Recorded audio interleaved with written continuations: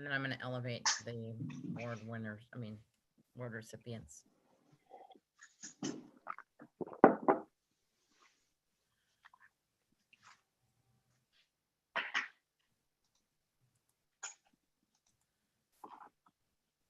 Okay, stream is on.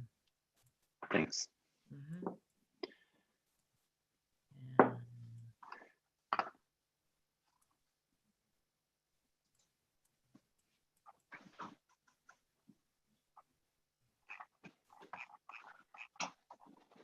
So Joaquin, I think whenever you'd like to start, you have a quorum of the board and the YouTube stream is up and going.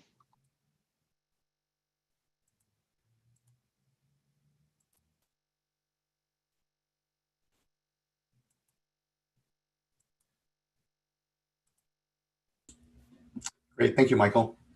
Good morning, everyone. I'm Joaquin Esquivel, Chair of the State Water Board. Today is Tuesday, December 15th. It is 9 o'clock, and I would like to call this meeting to order. I'll begin by introducing my fellow board colleagues and staff.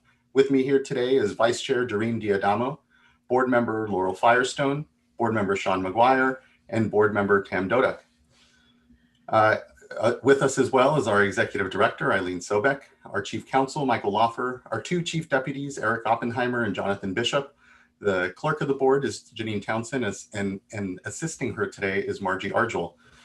Obviously this meeting is being webcast and recorded, as you can see here. You're either viewing us by two ways. One, you're either just viewing the web stream on Cali PA or the YouTube link, or you're here on the Zoom platform with us if you're anticipating to comment on any one of the items today. If you are not yet on the platform and you're viewing us through one of those webcasts, please do email the Clerk of the Board at commentletters@waterboards.ca.gov.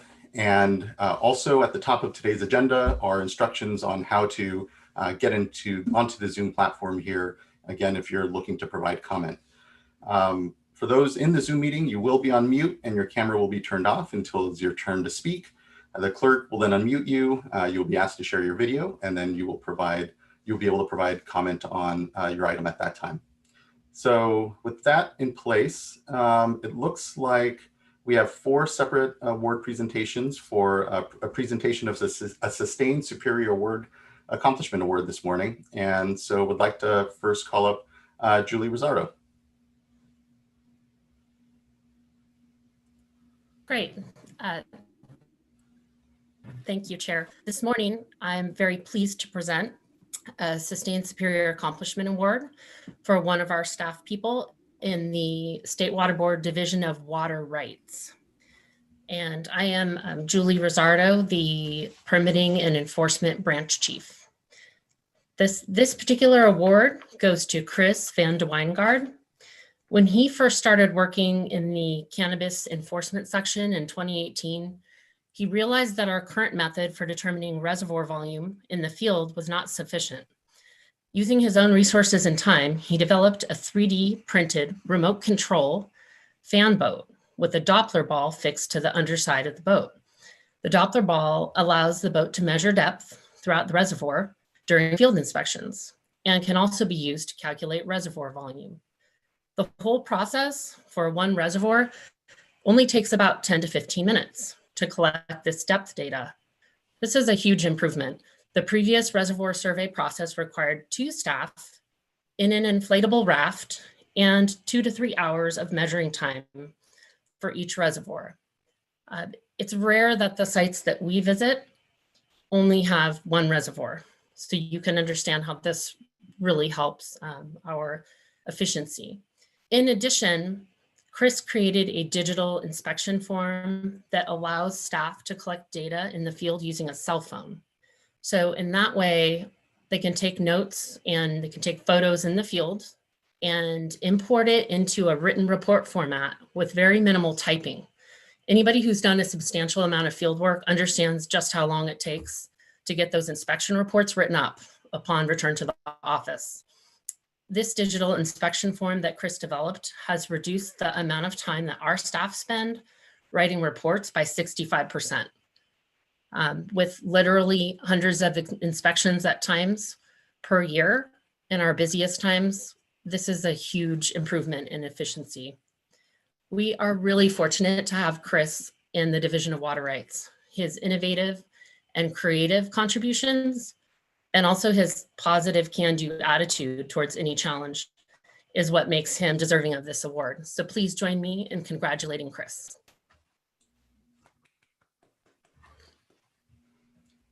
It's fantastic. You know, these sort of streamlining efforts, the ability to do more with less is really, really critical at this time. Obviously, you know, given all the remote work that we're doing, the increased usage of these platforms and these sort of digital tools, just really hats off, Chris. Really great work. Do you want to say maybe a few words or something? Yeah,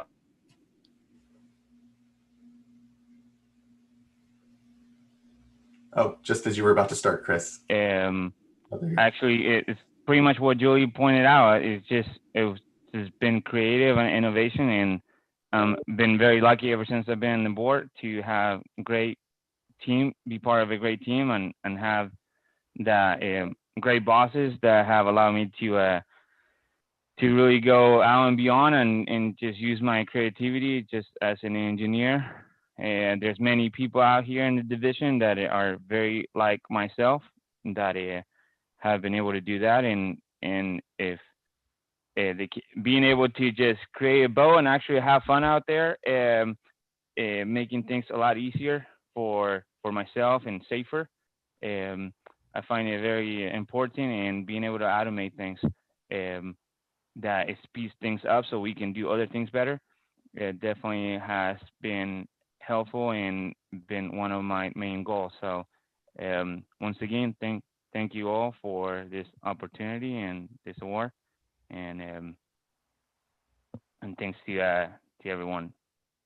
Well, and thank you, Julie, for acknowledging Chris's work today. Again, I think, you know, when I think back to the real critical work that we should be doing and can be doing, it's really supporting this sort of innovation from our programs, from folks, you know, better standardizing the tools that we can, you know, sharing these sorts of tools as well. I know Region 9 has really advanced as well, and the San Diego Regional Water Quality Control Board, some of their enforcement, digital enforcement tools to better just, you know, to your point, go in the field, be able to take data down and be able to translate that more easily on the back end to decision making, to the work that we do.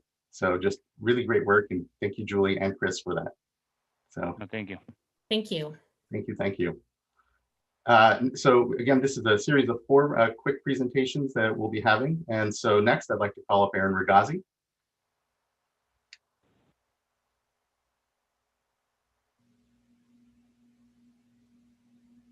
Oh, we can't hear you, Aaron. Oh, good morning, Chair Esquivel and members of the board. I'm Erin Ragazzi, an Assistant Deputy Director in the Division of Water Rights, and I'm happy to be here to present this award to the Klamath team. This team, specifically the 5 individuals recognized today, are responsible for the development of the water quality certification and associated environmental impact report for the Lower Klamath Project. As you may know, for folks outside of the board, the Lower Klamath Project involves the removal of 4 dams on the Klamath River in Southern Oregon and Northern California. If completed, it will be the largest dam removal project in U.S. history. This effort was a high priority for the State Water Board, and the team responded with outstanding work products, positive attitudes, and professionalism in all aspects of their work. The effort officially started in September of 2016 when we received the Klamath River Renewal Corporation's water quality certification application, and it concluded in April 7th of this year with issuance of the final water quality certification and associated environmental impact report.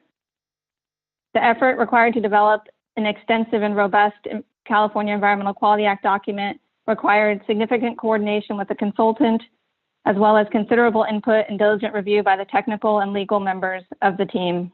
This small team reviewed immense amounts of information. As part of this CEQA process, they responded to over 1,500 comments and updated and reissued certain portions of the environmental impact report to ensure we got it right. The team often worked extra hours and overtime to get the job done, and they worked up to and through the holidays in both December of 2018 and 2019 to ensure that we got the products out as soon as possible for the public to review. I'd like to take a couple brief moments just to recognize each of the team members individually for their contributions.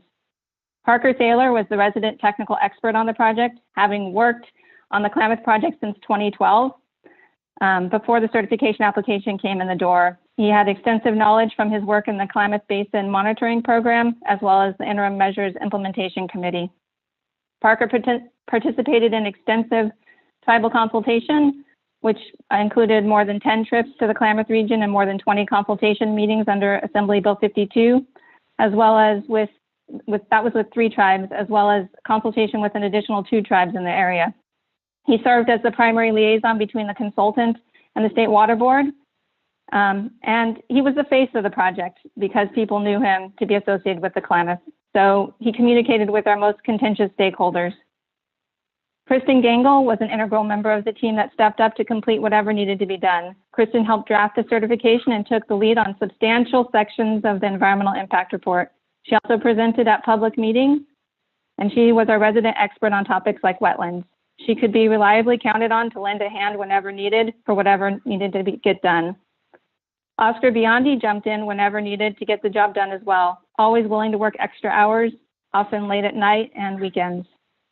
He's extremely effective and consistently puts out high quality work products in a very timely fashion. Oscar is also not afraid to speak up when he disagrees about something, allowing for discussion and consideration. That makes our products better overall. Oscar took the lead on responses to the most substantial set of comments on the environmental impact report and moving through them in a systematic, complete, and efficient manner.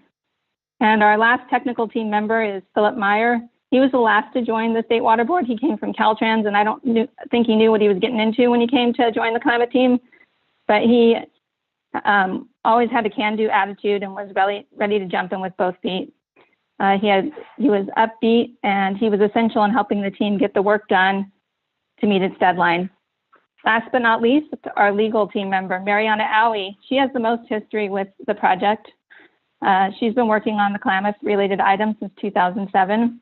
Mariana provided legal guidance and support throughout the development. She also played a key role in the AB 52 tribal consultation process, and she also was great about making sure we pulled in and coordinated additional legal resources to get the job done, because we had 4 tech staff and only 1 attorney. So she made sure that we got the extra bodies we needed when we had the crunch. And I want to thank all of the other OCC staff that helped with that. Finally, I want to note that this team came together amazingly well in the transition to remote working. As you'll recall, in mid-March, we all went home and started working from home. And we still released the final documents on April 7th. So it's just a testament to how quickly they came together and worked together to complete without delay, to their dedication and hard work. It was a pleasure working with this team, and I'm happy to present these well-deserved awards today. Thank you. Thank you so much, Erin. And I want to acknowledge you as well.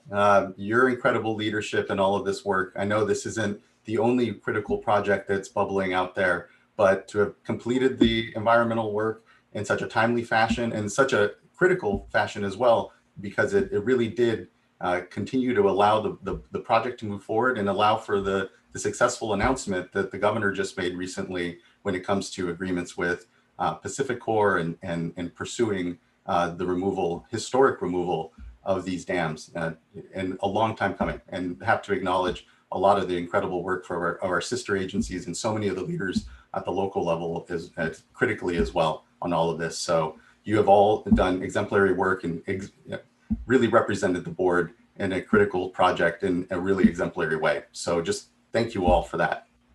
So yes, really appreciate it. Wish we could be in person to have a bit warmer of a applause and reception for you. But just thank you again, all of you, for the incredible work you continue to do. All right, next we'll move on to James Nottbauer, who will be presenting an award as well. Yes, good morning, board members. I'm James Nottbauer, the Director of the Office of Research, Planning and Performance, and I'm very pleased to be able to recognize my colleague, Katie Landau, this morning. Since March 2018, Katie has led efforts to support leadership growth at the boards, and the most visible part of her work has been the development of the new Water Leadership Program. which is now up and running. We had over 100 individual courses planned for this fiscal year. 350 people have committed this fall to the 100 and 200 level series of classes. And we're seeing self-assessments that show growth and development and also positive evaluations of the courses themselves. Impressively, 5 people have already graduated from our 100 level series. The work to develop this program is very complex. Katie secured Deputy Management Committee support and sponsorship. She assembled an advisory team, including 2 outside leadership development experts. Katie supported the effective collaboration between the advisory team and her training team. She managed coordination with contracts and human resources, and managed the development of a framework that features multiple levels of courses, a cohort-based experience, and tracks for both people in supervisory roles and people serving as technical experts. She also supported the development of new ways to evaluate our courses and to evaluate the growth of our participants. She led the shift from what we had been planning as in-person sessions to a fully virtual setting in response to the pandemic, and that was both a logistical task, but also involved substantial redesign of many of the courses. She managed a robust communications and outreach plan for the Water Leadership Program, which included extensive email communication, a program website, an FAQ, and an information session. This was not, however, just a logistical and coordination accomplishment. Katie's work also required her to engage with big questions, such as what is leadership? How are leaders developed? How can courses and instructors support the board's priority work, such as efforts to advance racial equity? What makes online professional development programs effective? And how can the program help people with different needs and in different roles? So, thanks to Katie's effort, leadership development in all parts of the water boards is now more coherently structured and better supported than ever before. So I'm very pleased to be able to give her this award today. Fantastic. And just thank you for that as well, James and Katie. You know, I know that for a number of us board members, workforce development is a real critical priority, both external and internal to the boards. You know, we're incredibly fortunate for 2,000 very dedicated professionals to the mission of this agency, and the real incredible technical work that it creates is necessary as well. And leadership is a strong component of that within the board. So just, you know, thank you both for spending and making sure that this has been thought through, that this has been provided and continues to be a resource when it comes to all the training work that I know your office does, James. So just thank you for that. And okay, next and last, we have Yvonne West, and certainly not least. Good morning, Ms. West. Good morning, Chair Esquivel, members of the board. My name is Yvonne West. I'm the Director of the Office of Enforcement, and I'm very glad to be here today to present a Sustained Superior Accomplishment Award to our Fraud Prevention Unit for their work on an onboarding and training program. The team today includes Amantha Henkel, who is our Chief of the Office of Enforcement's Fraud, Waste, and Abuse Prevention Unit. She joined the unit and took it on in 2018. At the time she took on the unit, they only had 3 employees with less than 3 years experience and 4 vacancies. Amantha quickly identified the need to develop an onboarding and training program that would define the jobs and expectations of the unit, identify the goals and performance measures, and outline the process and procedures for the unit. In addition to Amantha, we have Kevin Sokol, who unfortunately has recently left us for Cal Recycle. He took a promotion, but when he was with us at the Office of Enforcement as an AGPA, Kevin played an integral role in developing the onboarding and training program. We also have Jacques Lord, who is an engineering geologist and certified fraud examiner. Jacques joined the unit in February of 2017, and he brings 40+ years of experience performing site assessments and remediation work, as well as program management skills for multi-million-dollar contracts. Michael Diana is another team member who is also an engineering geologist and certified fraud examiner who has been with our unit since December 2015. He often serves as a lead investigator on our unit's highest priority cases and handles a lot of the complex data management. His experience and historic knowledge of the unit's practices has been essential in the development of this onboarding program. This team was nominated for an award by Matthew Buflavin, our supervising WRC engineer, who manages our technical units in the Office of Enforcement. Matthew nominated this team because he recognized the importance of this accomplishment and the multiple year effort that went into developing a comprehensive and meaningful program. I couldn't agree more with Matthew that this team is deserving of this award. What this team developed goes beyond an onboarding document or file. It does more than just bring new employees into the water board. It's a training program that takes staff who traditionally work in technical fields and provides them with new skills. The new skills that are necessary to be an effective member of our fraud prevention unit. It provides an understanding of how the unit furthers the water board's mission, and it has resulted in a cohesive, adaptable, and effective team within our fraud unit, which has the important task of protecting state funds and ensuring that they get spent appropriately. The program took years to develop, and it continues to evolve. Currently, the program consists of 6 modules, 18 activities, 5 meet and greet interviews, and it's designed to take employees from 6 to 8 months.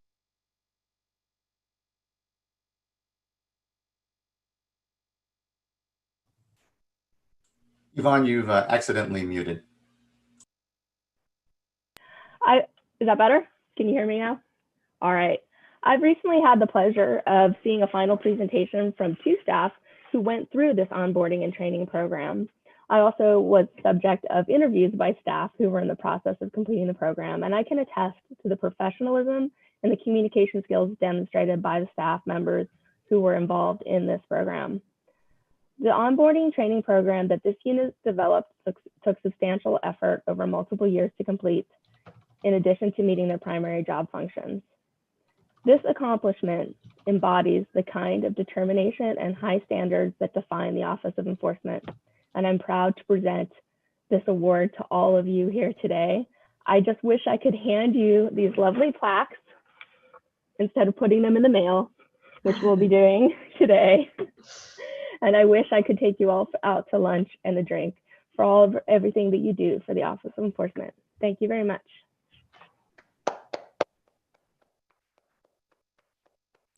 Let's actually all unmute and we can have an actual collective clap. I think that'll be good.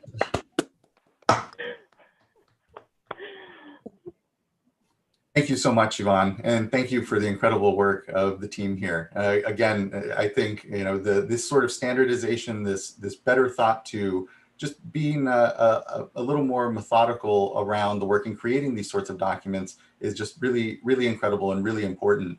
Not just for this moment and this team, but really then having something that can continue to grow. And as new team members come on, it be used certainly, but also updated and improved. So just incredible work. Really appreciative of this. Thank you.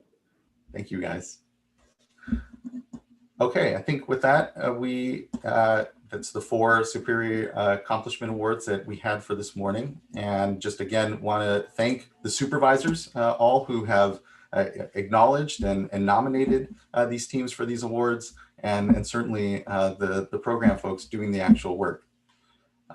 So with that, we can now move on to public forum. And again, public forum is an opportunity for any member of the public to address the board on any item that is not pending before the board today. And I believe we have a series of public forum cards, looks to be about 6 this morning. And I believe first we have a public forum card from Assembly Member Adam Gray or his office. So you should be invited. So, Chair Esquivel, we have not had Member Gray join the Zoom meeting yet, or any of his staff. So we'll leave that as a placeholder and you can move on to the next public forum speakers. Thank you, Mr. Lawfer. Then next up, we have Jeff Flores for Board of Supervisors for 3rd District of Kern County.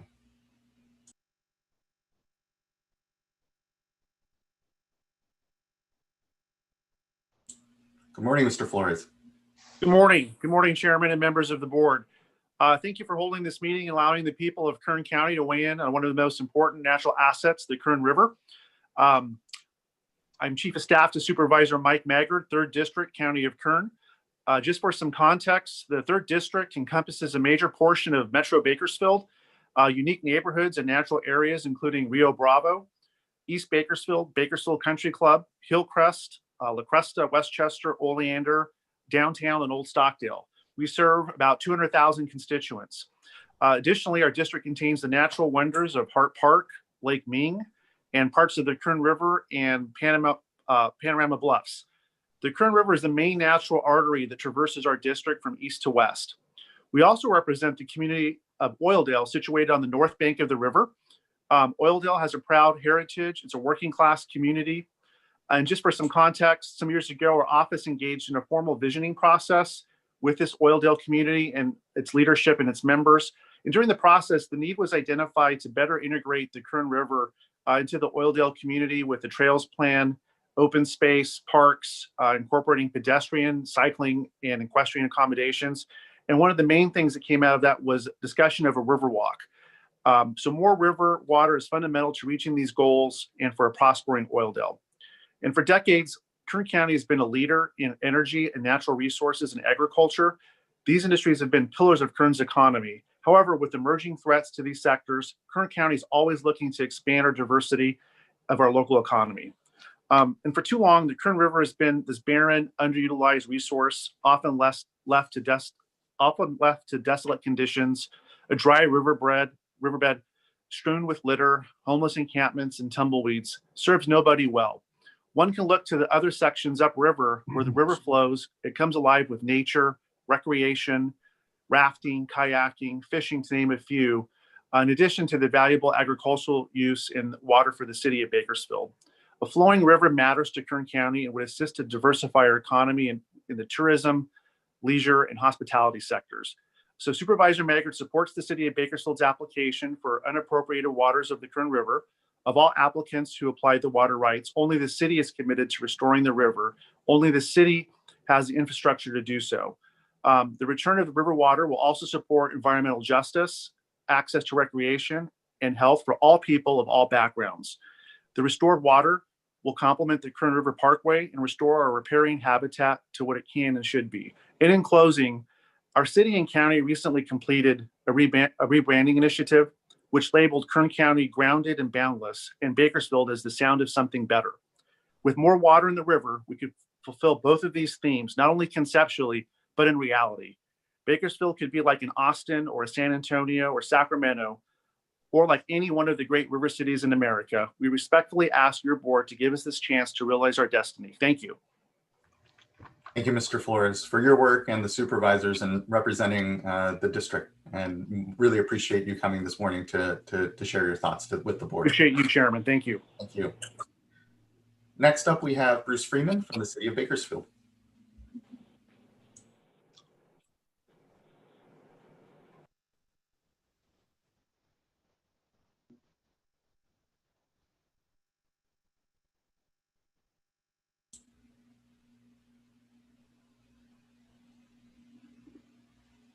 Good morning, Mr. Freeman. At this point, we can't hear you yet, and your video isn't showing, but it's not necessary that it does. You should be invited to unmute, though.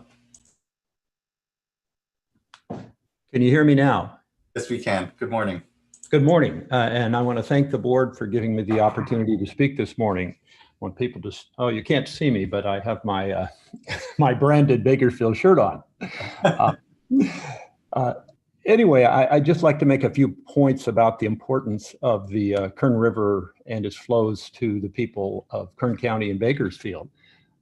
The first and foremost is that the Kern River is an important source of domestic water for the city, an integral part of our groundwater recharge activity, as well as a critical component of our compliance with SGMA in the future years. It's probably the most important point I want to make this morning. It's also an incredible city amenity, and the community has rallied around the Kern River Parkway and the city and the river. I myself helped put together a program with the Kern River Parkway to create a Riverwalk section for walking, an amphitheater, a shopping center in front of it, and that's become one of the most popular spots in Bakersfield to walk along the river. So keeping water in the river serves both the public and amenity purpose, as well as our groundwater recharge program. The city has many planning documents and policies in place that specifically address and support the relationship between the water flows in the Kern River, as well as the beneficial uses of water in the Kern River Channel. These planning documents include July 1985, the adoption of the Kern River Plan element, integral part of the City of Bakersfield General Plan and the Kern County General Plan. December 1985, adoption of the final environmental impact report for the Kern River Channel Maintenance Program. September 1988, adoption of the final environmental impact report for the Kern River Parkway, which includes walking trails, environmental studies area, and a multi-purpose path adjacent to the Kern River through the city. November 1992, amended December 2001 Statement of Water Resources Policy concerning Kern River water management adopted by the board of the Bakersfield Water Board.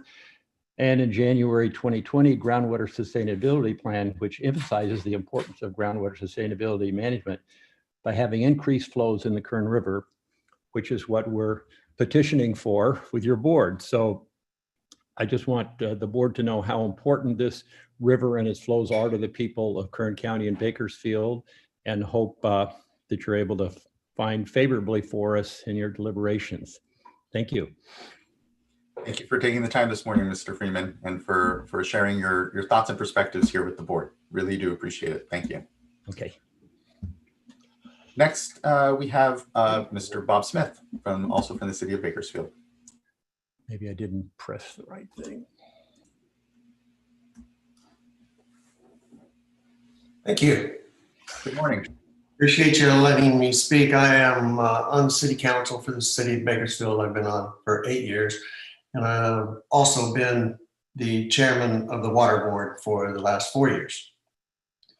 The Kern River, as you've heard from other speakers, is a wonderful amenity to the City of Bakersfield. I am a daily bicycle commuter, and my commute is down the bike path along the river every day. And so I see it when it has water and when it doesn't have water. I would ask that the State Water Resources Control Board accept and approve the city's 2015 water availability analysis and the 2019 supplement to the water availability analysis. I would ask that you find and determine that any and all water above the Kern Delta forfeiture caps is unappropriated water, which water supply has ranged in amount from 13,000 acre feet of water per year in dry years up to 121,000 acre feet of water in wet years. I would ask that you accept and approve the city's application to appropriate that water, which application calls for the use of all unappropriated water to increase and enhance Kern River flows through Bakersfield city limits. You know, it makes sense to us that the river should have water in it. And if there's unappropriated water, then it should flow in the river. Seems natural to us.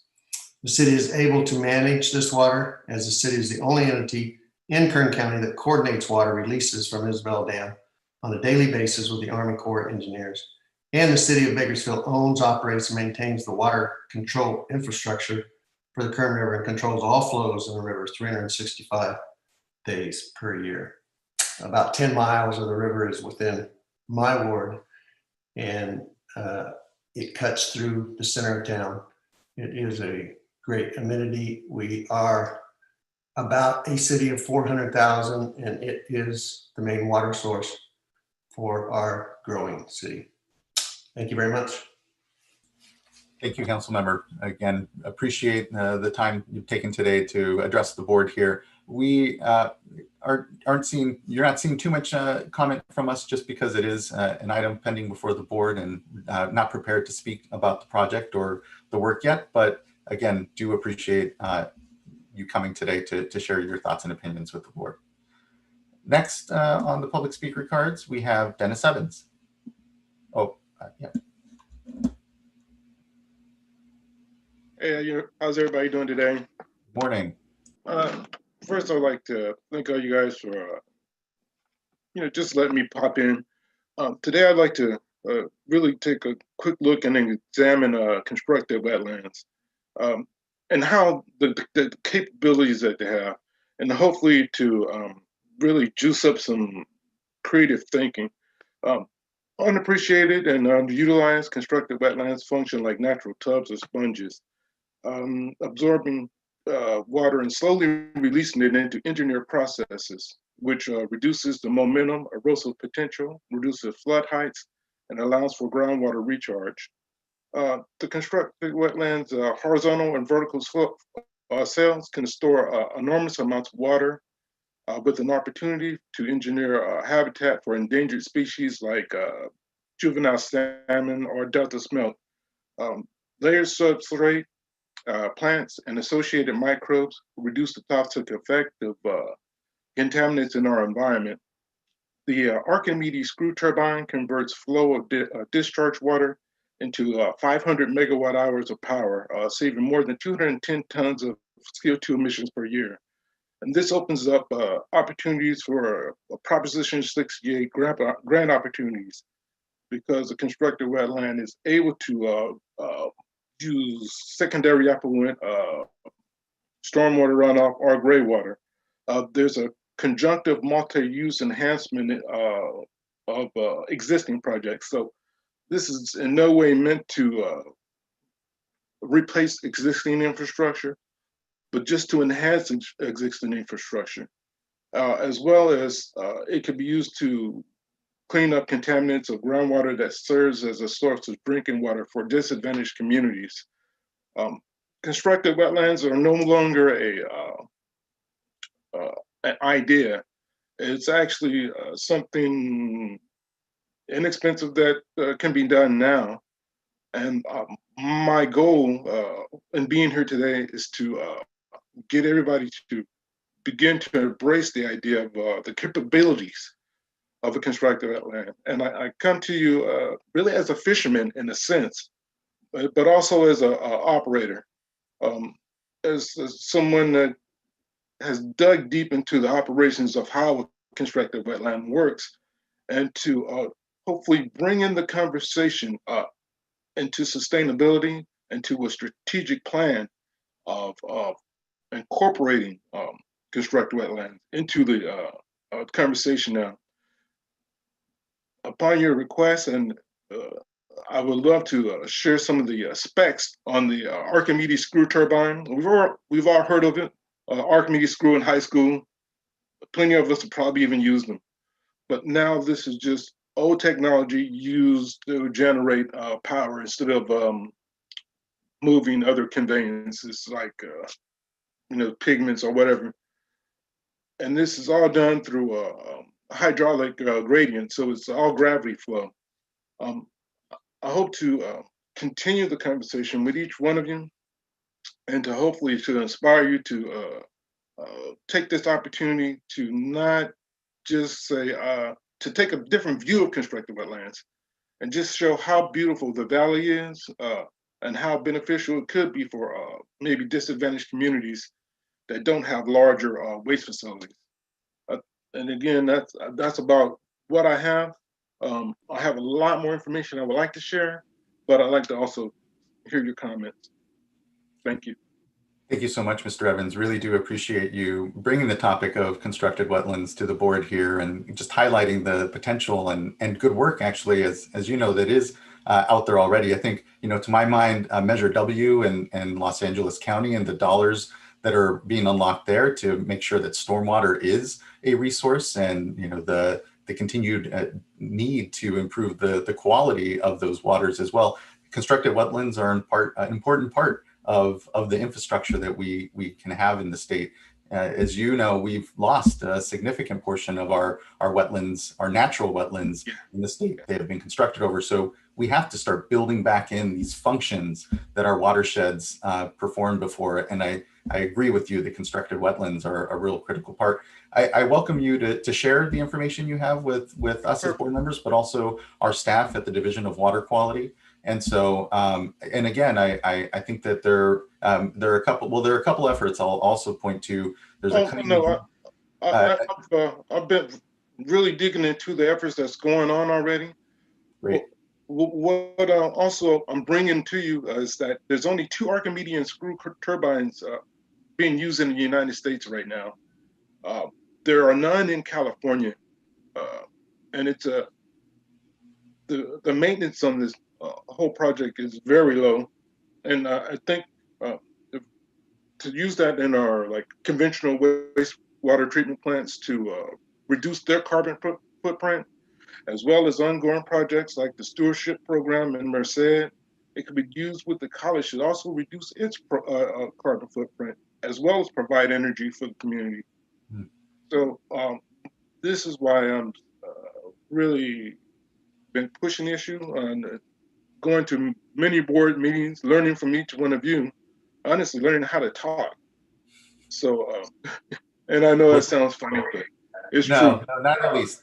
Really do appreciate your contributions this morning, Mr. Evans, and highlighting the Archimedes screw trap as a turbine there as a potential for these projects. And so, yes, yeah, would encourage you to continue to work with project proponents at the city level and also just appreciate you bringing this to us this morning. So thank you.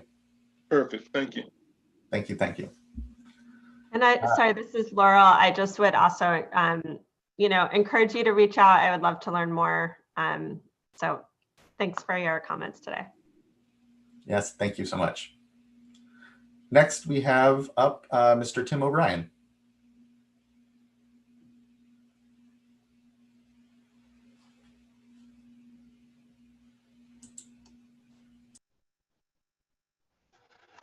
Good morning, Mr. Chair and members of the board. My name is Tim O'Brien. I'm going to inform you of my recent difficulty with the public participation process.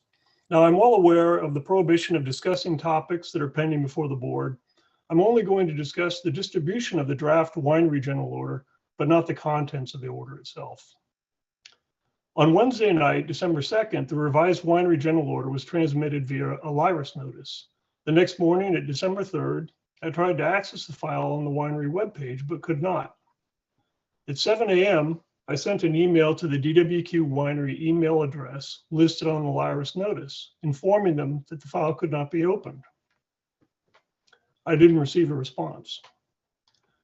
Later that day at 2:30, I sent a second email to the DWQ winery email address and copied Scott Couch, the supervisor of the section, and the Water Board Office of Public Participation email address. I again received no response. The next day on Friday, December 4th at 7:30 a.m., I sent a third request, this time to the email addresses of DWQ Winery, Scott Couch, OPP, Jonathan Bishop, and Eileen Sobeck. I asked for a response before the weekend. I didn't get any response at all. Even to this date, I have never got a response. Then on December 9th, a LIRIS notice came out describing an ex parte written communication that was purportedly on November 30th. Now, I assume that date of the ex parte communication is a mistake because it predates the revised general order LIRIS transmittal.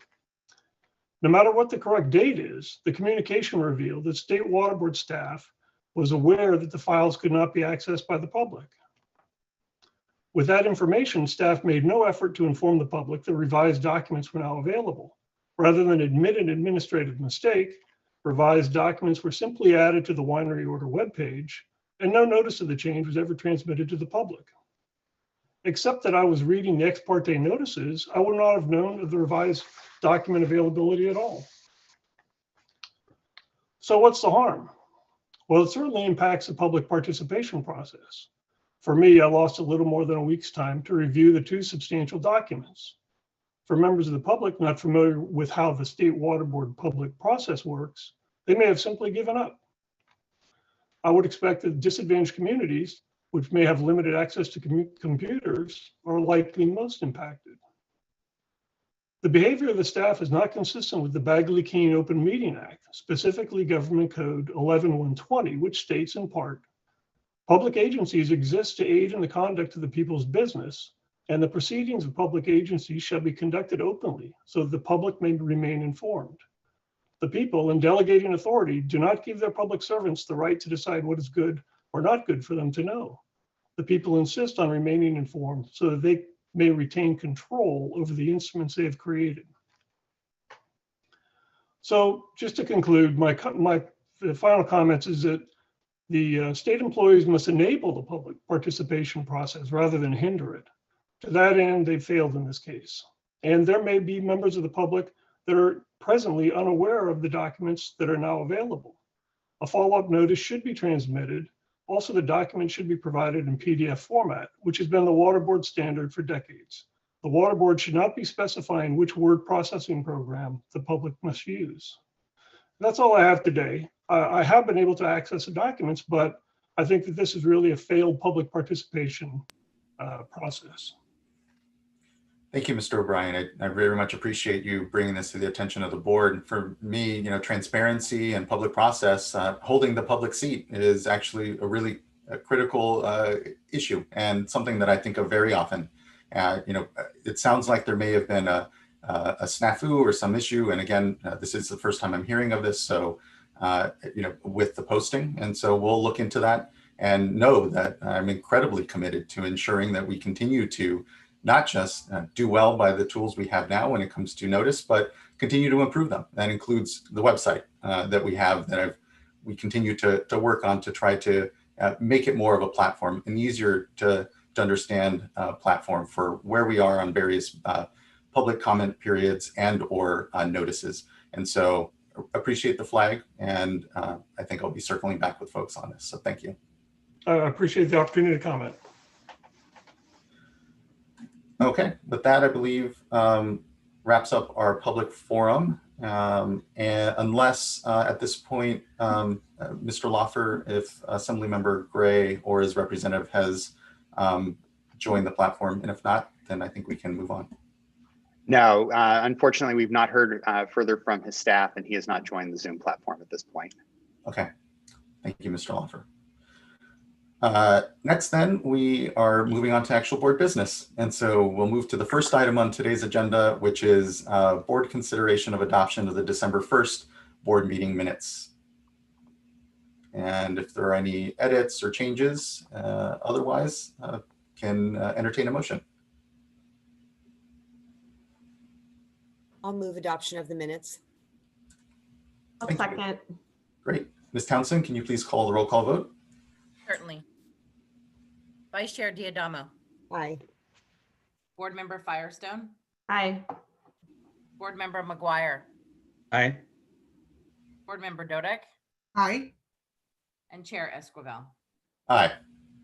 Thank you. Thank you as well. Taking a look here, I do notice I think we have a numbering issue, and sorry I didn't catch it sooner. Next, I think we are moving to an informational item and an update of the board's actions and responses here. So, Ms. Sobek. Thank you, Chair Esquivel and board members. We really, we don't have much of a COVID-related update today.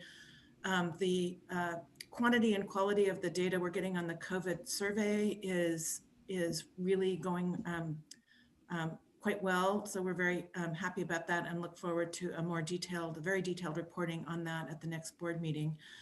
And I guess the only other thing I want to say is just to let the board members, members of the public, and board staff know that pursuant to the governor's order to state offices, we are the last week and going forward, the next 2 weeks are really cutting down the minimal service that was available in our offices in terms of access to state buildings. It's just really important, given the current spike in COVID infections, that we obey the governor's order and we follow all of the safety, health and safety protocols. And so our skeletal staff that are actually in the office is even more skeletal. Most of the state office buildings are closed altogether. So we apologize to members of the public who might have been hoping for access to documents, but I think this is in everybody's best interest, and I hope everybody will understand. And we are trying really hard to make sure that our employees and members of the public stay safe. We definitely have had cases either among our staff or in our buildings. So we know that this is a real threat that we have to take seriously. So we look forward to reporting in more detail on the survey next time the board convenes. Thank you. Thank you very much, Ms. Sobek. Appreciate the quick update and look forward to getting the results in on those that critical data point when it comes to household debt and system impacts from the COVID and economic crisis here. Next, one moment. Yeah, just I think there's a numbering issue. It says number 1 here, but it is item number 3 and is a consideration of a proposed order and moving on to item number 3 here, consideration of a proposed order modifying condition 23 of the water quality certification for the Yuba County Water Agency's river development project. And, you know, before we begin this item, I just want to acknowledge that first and foremost, you know, as I think we just had a quick exchange around Mr. O'Brien's point on public process, this board is incredibly committed to transparency and public process and hearing from the public on items. I do want to, in reviewing the comments for this item, there is obviously a lot of concern with the Yuba River Development Project certification generally, and this item is not on the entire project. You know, I think a lot of the comments we'll be hearing are again concerns about the actual water quality certification itself. This item is want to flag is on modifying condition 23, which will allow for the parties to petition the board and at a future board meeting have a discussion around the merits or concerns of the water quality certification itself. So if I can ask the commenters to try to target their comments to the actual item on the agenda, which is the amendment of condition number 23 on the water quality certification, it would be helpful because you won't be hearing, I don't want to seem unresponsive, certainly to the concerns, critical concerns of the community here, but there won't be space for much of that discussion here because it's not the item before the board, and it'll be at a future board meeting that we will be able to further discuss the merits or concerns around the actual water quality certification itself, as opposed to this item again, which is amending the condition, and that's the vote and discussion before the board. That all being said, again, we do welcome all of our public commenters, and so, but don't just wanted to flag that so as to not seem unresponsive to a number of things I think that we'll be hearing as I review today's comments. So with that, I think we can move on to the staff presentation of the item and discussion thereof.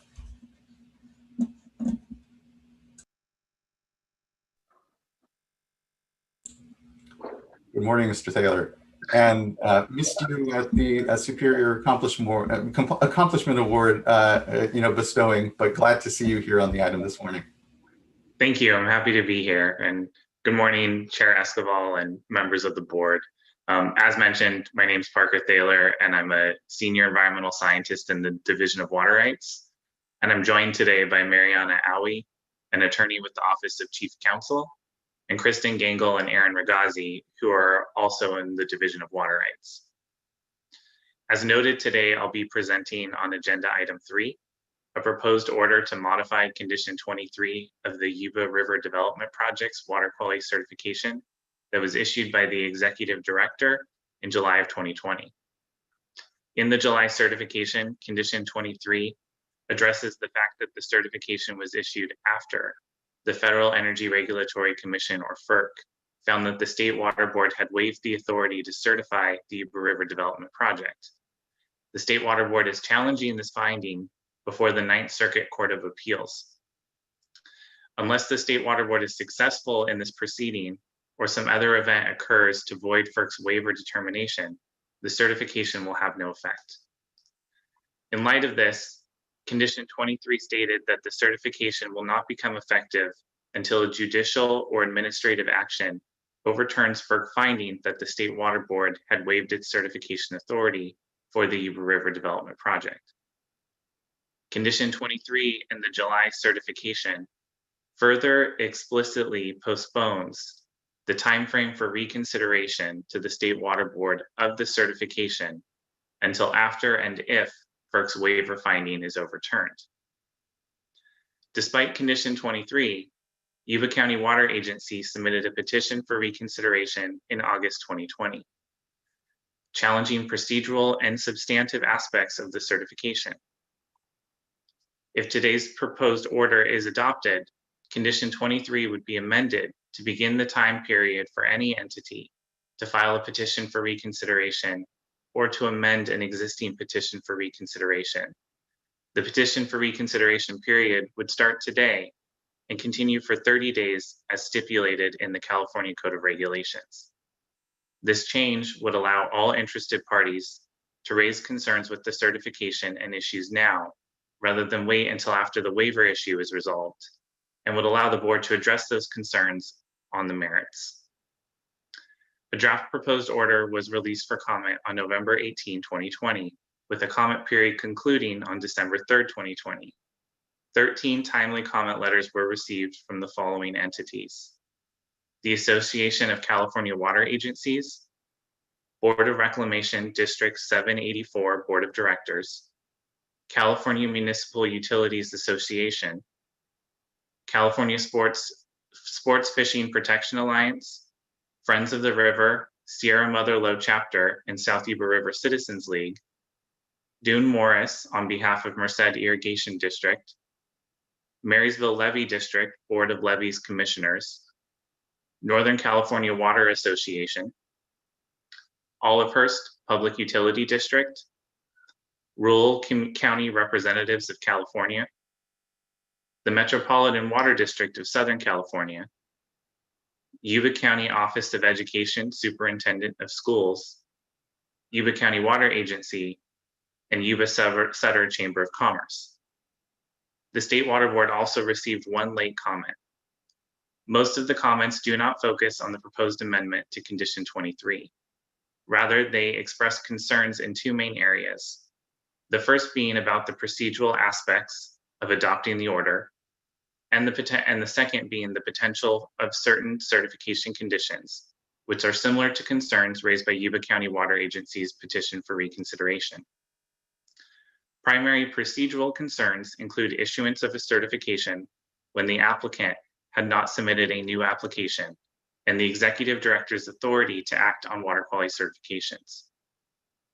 Primary substantive concerns include the cost of compliance, the potential to reduce the amount of surface water available for other beneficial uses, the potential for other public benefits funded by hydroelectric generation to suffer, and the perceived lack of benefit of certain conditions. A number of comments requested that the State Water Board vacate or withdraw its water quality certification, asserting that vacating the certification would allow for continued collaboration to resolve difficult questions of water management. One comment was received pertaining to Condition 23. The letter from a group of 4 environmental organizations stated a preference that Condition 23 not be amended, and noted that the group intends to submit a petition for reconsideration of the certification terms if Condition 23 is amended. The primary concern expressed was deferred mitigation in the certification. Following the close of the public comment period and consideration of comments, staff made several changes to the proposed order as reflected in change sheet number 1. One change was made in response to comments in light of increased certainty that additional parties would petition to reconsider. The order was additionally amended to delete a sentence in the narrative portion of the certification that reflects language in the original Condition 23. The other changes are for clarity, consistency, or to correct minor errors. Because the proposed order provides for reconsideration, adoption of the order would provide a forum to address the procedural and substantive concerns raised by parties on the July 2020 water quality certification. Staff recommends proceeding with the proposed action of amending Condition 23 to allow for reconsideration of the water quality certification. This concludes my presentation, and we'll be more than happy to answer any questions that you may have. Thank you. Mr. Thaler. Mr. Lawfer, I believe, would like to make a quick comment. I do want to make a quick comment, not to disrupt the order of proceeding, but I did want to observe that we do have a court reporter on the board Zoom platform today. And for the court reporter's benefit, they have been elevated to co-host status. So if at any point one of the speakers is moving too quickly or you need them to repeat something, just go ahead and unmute yourself and inject. And if there's any need for you to go back and recover any of Mr. Thaler's testimony or Chair Esquivel's opening statement, we do have video streams available for your review later. Thank you so much, Mr. Loffer. We'll move on to the comment cards here now. And I believe first we have Art Baggett.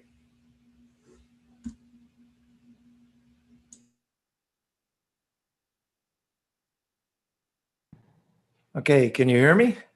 We can. Good morning. Okay. Got to figure out the Zoom. Good morning. Thank you, Chair Esquivel and Vice Chair Diadamo, board members Dodek, McGuire, and Firestone. I just want a couple of opening comments before I read my notes. It's been 10 years ago on January 17th that I left the board, which I thought was interesting. And this is the first time that I've ever commented or appeared before the board since that time. It must admit it's a little odd to be on this side of the, I guess not dais, camera at this point. And my comments today are clearly as a private citizen. I don't represent any party or anyone involved in this proceeding. Two asides. One is the Kern River is interesting. That, as I recall, was the last hearing I ran, the fully appropriated lifting the fully appropriated stream process. So it's good to see that process is people are moving forward with it. Second, the Klamath, I really want to thank Oscar, all the staff to keep going with that. A brief aside, that hearing, we began the settlement process on behalf of Governor Davis after the August 2001 protest where the gates were locked open to the diversion canal. So it's been a long time in coming. 19 years, but it's great to see that. So I guess in the spirit of that lengthy settlement process, I'd like to make a couple comments on the Yuba. 17 years ago, the board issued Decision 1644, which established interim and long-term flow requirements with interim flows until 2006. This order was a culmination of a water right process and hearing that began in 1988.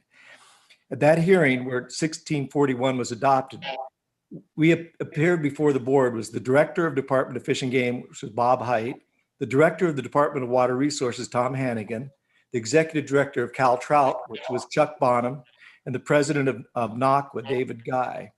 And they asked us to consider allowing them and additional parties, which included the Yuba Water Agency, NOAA Fisheries, U.S. Fish and Wildlife Service, and a number of NGOs to meet and develop an alternative fishery framework for the board's consideration that would be more protective of the fishery and the communities which depend on the Yuba River.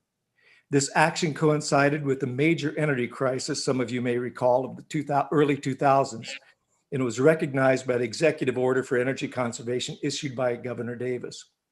As a result, I proposed a 5-year stay on the long-term flows with adoption of protective measures in the interim period. The board adopted this approach to ensure the power generated by the hydroelectric plant at Bullard's Bar would continue and that the above parties would have time to develop a more comprehensive flow proposal. In 2006, the above parties, with the addition of the federal fish agencies and the Bay Institute, brought back a recommended settlement, now known as the Yuba Accord. The accord not only had protective flows, but added a river management team, which I felt was critical, which was composed of scientists from each of the parties, including an NGO fishery biologist and a PG&E biologist. The river management team makes recommendations to the Yuba County Water Agency on the lower river operations, flow release scheduling, and expenditures for fish studies and related activities. Further, if there's no consensus reached, the director of the Division of Water Rights would resolve the conflict. To me, this is the true power of the Yuba Accord. It was a science-based adaptive management approach with true involvement from all stakeholders in the watershed. As a former Water Board Chairman, Marcus stated at the 10th anniversary commemoration of the Yuba Accord, quote, "The Yuba Accord is a historic agreement. It's an important one for us because it showed people coming together to triumph over fighting as usual in the water world. They agreed to a partnership to figure out how to make things work and to share the science, unquote. I'm here today because I'm very concerned that the current water quality process will have a significant impact on the ability of the Yuba Accord to continue or for any other voluntary settlement to be reached. The Accord and other settlements, such as the Klamath River or the Mono Lake settlements, are only reached after years of public hearings and workshops in an open, transparent process.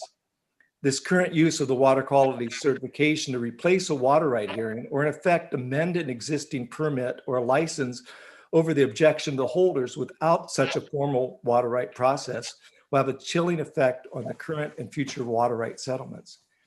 It'll further exacerbate the length and the cost of litigation and erode the confidence of the parties to equitable solutions. The power in a settlement reached by stakeholders who live, work, and depend on the health of a watershed will have a lasting impact and require much less funding and enforcement. Thank you for the opportunity to comment. I wish you all a happy holidays and pray for more snow. Here, here. Thank you, Mr. Baggett. Just to, I guess, for a point of clarification, are you supportive of the board adopting this amendment to condition 23 to allow the petition to move forward or not? I'm not taking a position on that issue. I just wanted to give you some historic background on why, well, you've heard it. You've got okay. Yeah. Thank you, Mr. Baggett. Much appreciated. Next, we have Brent Hasty from Yuba Water Agency. Thank you, Chairman Escobar and members of the State Board for having us here this morning. My name is Brent Hasty. I'm a lifelong resident of Yuba County, a member of the Yuba Water Agency Board, and a past president of the Board of Supervisors, and also a past president of the Association of California Water Agencies. I'm here today to ask you to please consider vacating the water quality certification. But first, I want to share with you the story about the value of water, Yuba Water Agency, and the community I love. Yuba County has struggled with devastating floods since the gold rush, when hydraulic mining debris raised our riverbed by about 100 feet, bringing them higher than the streets of Marysville. I lived through both the 1986 and 97 floods. In 1986, I moved sandbags and then mucked out my grandparents' and my great-grandmother's home. In 1997, on January 2nd at 8:10, a levee broke. I was in my mid-30s, 4 children under the age of 10, and I was homeless. I canoed through my home that year. But my story is just one you're going to hear this morning. Today, you'll hear examples of how the Yuba Water has stepped up to fund protection to help our communities. How more than half our people live in disadvantaged communities. For decades, we have struggled with serious issues that challenge our disadvantaged communities. An underfunded school system, a lack of funding for the kind of flood protection necessary for economic development, a lack of funding for sustainable protection of our drinking water supplies. Our communities have waited 50 years to start to realize the full benefits of the Yuba River Project. And finally, the wait is over. We are on the cusp of transforming our disadvantaged community and helping it thrive. Finally, we have hope.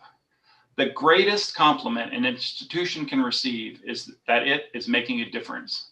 We are really starting to hear that, to see it, and to feel it. Members of the board, in fairness, you can't make decisions about the future of the people of Yuba County without hearing our stories. So this morning, you'll hear just a few of the stories of how Yuba Water has become a game changer for the people of Yuba County. You'll hear how funding and other support from Yuba Water is benefiting every level of our school system, how we are leading Yuba County to the highest levels of flood protection in Northern California. We're providing sustainable and safe drinking water supplies for our disadvantaged communities. And we're funding critical forest restoration work to prevent the mega fires we're seeing ravage so much of California. The water quality certification is a threat to the future of Yuba County. It will cost hundreds of millions of dollars to implement and potentially even more than $1 billion. That will rob the people of Yuba County of water and power revenues that are vital to our mission and to the future of Yuba County. You will also hear how the water quality certification would harm important priority initiatives of this administration, including the voluntary agreement program to implement the Bay Delta Plan update, the Yuba Accord water transfers that help sustain the state's economy during droughts, and production of carbon-free energy to support the grid during heat emergencies, and finally, forest restoration efforts in the headwaters of the Sierra Nevada. This morning, you'll hear from several people who will paint this picture for you. Please listen to them because they're speaking from their life experience. Speaking on our behalf today is Dr. Francisco Reveles, the Superintendent of Schools for Yuba County, Gary Bradford, a County Supervisor and a fellow Water Agency Director, Denise Burbank, President of OPUD, and the founder of a nonprofit called So You Can that helps our most vulnerable residents, David Guy, the President of the Northern California Water Association, Chelsea Haynes, speaking on behalf of the Association of California Water Agencies, Stephanie Morris with the Metropolitan Water District, Danielle Blissett of the California Municipal Utility Association, and our General Manager for Yuba Water, Willie Whittlesey. For all of the reasons you will hear today, we ask that you withdraw and vacate the water quality certification. It's my pleasure to introduce our first presenter, Dr. Francisco Reveles, the Yuba County Superintendent of Schools. Thank you, Chairman Escobar. Thank you, Mr. Hasty.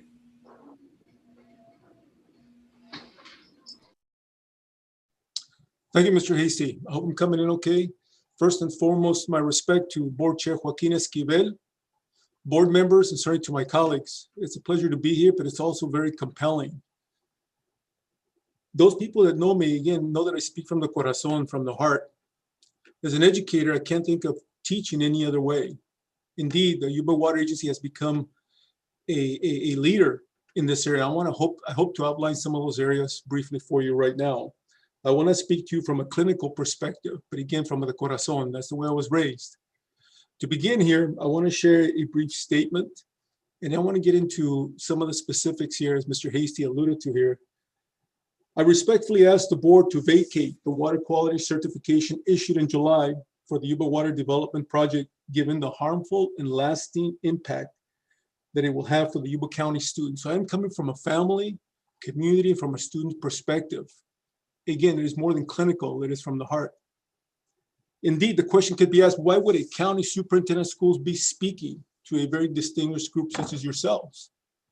The fact of the matter is that the Yuba Water Agency has taken a lead, a very compelling lead, and impact on Yuba County, where we're at. I'm going to share some of those things. So the question becomes, why am I advocating on behalf of the Yuba Water Agency? At this point, ladies and gentlemen, given the impact as a county superintendent of schools that I've seen, that I've experienced, the people that I work with, educators, teachers, school districts, and certainly my colleagues at the Yuba Water Agency, we have very serious economic constraints here in Yuba County. We're educationally challenged, not for want of commitment or want of quality people. We are faced historically with issues that deal with economically challenged, diverse cultural communities. Indeed, the Yuba Water Agency has joined the fight. That's why I'm here.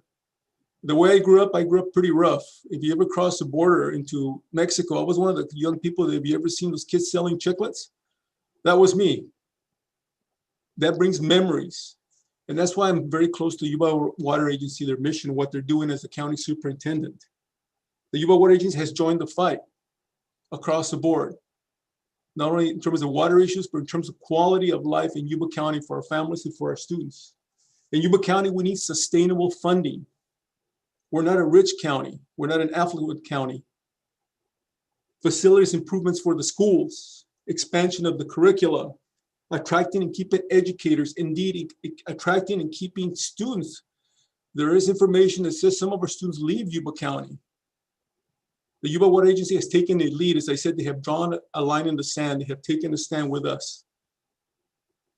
Approximately 80%, as Mr. Hasty noted, of Yuba County students come from economically challenged communities. 3 out of 5 school districts have students who participate in the free lunch program. Right now, 30% of the students who graduate have a challenge in terms of applying to the UC, CSU systems. And I'm speaking as a former university professor as well. But make no mistake, it is not for lack of talent, creativity, or commitment. Because the Yuba Water Agency has been a committed member of our county, they have served as a catalyst for positive educational change. Now you notice I've changed the paradigm. There are important water issues, but I'm expanding that paradigm.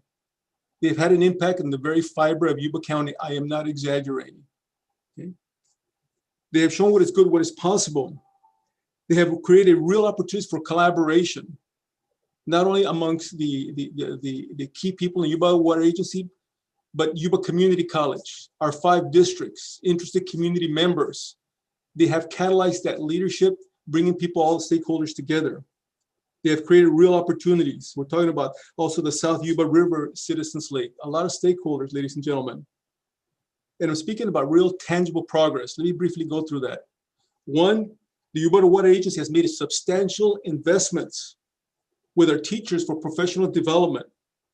They have become key players in developing and addressing the state standards for the next generation science curriculum. And I'm speaking from experience. I have a degree in biology and chemistry. They know what they're talking about, ladies and gentlemen. They joined that fight too. Let's get the curriculum up and ready for our children. These are lessons in terms of this curriculum that are being field tested right now. They deal with watershed, atmospheric rivers, history of hydraulic mining and flooding, and more. There are over, as I noted, 200 lessons that have been field tested, and they will be implemented. So it is a work in progress, ladies and gentlemen.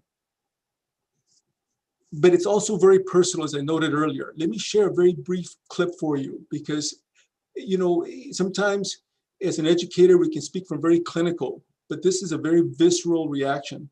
Let me share with you briefly a short clip, if you will, of a young man. This is, let me frame it for you. This is little Cruz.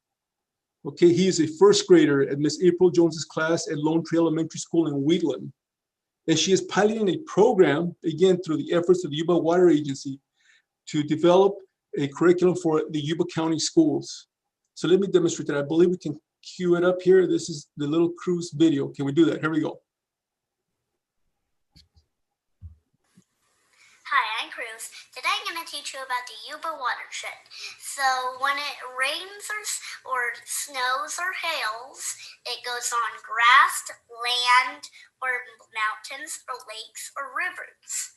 So I'm going to show, and then it flows down to the ocean. But I'm going to show you an example this time.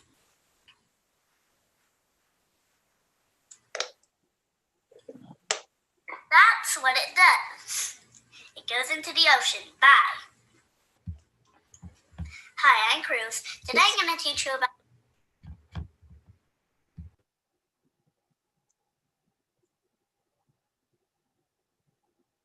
Okay. Chair Esquivel, just a few more minutes. Thank you for your time, and to board members. I just want to conclude here. You know, one of the biggest aspects of our collaboration with all the stakeholders has been the unfolding of the Watershed Experience Center. This is unbelievable. This is something that gives hope to everyone. Let me briefly describe it for you. The Yuba Water Agency is leading and funding the master planning process for a water education center on the Yuba River that will bring all the lessons together with hands-on interactive experiences for students. Ladies and gentlemen, this is a game changer. I've traveled a lot. I've been all over. I've been an administrator, principal throughout the state and parts of California, even the South Pacific. And this to me is a game changer. It's something that becomes an incredible asset on the Yuba River. The Yuba Water Agency has invested more than $1 million, with tens of millions more expected in the coming years. Bottom line is, the Yuba Water Agency is engaging in with a number of school districts on a large-scale water conservation projects to preserve groundwater and help save significant funding that can go towards other necessary facilities and educational needs. So you can see in terms of the need that we have in Yuba County, where we're at economically, educationally, the Yuba Water Agency has taken a significant role, pivotal role in leading the charge with all the other stakeholders. So to conclude here, I want to underscore the vital role that the Yuba Water Agency is playing in Yuba County's future. My understanding of this water quality certification is that if it is allowed to stand as it is, it will have a devastating impact on the Yuba Water Agency's revenues, and thus their ability to fund these critical projects. Our students, ladies and gentlemen, deserve to finally have the opportunities afforded to so many other more affluent districts. We are doing such good work. Please allow this dream and hard work to continue unfolding and truly serve our students and families. Ultimately, it's about building faith, ladies and gentlemen. People who know me, they know I speak from the heart, but I also speak about building faith Ladies and gentlemen, right now we need faith. The Yuba Water Agency has played a vital role in building that faith collaboratively. And as you know, faith is a very abstract term, but it's very powerful. The Yuba Water Agency has achieved that in collaboration with others. Help us maintain that faith. Ladies and gentlemen, my respect to all of you. Thank you so much for the privilege of your time. Gracias. Thank you, Dr. Rivera. You know, I really do, you know, my father is actually, was now retired, a teacher, and so come from a family of educators. So just want to thank you for the incredible leadership and work I know, and challenges, particularly given the COVID crisis we're experiencing and the challenges in the education system. So thank you incredibly for your work and leadership, and for sharing your perspective this morning. I do appreciate it. Thank you. Thank you. Next, we have Gary Bradford. Good morning, Chairman and members of the board. I appreciate the opportunity to address you this morning. My name is Gary Bradford, and I'm honored to serve as a Yuba County Supervisor and as a member of the Yuba Water Agency Board of Directors. I'm here today because for me, it's about community and the critical role that Yuba Water plays in keeping our communities and our families safe. I live in Plumas Lake, which is located about 10 miles south of Marysville and 32 miles north of Sacramento along the Feather River. Our beautiful community is home to almost 10,000 people and is a wonderful place to raise a family. Plumas Lake provides affordable housing, and many families commute to jobs in Sacramento, including me. Like many Central Valley communities, ours is in a floodplain. We've lowered the risk of flooding with support from the Yuba Water Agency and our state and federal partners. But as I'm sure you know, flood risk reduction projects are expensive. Yuba Water is our only local cost share option. If the agency is required to implement the State Water Board's water quality certification, we would be forced to shift funding away from public safety. This isn't a talking point, it's a practical reality. Public safety would be compromised. Earlier this year, Yuba Water's Board of Directors approved the design and planning of a new $225 million secondary spillway at New Bullards Bar Dam. This facility, scheduled to be complete in 2026, would significantly reduce the flood risk in Yuba Sutter and even downstream in Sacramento County. Because of climate change and more powerful storm events, this new spillway is essential to protect our region, including my community of Plumas Lake. But if the certification moves forward, we will have to delay or even stop work on this critical public safety project. We simply won't be able to afford it. Yuba Water has consistently invested in projects that improve habitat conditions in our rivers and the Bay Delta, while also protecting human life and property. In 2009, Yuba Water worked with local and state agencies to help finance the construction of the Feather River Setback Levee.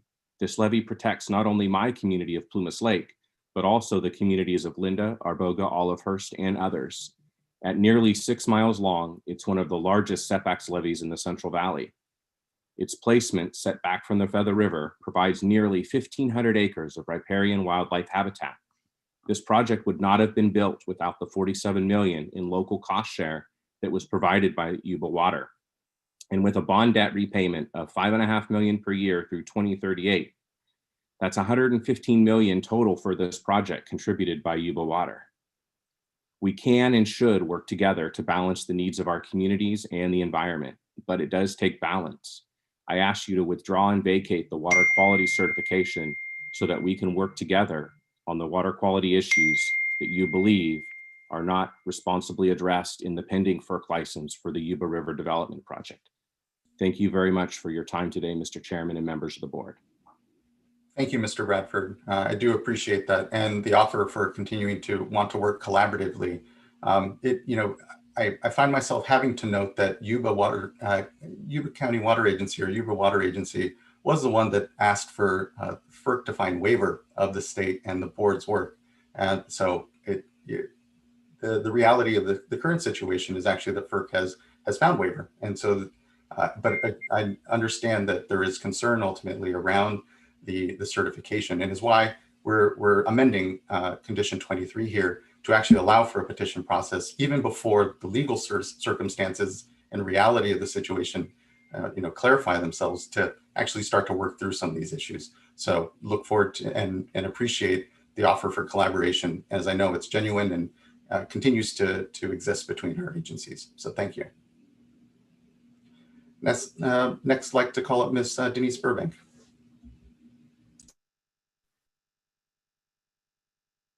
Good morning. My name is Denise Burbank, and I am the chair of the Olivehurst Public Utility District, and I am the president of a local organization called So You Can that helps less fortunate local families during the holidays. I would like to ask your board to vacate the water quality certification that was issued in July so that we can continue to count on the support of the Yuba Water Agency to help us advance the critical work we are doing in our county. Yuba Water Agency is helping secure a sustainable water supply and significantly reduce flood risk for severely disadvantaged communities in Yuba County, such as mine in Olivehurst. It is important for you to know Olivehurst is a severely disadvantaged community. More than half of Yuba County's communities are considered disadvantaged under the water code. That is, communities with an annual median household income less than 80% of the statewide annual median household income. The annual median household income in Olivehurst is less than 60% of the state's median, giving us the unfortunate distinction of a severely disadvantaged community. In Olivehurst, as well as our neighboring community of Linda, nearly 50% of people live below the poverty line. That is 4 times higher than the state average. I know I've thrown a lot of numbers at you, but to help you understand the reality of people in Olivehurst, I would like to share a story of you from our work with So You Can. We provide Christmas food and gifts for hundreds of less fortunate families in our community. A few years ago, my son and I delivered to a mom with 2 children. The little boy was about 8 years old. And as we left after handing them gifts and food, the little boy said, "Mommy, look, we are going to have a Christmas." There are so many families just like this in our community. Yuba Water Agency is critical to our ability to improve our community. Yuba Water Agency has provided the local cost share for projects to reduce flood risk in the rivers that brought the floods in 1955, 86, and 97. These devastated Olivehurst and Linda. And I'm also a local insurance agent. Without the work that has been done, instead of $500 flood policies, we would be facing thousands of dollars.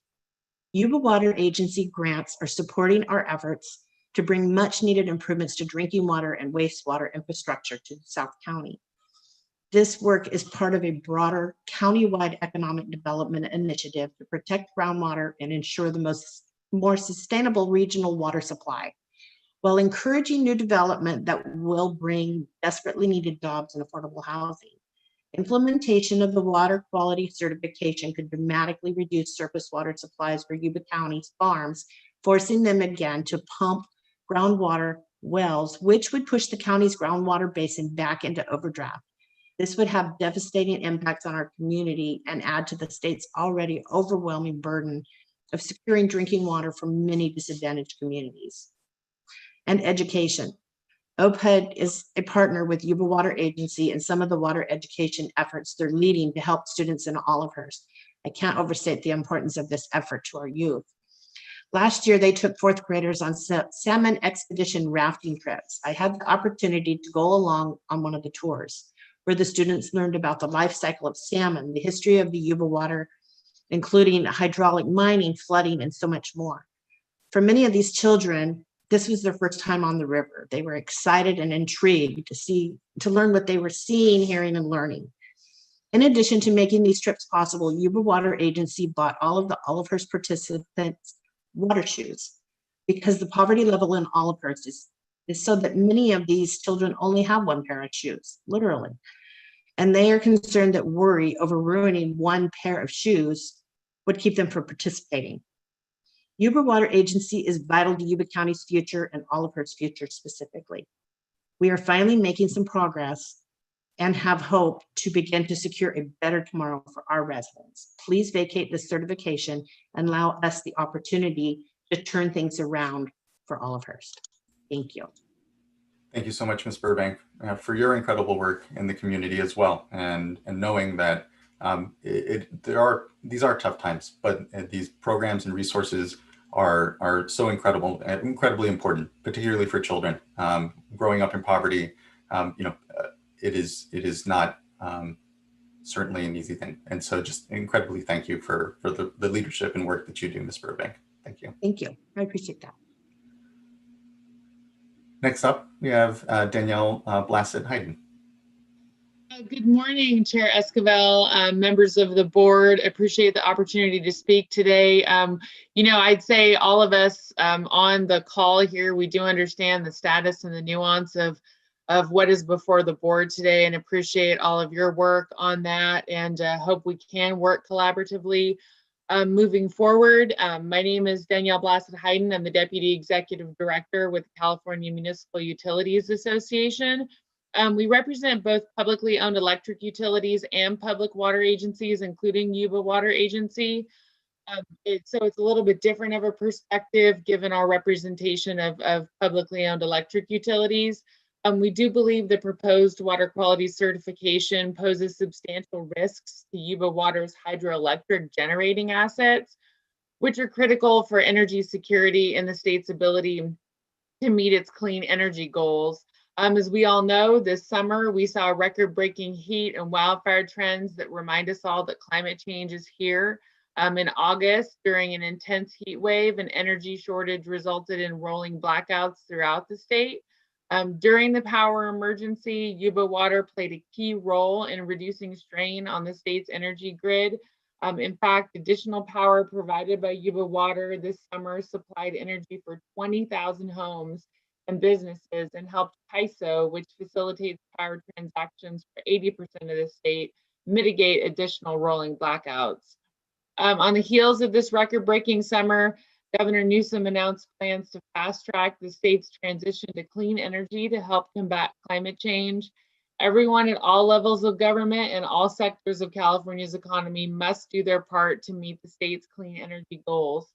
Yuba Water has already established itself as a partner in meeting these goals, in part because the power generated by Yuba Water is sold directly into the CAISO market. The State Water Board's current proposed certification would impose excessive requirements on Yuba Water that are not proportional to the agency's fair share of impacts to the Yuba River watershed. It would undoubtedly threaten Yuba Water's operational capabilities and negatively impact their role in meeting the state's energy goals.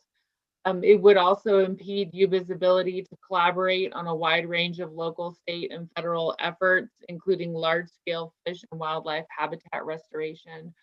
We encourage you as this process moves forward to withdraw the certification and work collaboratively with Yuba Water on measures that can responsibly evaluate and be incorporated into their new license for the Yuba River Development Project. We really appreciate your time and commitment to be collaborative and look forward to working with you on this issue in the future. Thank you. Thank you for taking the time today. Next up, we have Stephanie Morris from the Metropolitan Water District.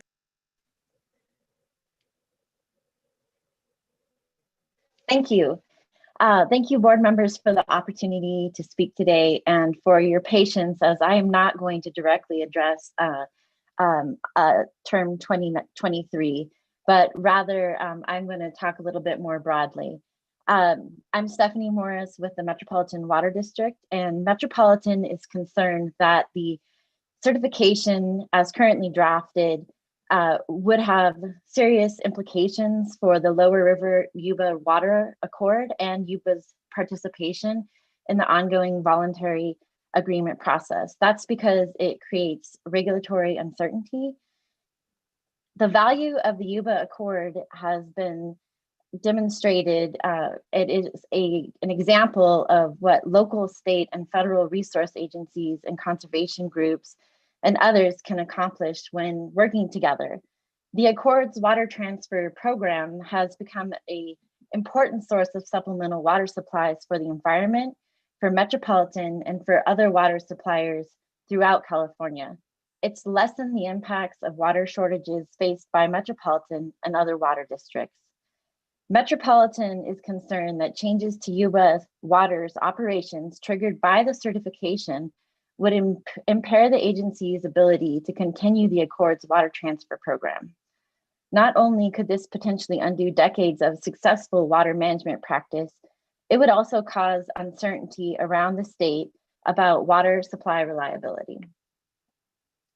The impacts to the voluntary agreement, as you are well aware, Metropolitan is a huge supporter of Governor Newsom's voluntary agreement process to provide collaborative science funding, restored habitat, and increased environmental flows for the Bay Delta and its watersheds, while also balancing other water uses, such as water for farms and communities. Metropolitan is also concerned about the uncertainty regarding the operations that the certification would pose, that it would impact Yuba's ability to make their commitments that they have already been working with voluntary agreement process to include increased flows, habitat enhancement, and $18 million for fish habitat improvement and science. As one of the partners that helped develop Yuba River Accord alongside Yuba Water, federal and state resource agencies, conservation groups, and others, we recognize and value choosing collaboration to address complex natural resource issues rather than years of litigation and controversy. We encourage the board in this time of uncertainty with FERC and Yuba to work collaboratively with Yuba and address the water quality issues the board feels are not adequately addressed in the pending FERC licensing process. Thank you for your time today. Please stay safe and happy holidays. Thank you, Ms. Morris. Next, we have David Guy from the Northern California Water Association.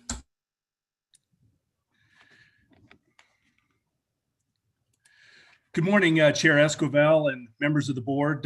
Great to see you. I'm sorry this year we haven't had the opportunity to spend as much face-to-face time, but this is a nice opportunity, and thank you, and great to see all of you.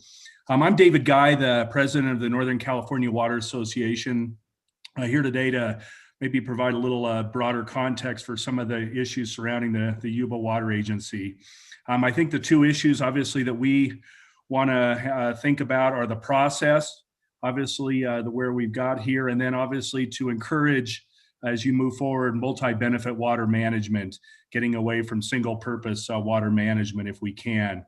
In this vein, we obviously urge you to withdraw the water quality certification and kind of reset your process in a way that we think will be much more collaborative and will help the Sacramento Valley serve water for disadvantaged communities, farms, fish, birds, the whole suite of things that we serve water for in Northern California. To me, by withdrawing the certification, it would enable the Yuba Water Agency to do four things that I think would be really helpful in California right now. The first is obviously would put an end to some of the legal actions and some of the acrimony that we all know is not particularly productive. The second thing that it would enable would really just be some significant advancement on the voluntary agreements. We obviously are very excited about the opportunities for voluntary agreements, think they hold a lot of promise. There's a lot of really good work that's being done on those, and we want to get back to work with the state team to advance that in 2021 as soon as time permits. And the Yuba contribution to the voluntary agreements is just so significant that I think we just need to acknowledge that. The third thing that, of course, we think that Yuba does as well as anybody in California is this idea of ridgetop to river mouth water management. That's kind of the way that we are approaching business in California. And that includes obviously starting at the ridgetop, the work that Yuba has done through the North Yuba Forest Partnership, 275,000 acres. Obviously wildfires have surrounded the Sacramento Valley over the last 5 years, as you know, and we know that it's a priority for the governor to try to address some of those issues. And Yuba, I think, can play a significant role in the upper part of its watershed. Floodplain reactivation. I think the most exciting thing going on in California water, quite honestly. Yuba has some real nice opportunities through the Hallwood project, a side channel project, through some of its lower Yuba River floodplain opportunities to really reactivate the floodplain. We think that's the real promise for fish and wildlife in California while protecting public safety, obviously. It obviously allows sustainable groundwater management. Yuba has submitted its plan in advance of the deadline and has a really strong conjunctive management program that we want to be able to continue, obviously, moving forward. So I think when you look at that ridgetop to river mouth water management, boy, Yuba, in my view, just really embodies that, and I think should be encouraged. Obviously, the Yuba Accord captures a lot of that, and the ability to move forward with the Yuba Accord program not only benefits, obviously, the Sacramento Valley, but I think as staff and others have acknowledged, it benefits the entire state. So we hope there'll be an opportunity to obviously continue that program going forward. So I think in summary, we really hope that the Water Board will consider a reset in its process. We'll withdraw the certification. We believe that that opens the door for a lot more collaboration between you all and the Yuba Water Agency and the other water suppliers and environmental organizations who would like to participate in this process. We think there's just a better way of doing business that we encourage you to consider and to help advance. And we sure look forward to working with you in that spirit. Thank you for the opportunity today. Thank you, Mr. Guy.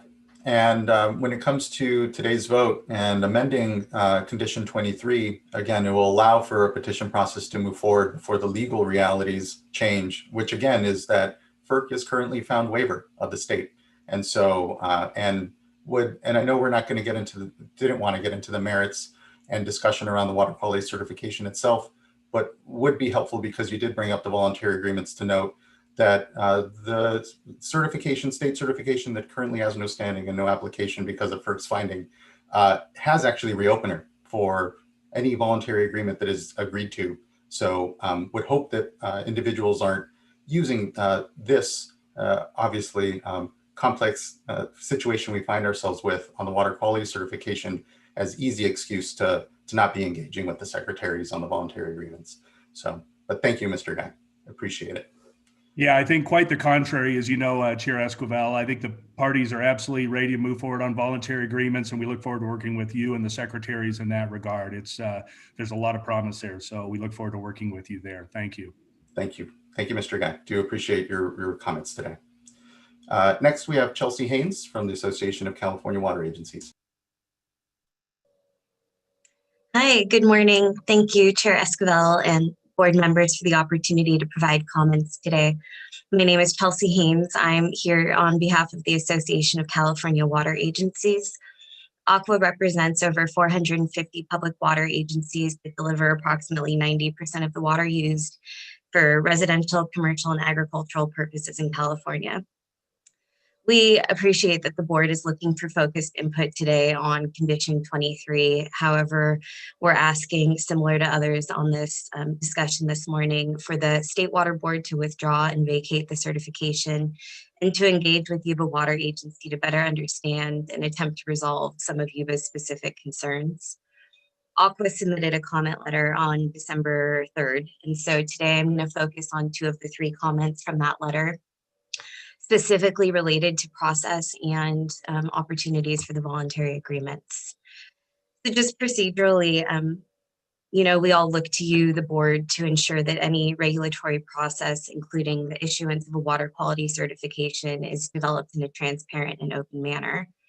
And water quality certifications can have significant operational, social, environmental cost impacts. So we think it's really important that there's a stakeholder process that allows for public comments and input is needed and considered and becomes part of the outcome and allows for collaboration. So it's ACWA's understanding that the water quality certification was issued as a final document. There was not a draft document that was made available for public comment and consideration of public comments as well. And just additionally, we ask the board to review its existing processes for the issuance of water quality certifications and to identify and act on opportunities that would improve transparency and opportunities for public engagement. And then it's been touched on, I think, the great work with the Yuba Accord and the opportunity for the voluntary agreements. You know, ACWA appreciates this administration's recognition that the voluntary agreements hold the promise to protect and enhance our natural ecosystems. And we've seen success through the Yuba Accord. So we would just strongly urge the board to ensure that a certification doesn't create unintended consequences or unnecessary challenges for Yuba to participate in an existing or future voluntary agreement or settlement. as well as their existing successful water transfer program, their energy, flood risk, forest health, fish habitat, groundwater sustainability initiatives. Just, to wrap it up, I think Yuba's demonstrated a history of working collaboratively on multi-benefit integrated initiatives in California. We just ask the board to see them as a collaborative partner moving forward with whatever certification moves forward. Thanks for the opportunity to comment today. Thank you, Ms. Haynes. Much appreciated. Next, we have Willie Whittlesey from the Yuba County Water Agency.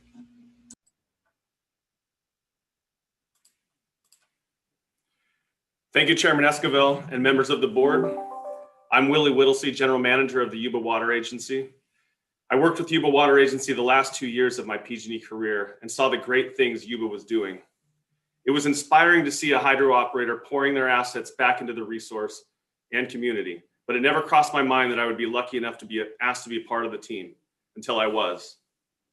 As a professional forester, I never thought that when I took this leap, I would eventually come back to working in forestry.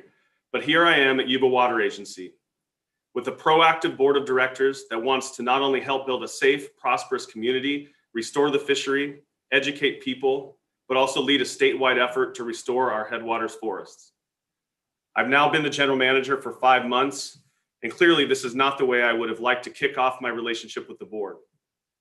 But this is where we are, and I'm hopeful after all you've heard and what you'll hear from me, we can reset our relationship in a way that truly balances our interests. So I'd like to address the water quality certification. We wish we had been given an opportunity by the board to review the draft water quality certification and provide comments, as there are a number of issues around equity and fairness. It is common sense and a legal requirement that the certification consider all water uses, as well as economic and social impacts. It is common sense and a legal requirement that conditions in the certification mitigate for impacts that are actually caused by our project. And if there is causation, then mitigation must be fair and proportionate. Unfortunately here, there is no balancing of other uses of water or consideration of the real economic and social impacts, causation, or fair share proportionate mitigation. The certification states that all water users bear responsibility for achieving the tributary flow objectives for the updated Delta plan, and for contributing to the Delta outflow objectives including upstream diverters. About 31% of the natural flow of the Yuba River is diverted, with the remaining flows going to the Feather, Sacramento, and on to the Delta. Yuba Water Agency diverts about 1/3 of these diversions. The other 2/3 is diverted by other users outside the watershed. But this certification requires Yuba Water to mitigate for 100% of all diversions from the watershed. This is not an appropriate fair share mitigation. Another concern we'd like to address is the additional in-stream flows. The certification states that the Yuba Accord flows actually improved conditions in the lower Yuba River, and yet it suggests that these flows need to be changed to implement recommendations by the Department of Fish and Wildlife and the state board staff's proposed Delta plan update. We've heard an argument that we shouldn't be upset by the certification because it uses the Accord flows. But it also says the state board staff can change our flows at any time without any further public process. While it uses the Accord flows as a starting point, we have to assume the intent of this certification is to require implementation of the Fish and Wildlife proposals or the state board's unimpaired flow proposal from the 2018 framework. If that was not the intent, why would the certification specifically discuss the proposals for the Delta plan update? It's easy for those that don't live under regulatory scrutiny every day to say that the certification requirements are not threatening. But for Yuba Water Agency, these conditions are threatening to our mission and to our work for the people of Yuba County. That's not the only harmful impact we've identified in the water quality certification. Yuba Water submitted a petition for reconsideration to the state board regarding this certification.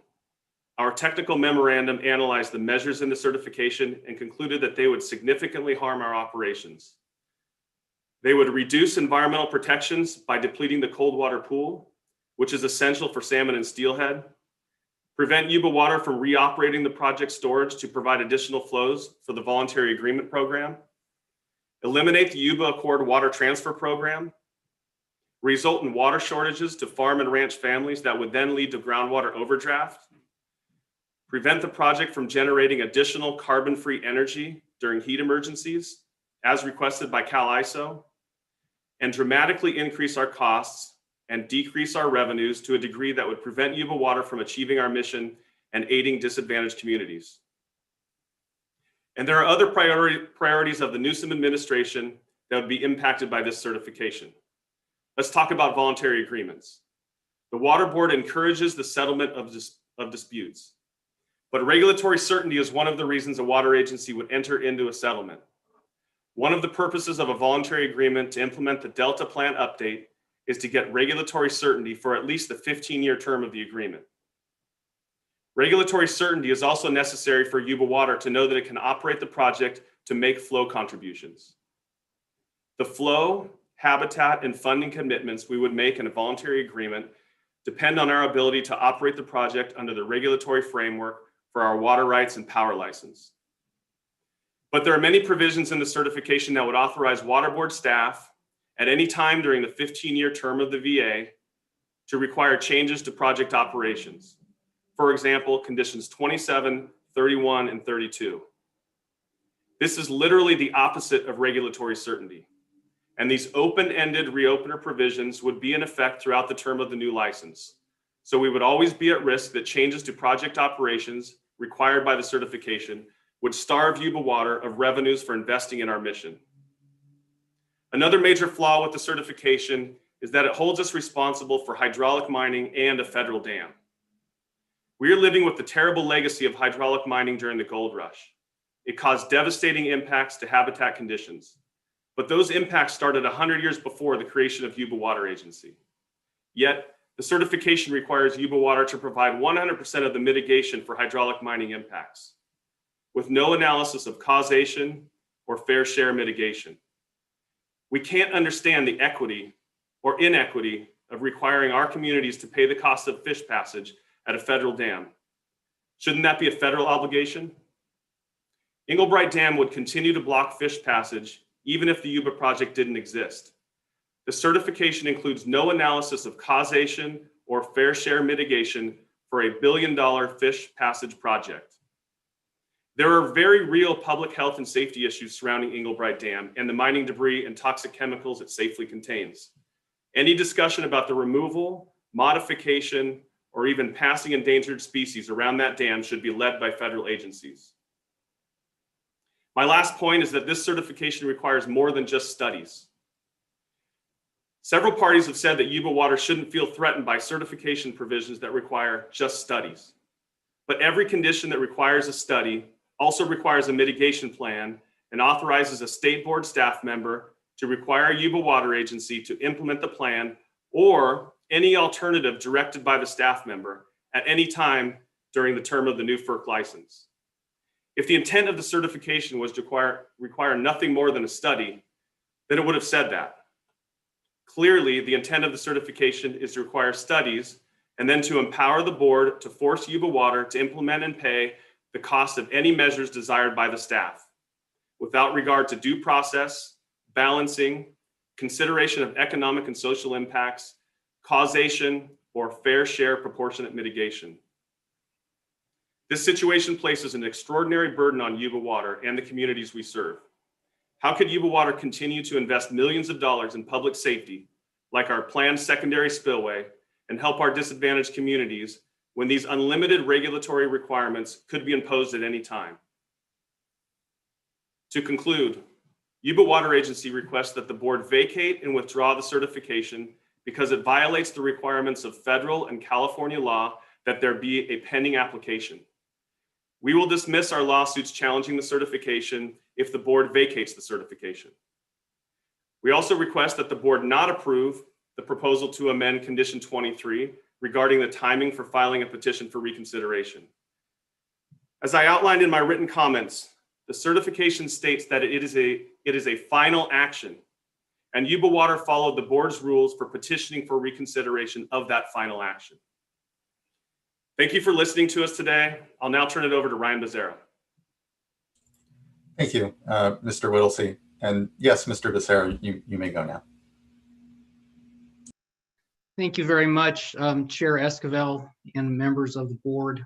We very much appreciate the opportunity to comment this morning. I'm Ryan Becerra. I'm an attorney for Yuba Water Agency. I just want to explain briefly why Yuba filed its petition for reconsideration in August in light of the existing condition 23. As Mr. Whittlesey said, the Water Board's regulations clearly state that there must be an application for a water quality certification. This certification was issued without Yuba having a pending application for a water quality certification. It was therefore not particularly clear what the remainder of this process would look like. In light of that, Yuba followed the deadlines stated in the water code and the state board's own regulations as strictly as possible to protect its ability to challenge the water quality certification in support of all of the interests you've heard today that the agency is investing in for the future and for the future of Yuba County. We have been talking largely about the certification as if it's a somewhat hypothetical exercise. It isn't. Last week on December 10th, Yuba Water Agency received a letter from Mr. Thayer of the board staff as comments on Yuba's notice of preparation of an environmental impact report for its secondary spillway, a major and significant flood control measure for Yuba County Water Agency and for the county as a whole. That letter states, among other things, that Yuba's, quote, environmental impact report should include an analysis of the terms of the State Water Board's July 17th, 2020 water quality certification for the Yuba River Development Project at the project or program level as appropriate for each condition. So the water quality certification is not a hypothetical thing as it stands. It is not something where it's an open-ended process. It is a reality, as demonstrated by the board's staff's letter from last week. We certainly understand that the board does not agree with FERC's waiver order, and we certainly respect the board's ability and action to challenge that matter in court. If the board is successful in that litigation, then Yuba will need to come back to the board with an application for a water quality certification as part of the FERC licensing process. As of now, however, there does not appear to be any particularly practical reason for the water quality certification to remain in place. The facts on which the board's appeal of the FERC order are based are from 2018. They are not based on this certification. The certification, therefore, is simply not something that's necessary at this point in time. It nonetheless has practical effects in many ways. So in light of those things, what Yuba County Water Agency would respectfully request is that the board not vote to accept the proposed amendment to condition 23 of the water quality certification, and instead direct your staff to bring back at the next board meeting an action item to consider the vacation and withdrawal of this certification so that we can address these issues, both consistent with the board's regulations that require applications for certification and much more collaboratively as previous speakers have discussed.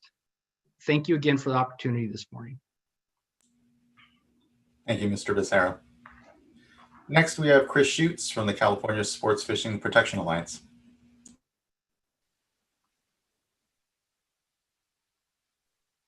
Good morning, Chair Esquivel and members of the board. Chris Schutz, FERC Projects Director with the California Sport Fishing Protection Alliance, or CSPA. My colleague, Ms. Overhouse, will discuss some of the procedural concerns that CSPA, the South Yuba River Citizens League, Friends of the River, and the Sierra Club and its Motherlode chapter have about the draft order before you. We presented these concerns in our brief comment letter on December 3rd. We appended to that letter our comments of November 17th in response to Yuba Water Agency's petition for reconsideration. I would like to speak today to a few of the issues we presented in our letter of November 17th. These issues are relevant to today's discussion. The issue of whether the certification for the Yuba River Development Project, or YRDP, should go final is not just a matter of procedure. The certification is substantively deficient. In summary, the certification kicks the can down the road on the top line issues: flow, physical habitat improvements, and fish passage. Instead of establishing enforceable conditions on these issues that clearly protect beneficial uses, the certification requires Yuba Water Agency to file reports on each of these issues after many years, at which time the board may consider to act to change the water quality certification to better protect beneficial uses. We expect Yuba Water Agency will say the same thing in 10 years that it is saying today, that the Yuba Accord, or at most a voluntary agreement that pays Yuba Water Agency a guaranteed price to release a small amount of additional water, is the best possible outcome. Yuba Water Agency's arguments in its petition on physical habitat improvements for the lower Yuba River and on fish passage are not reports about the habitat needs in the lower Yuba River or the restoration opportunities in the upper Yuba River. They are quasi-legal arguments about how they are not the responsibility of Yuba Water Agency. Those arguments aren't going to change in 5 or 10 years unless the board or another regulator makes findings that change them. There is an extensive record in the relicensing proceeding for the Yuba River Development Project. Despite Yuba Water Agency's obstructionist refusal to initiate CEQA for certification, there is environmental analysis. It is there in the filings of the resource agencies and the NGOs who largely agree on most issues.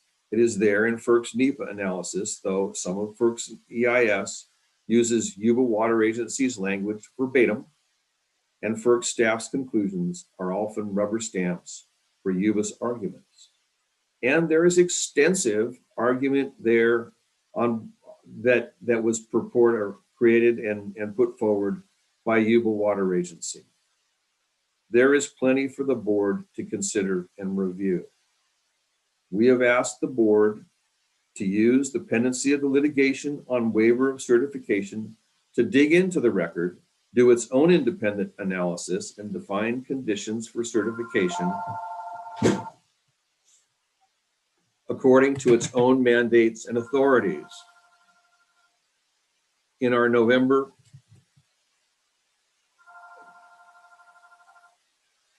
17th comments, we outlined what we believe many of those conditions should be.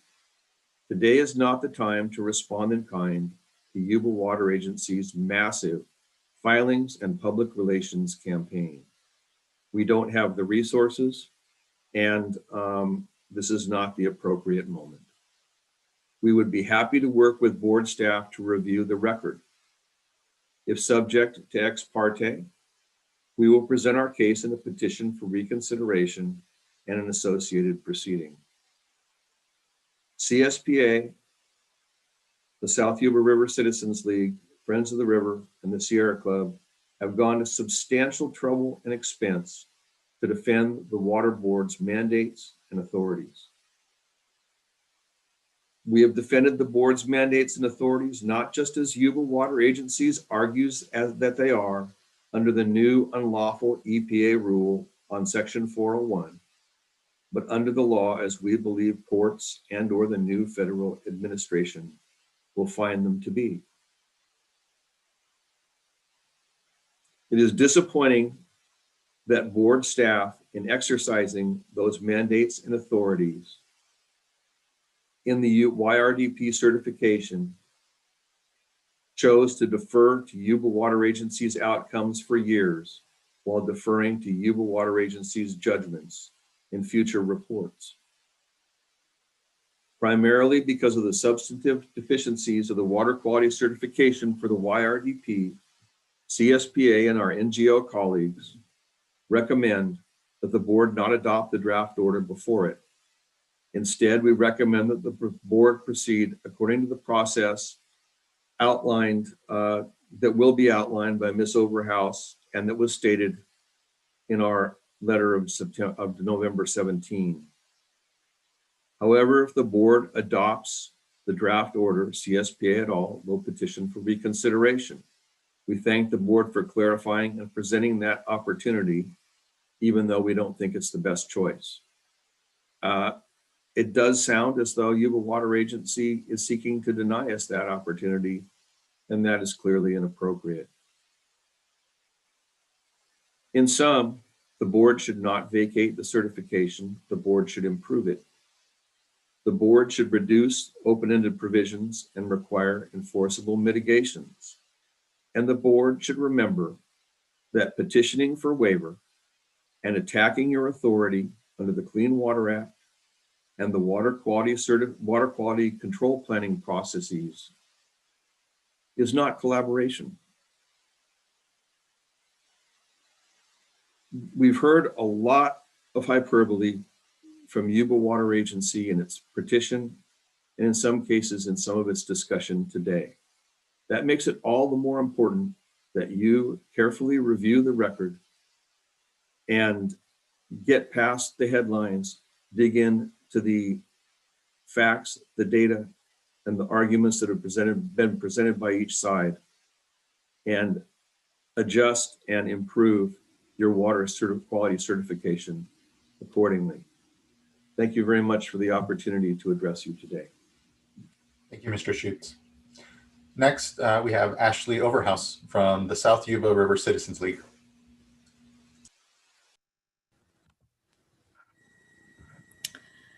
Good morning, Chairman Escobar, board members, and staff. Thank you for the opportunity to comment on this agenda item, especially under such difficult and unusual circumstances. My name is Ashley Overhouse, and as my colleague Mr. Schutz said, I'm the River Policy Manager for the South Yuba River Citizens League, often referred to as CIRCLE. Along with the California Sport Fishing Protection Alliance, Friends of the River, Sierra Club, and its Mother Lode chapter, we submitted timely comments in response to the Water Board's draft order on December 3rd, as well as comments specifically in response to Yuba County Water Agency's petition for reconsideration on November 17th. Additionally, it is worth noting again that CIRCLE and the same group of nonprofit organizations previously mentioned are currently in litigation alongside the Water Board against the Federal Energy Regulatory Commission, or FERC, on the issue of alleged waiver of the board certification authority in the project at issue today, the Yuba River Development Project. In general, overall, the board's notice is helpful in reiterating the 401 certification as issued in June is not a final agency action that would trigger the time period established to petition for reconsideration. In the comment letter we submitted to the board on December 3rd, we recommended a procedural course of action to the board in response to the draft order at issue today.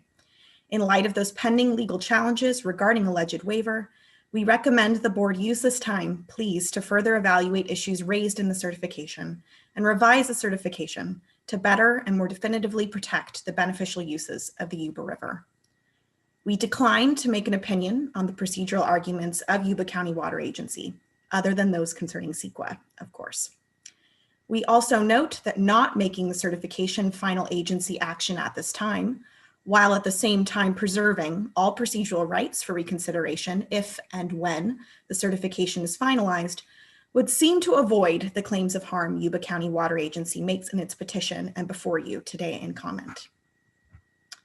However, if the board elects to issue an order today making the certification final and subject to administrative reconsideration, the South Yuba River Citizens League, California Sport Fishing Protection Alliance, Friends of the River, Sierra Club, and its Mother Lode chapter do intend to submit a timely petition for reconsideration. Thank you again for the opportunity to comment. We thank the staff and council for your hard work on the Yuba River Development Certification thus far, and for your years of collective participation in the cooperative federal relicensing process. We look forward to further dialogue with the board, especially about the certification and further relicensing conditions. Hope you all have a wonderful, happy holiday season. Thank you, Ms. Overhouse. And last I see here, and oh, it's our court reporter, Elsa Orms. I don't think she needs to speak. So I think that may be the end of the public speaker cards here. Well, thank you first and foremost to everyone that addressed the board this morning. I know, again, this is a complicated matter before the board, and certainly we heard a lot and will not be able to respond to, I think, a good majority of the comments we heard. Fellow board members, discussion though on the pending item number 3 here. Again, the amendment adjustment to condition number 23 and the water quality certification. Any discussion or questions?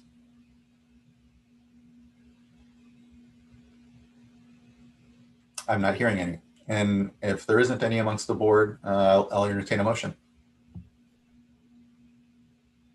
I actually have some issues that I'd like to raise, but if you want to go forward with a motion, that's fine. We can discuss it in that context. You can discuss in the context of the motion, or I'm open to any discussion here amongst us. I'm wanting to hear from folks if any of you would like to speak. Okay, thank you. I'll do the best I can to be coherent. I am, I've been spending a lot of time thinking about not just what is before us, which Chair Esquivel, I agree with your comments that you made earlier that what's before us is just whether or not we should approve the recommendation of staff to change the order with respect to condition 23, really a surgical fix and not these broader issues. But I feel compelled to at least share with my fellow board members and also the public that I too am troubled by many of these issues that were raised today. I'm not quite sure in how we should address some of these concerns, but do want to take an opportunity to just say that I'm spending a lot of my time talking with those that I can talk with about this, because we are under ex parte restrictions as a result of the process that's underway, not just with respect to Yuba, but with respect to other agencies as well. But that I, as one board member, would welcome the opportunity to have further discussion with stakeholders within the confines of what's acceptable with respect to ex parte restrictions. And so I'm going to just stand back for a moment and kind of look at big picture and say that although I appreciate some of the requests either from the NGOs that we go back and make adjustments to the certification, or from others saying that we should consider withdrawal of the certification. I am willing to consider those as options at some point in the future, but I'm also looking at other options as well, really looking at big picture, not just Yuba, but the other petitions for reconsideration that we have and other water quality certs that we have before us.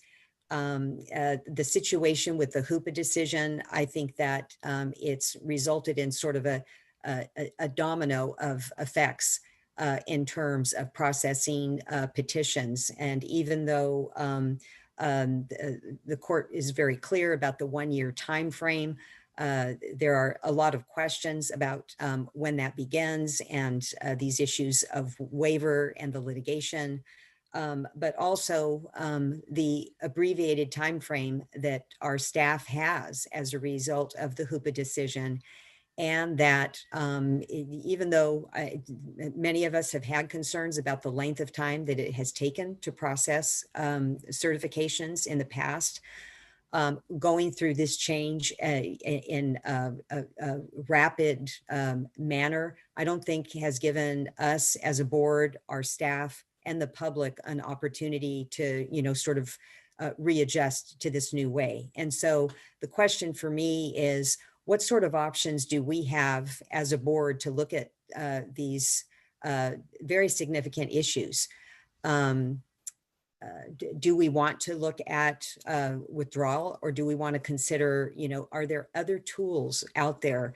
One of the things that concerns me is when we're in a petition for reconsideration, not being able to have ex parte communications. There's a lot of talk today about the value of collaboration. We as a board value that collaboration as well. And so to sort of have our hands tied, I guess my question for all of us to consider is, what other process options do we have in order to increase the opportunity to maybe have these collaborative discussions? For example, a stay or other process tools that we may want to look at.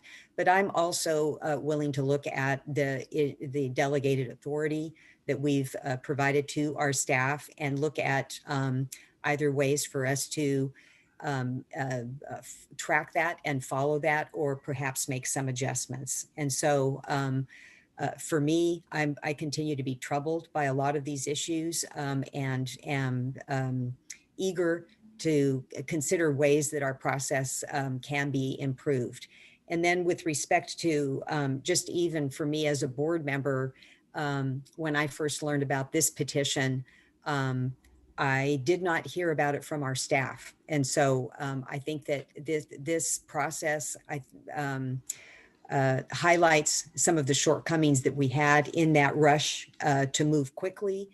And I too have some concerns specifically with respect to the certification, but don't want to use today as the time to get into those concerns, but just really more to flag that I think that some additional time looking into these issues, further reviewing the conditions, I think would be time well spent at the appropriate venue.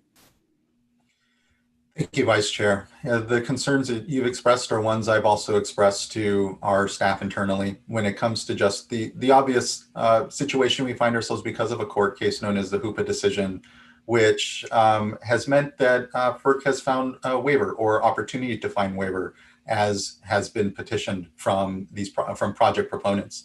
There's a huge issue here of states' rights and balance between the state and the federal government, and it's why ultimately the Clean Water Act and 401 water quality certifications rely on the state. And there's a lot of nuance and complication in there, and it's not this moment for us to best resolve all those, but I agree with you that we need to find an opportunity to air out what the issues are and find a path, given the reality of the landscape that's shifted underneath us. I think the obviousness there is it has shifted quickly, and what the board has continued to do is simply preserve the state's ability to have a say in these water quality certifications. Again, I think there's in there a lot to discuss amongst us, and appropriately, I think we'll direct our staff here to at a future board meeting, perhaps tee up some opportunity to have discussion around, whether it's the authorities that are delegated, or how we sort of have a program here that, again, it's been severely shifted because of legal decisions, and then also petitions for finding waiver from project proponents. So who sometimes haven't completed CEQA themselves. And again, is a complication, I think, in all of these projects.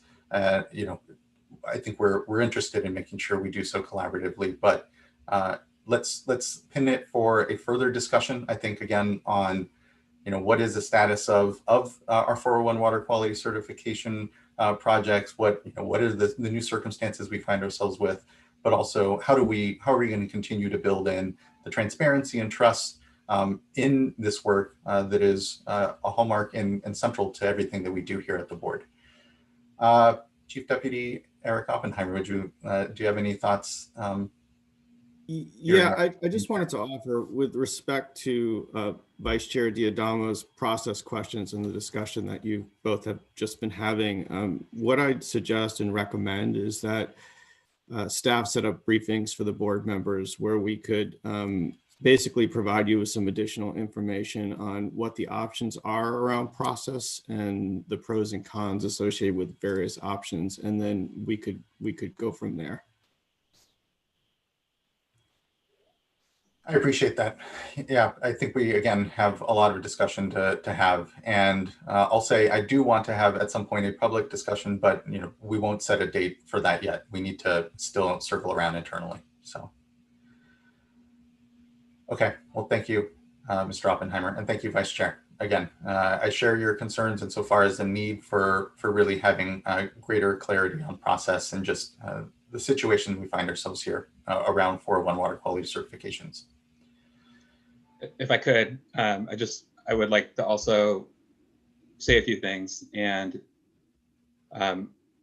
I came across the Yuba certification the same way that Vice Chair Diadamo did, which was hearing it not from staff, but hearing it from some of the stakeholders engaged in that process.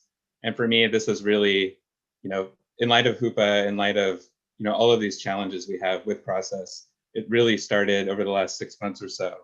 A lot of work on my end to understand how the 401 water quality certification process works, what tools and levers we have at the board to help continue to ensure that we have a transparent process.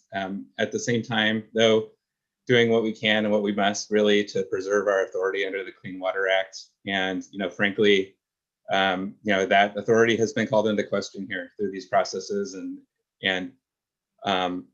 that to me is troubling. So I, for one, I want to see a space where we can support collaborative discussions, where we can work through some of these really complicated water resources management challenges, and just reflecting on the fact that these FERC relicensing processes come along once every 50 years.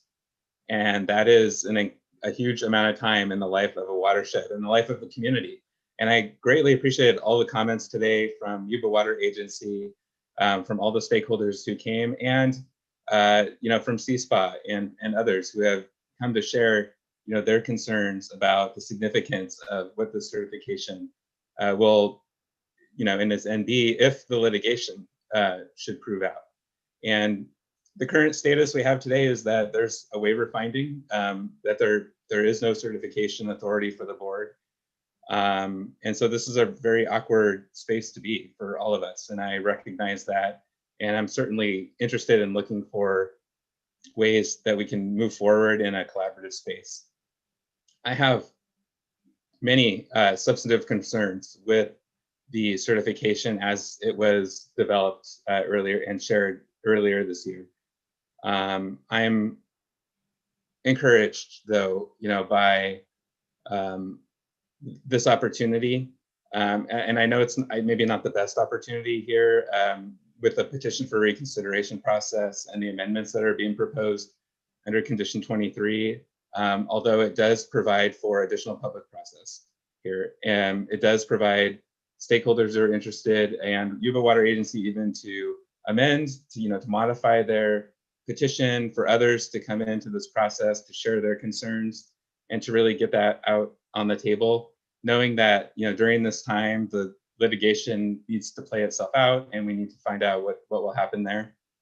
And so I don't know what the future has in store, but I do think that this is an important step to take. As far as the tools, in terms of what that next step looks like, there needs to be an appropriate public hearing and discussion on those, whether it's vacating, whether it's modifying the certification, whether there's some other options that for example, Vice Chair Diadamo suggested. I need to understand better, what those options are and what that looks like. I appreciate, Mr. Oppenheimer, your suggestion to look at process broadly, but I'm concerned about the real-time implications here of the Yuba Water Agency certification and what these decisions have right now before us. And so I just wanted to flag that, I will certainly make a motion here to adopt the proposed change to Condition 23 with the change sheet. But I truly would like to see, A, public process, and B, just proper consideration for this moving forward, as well as with other certifications that are under our purview. So with that is my motion, and thank you for the opportunity.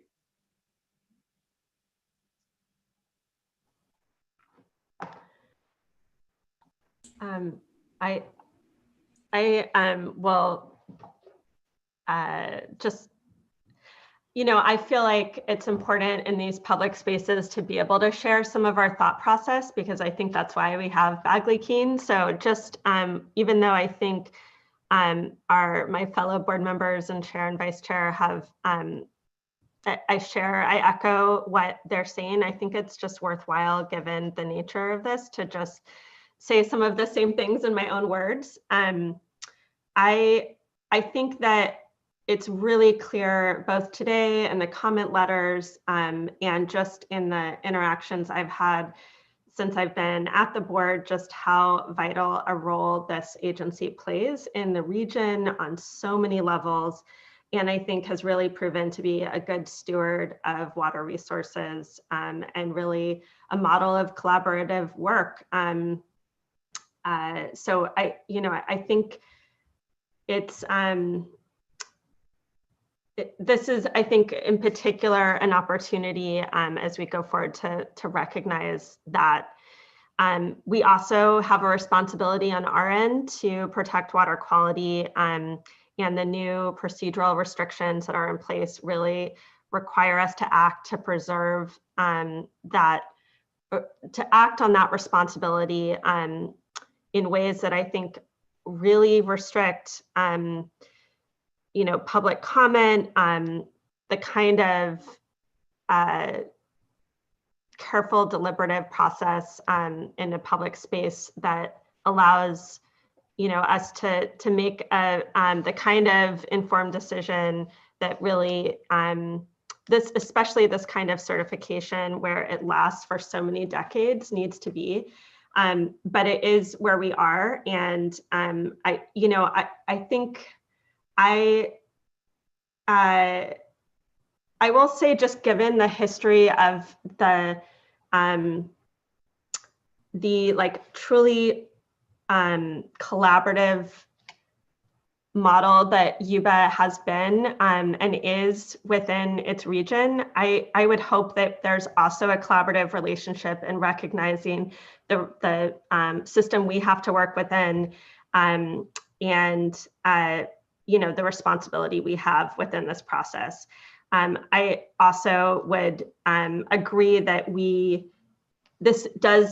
these new procedural restrictions really change things for us at the state board in terms of how this process goes and how we're able to do the balancing and process that this deserves. So I look forward, I fully support this motion and this amendment. I think it provides us an opportunity to do that within the confines of our process now. And I think it is appropriate and look forward to working through options for how to do this better now going forward, given the really severe restrictions that we're having to work within now. I think this administration and this board have been exceptionally clear, I think, within, especially as within the past few years, that we are fully pursuing voluntary agreements, that we are looking for collaborations, and that we've poured our resources into trying to do that. And I think as we all know, that takes real work and listening on all sides.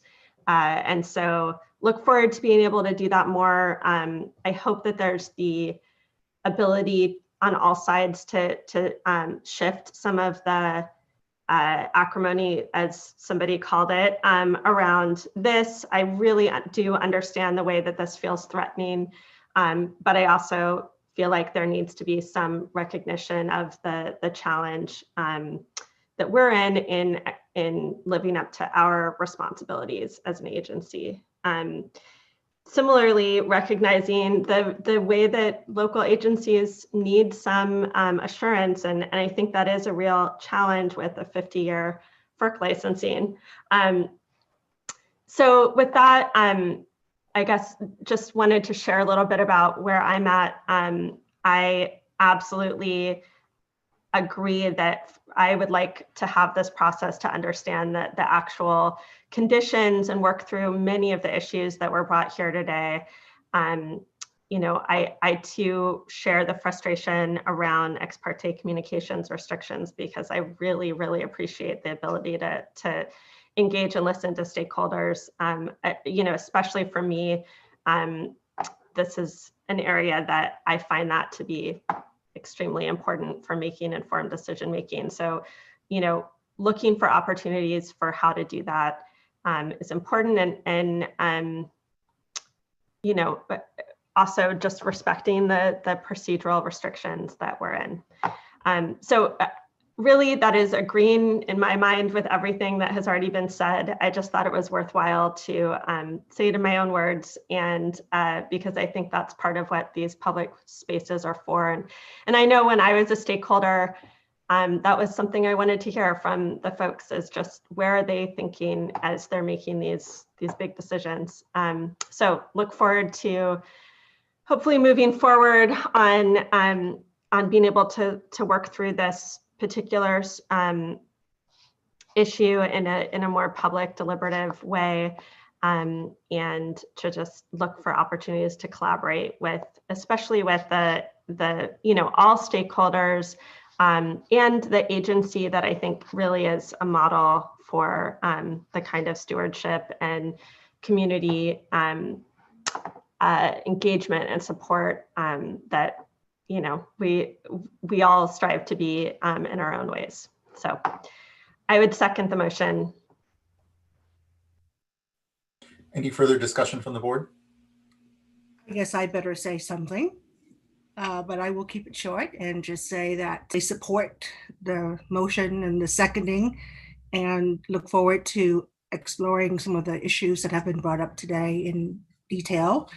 But I also want to take a moment, and I know it's been said before, but I'll say it again, and that is to acknowledge the really hard work that our staff did. They had the rug pulled out from under them with respect to the HOOPA decision. They had a lot of things that they had to consider, to analyze, to balance. They had a lot of briefings that they had to conduct for all of us on a very short time frame to get these things out the door. And while, you know, certainly that left some of the stakeholders, some of the engaged parties a bit confounded with respect to the process, I think it is something that we all are grappling with under these changing times and changing conditions. And so while I certainly support the motion today and support taking up this item and discussing the details, I still want to acknowledge, though, the fine work that staff did under very difficult, changing conditions. And, you know, as always, they brief us, they make the best decision they can under the circumstances, and their decisions are subject to our review, which is part of the process. But again, kudos to staff for the hard work on getting these things out the door and all the necessary work that went into that process. Thank you, board members. Very critical and well thought out points all around. And so look forward to further discussion on this specific issue, but just again, appreciate the good exchange and discussion here amongst us, as always, because it is why we're here to discuss in the public. Awkward as and discomforting as it could be sometimes on issues that are complex, and share a space here amongst us. So thank you. Well, and with that, I believe we can have Ms. Townsend call the roll call vote. Certainly. Board Member McGuire. Aye. Board Member Firestone. Aye. Board Member Dodek. Aye. Vice Chair Diadamo. Aye. And Chair Esquivel. Aye. Thank you. Thank you as well. The vote carries and the item is adopted. And again, thank you everyone who took the time today to address us and engage, even though, again, I know before us was condition number 23 on the water quality certification, not the entire water quality certification or the challenges we have around 401 water quality certifications generally, but I think appropriately a good opportunity for us to share some thought in that space, and look forward to further discussion from staff on some of the things that they heard today and options that we're asking for. So appreciate it again. That concludes item number 3 then, and we are now on to item number 4. And let me quickly pull up, which again, I apologize. There's, I think it's, at least in my version of the agenda and annotations, there's some numbering issues here, but we are moving on to informational item number 4 now, Office of Delta Watermaster semi-annual report. Sorry, do you think we could have a quick break? Yeah, let's have a break. I apologize. I get into board meeting mode.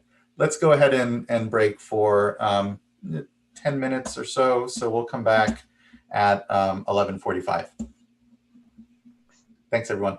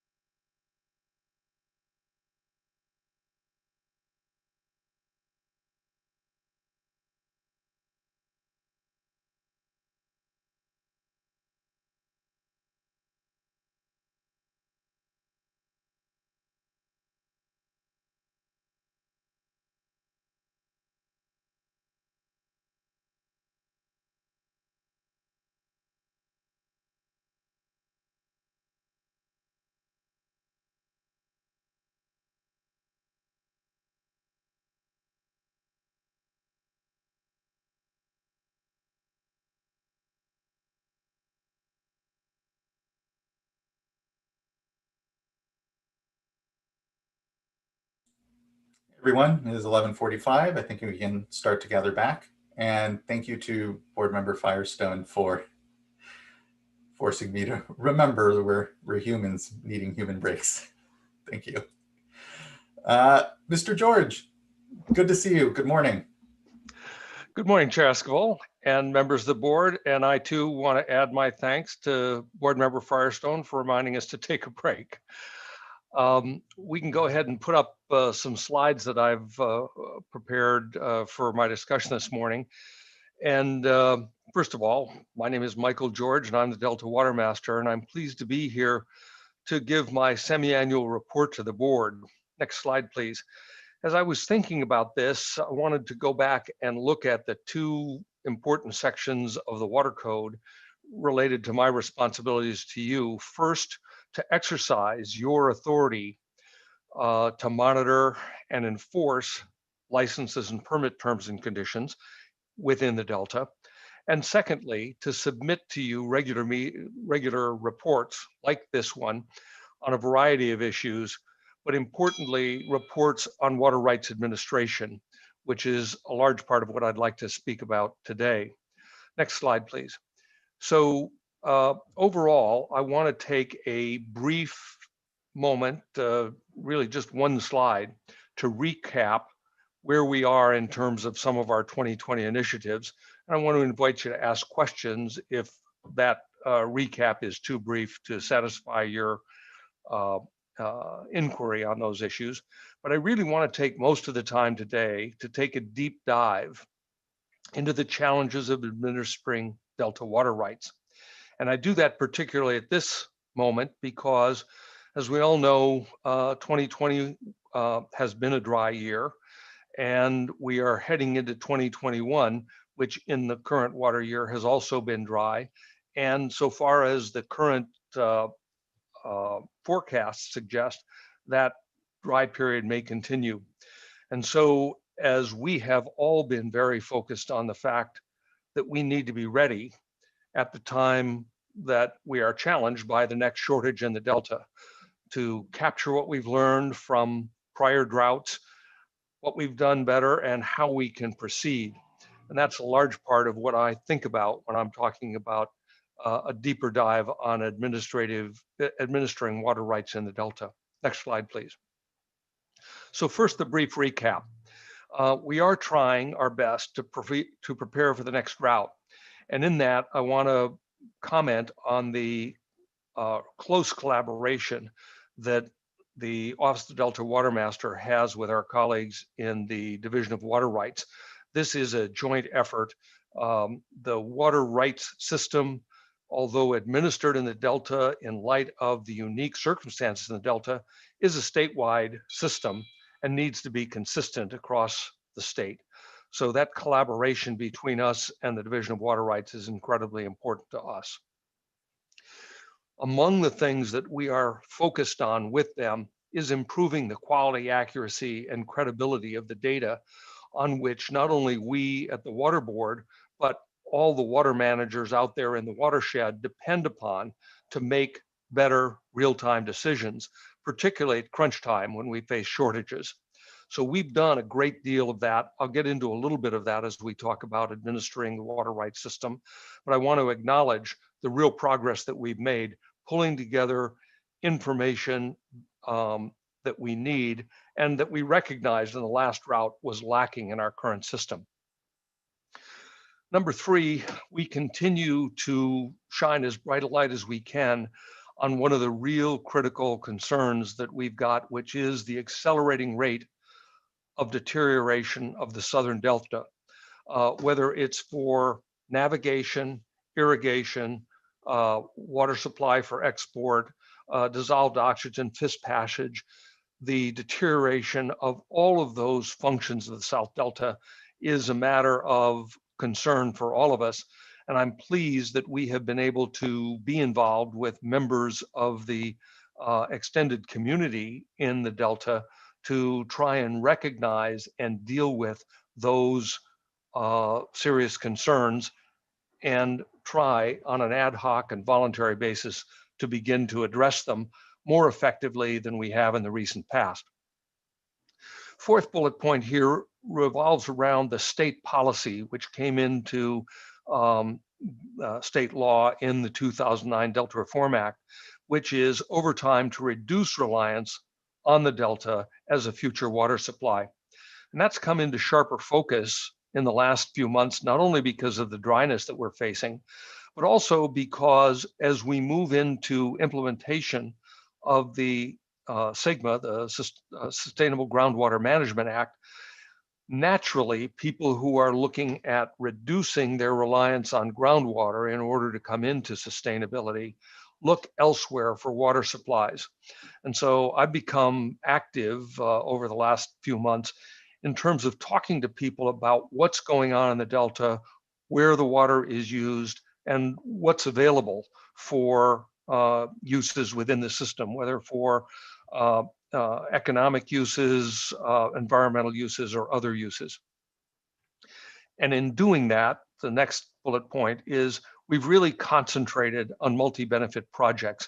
I know that's become a bit of a buzzword, but I really am encouraged by the extent to which projects in the Delta which promise multi-benefits, whether it's flood control or better navigation or improved ecosystem function, those projects are coming forward, some of them catalyzed, frankly, by the board's water quality control planning effort and the emphasis that has been put on voluntary agreements. There's a lot of discussion about that, obviously, in your last board item. And finally, we have moved with another cooperative operation, an ad hoc voluntary Delta Measurement Experimentation Consortium, which is now developing a Delta alternative compliance plan. And my staff and I have been spending a lot of time with consortium members and with others, OpenET, for instance, the California Water Data Consortium, to really move that alternative compliance plan ahead. So that's all I'm going to say about progress that we've made on our 2020 initiatives, notwithstanding the challenges that have been thrown our way with the pandemic, including one of our staff members, our most senior staff member, John Collins, having been redeployed for contract tracing. We've made good progress, I think, notwithstanding those pandemic challenges. Next slide, please. And here I want to really turn the page and talk about what we're doing to enhance our understanding of Delta water rights, to take this deeper dive, to illuminate some of the things that we have determined or we're understanding, and some of the uncertainties that we're facing and that we're trying to deal with. Next slide, please.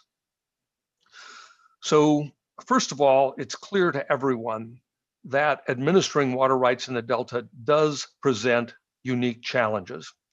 First of all, most of the water usage in the Delta is under grandfathered rights. That is, rights that were developed and in use at the time when the board's predecessor agency, the Water Commission, was established back in 1914. So our administrative responsibilities and authorities with respect to those grandfathered water rights are more limited than they are for licenses, permits, applications, etc. Number two, water use reporting in the Delta only is about a decade old. Prior to the 2009 Delta Reform Act, which gave us the authority to require water use reporting in the Delta, it was thought that that water use reporting was, number one, so complicated, and number two, because it was at the bottom of the watershed, was not as critical. So we've only got about 10 years of data.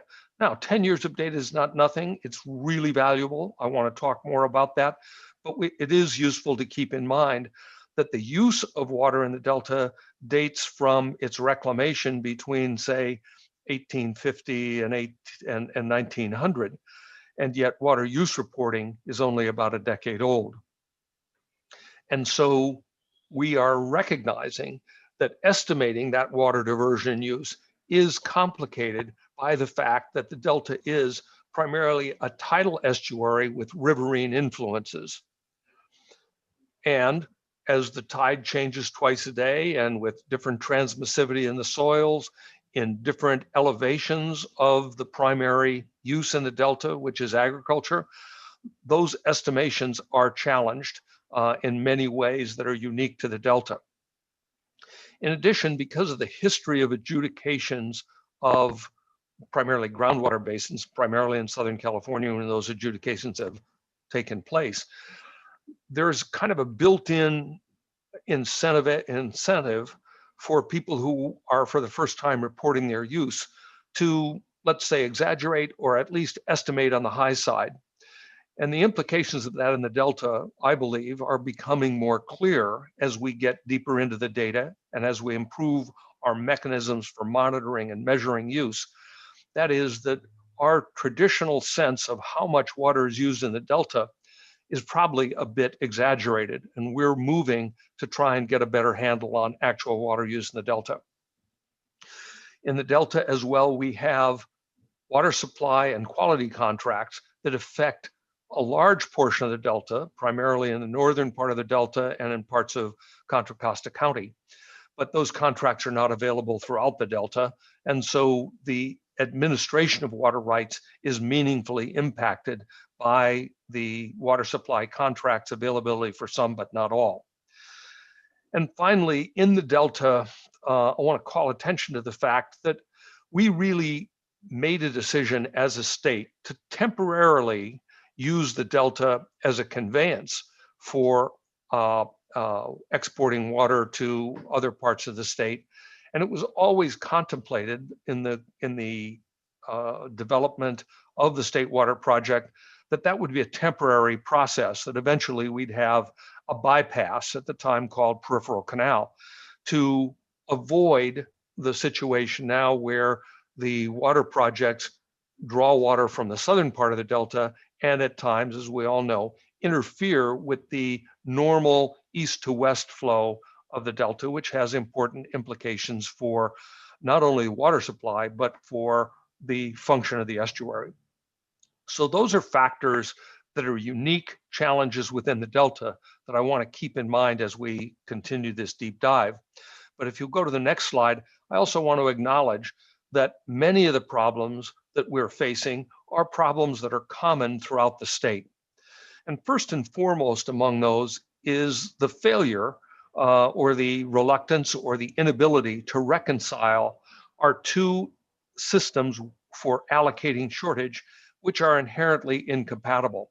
On the one hand, we've got a heritage riparian system that depends on common law, which was adopted by the state at its initial founding in 1850.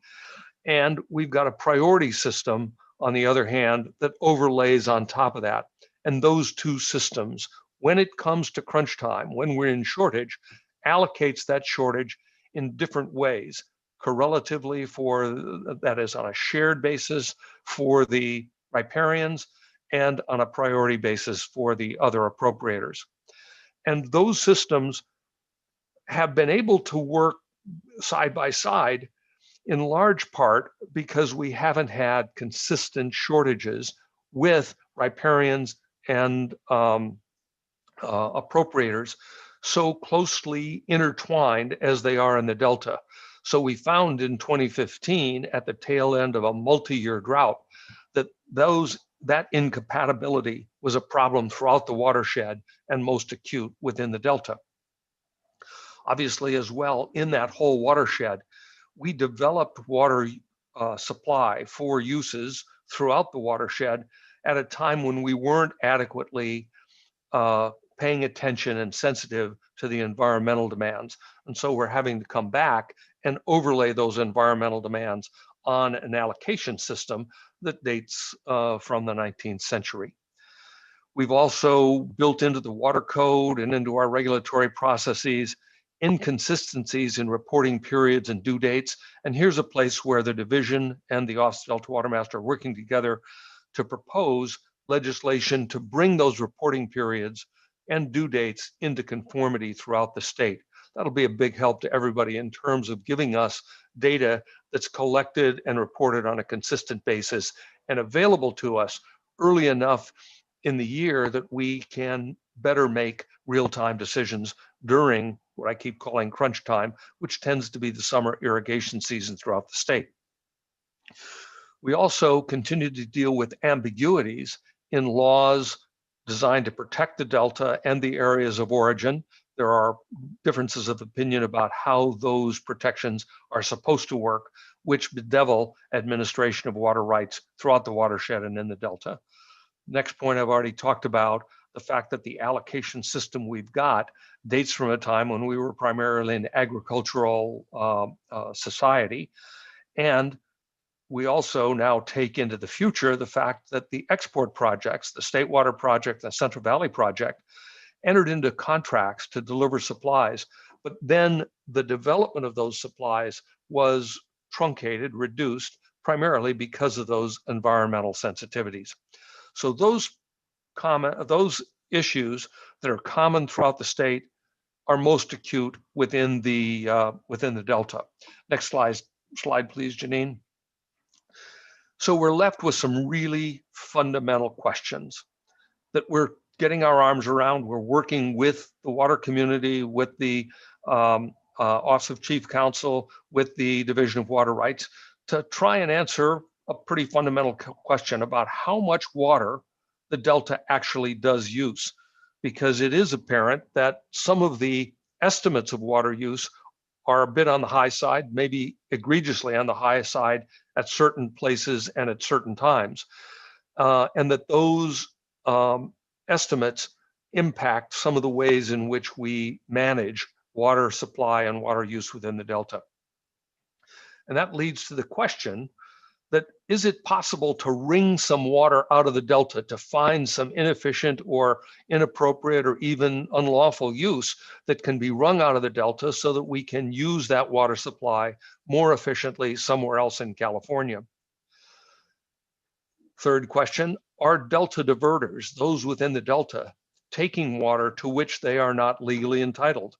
We'll talk in a moment about the prevalence of riparian water rights, which have important elemental limitations on their use, primarily the use of natural water supply within the watershed.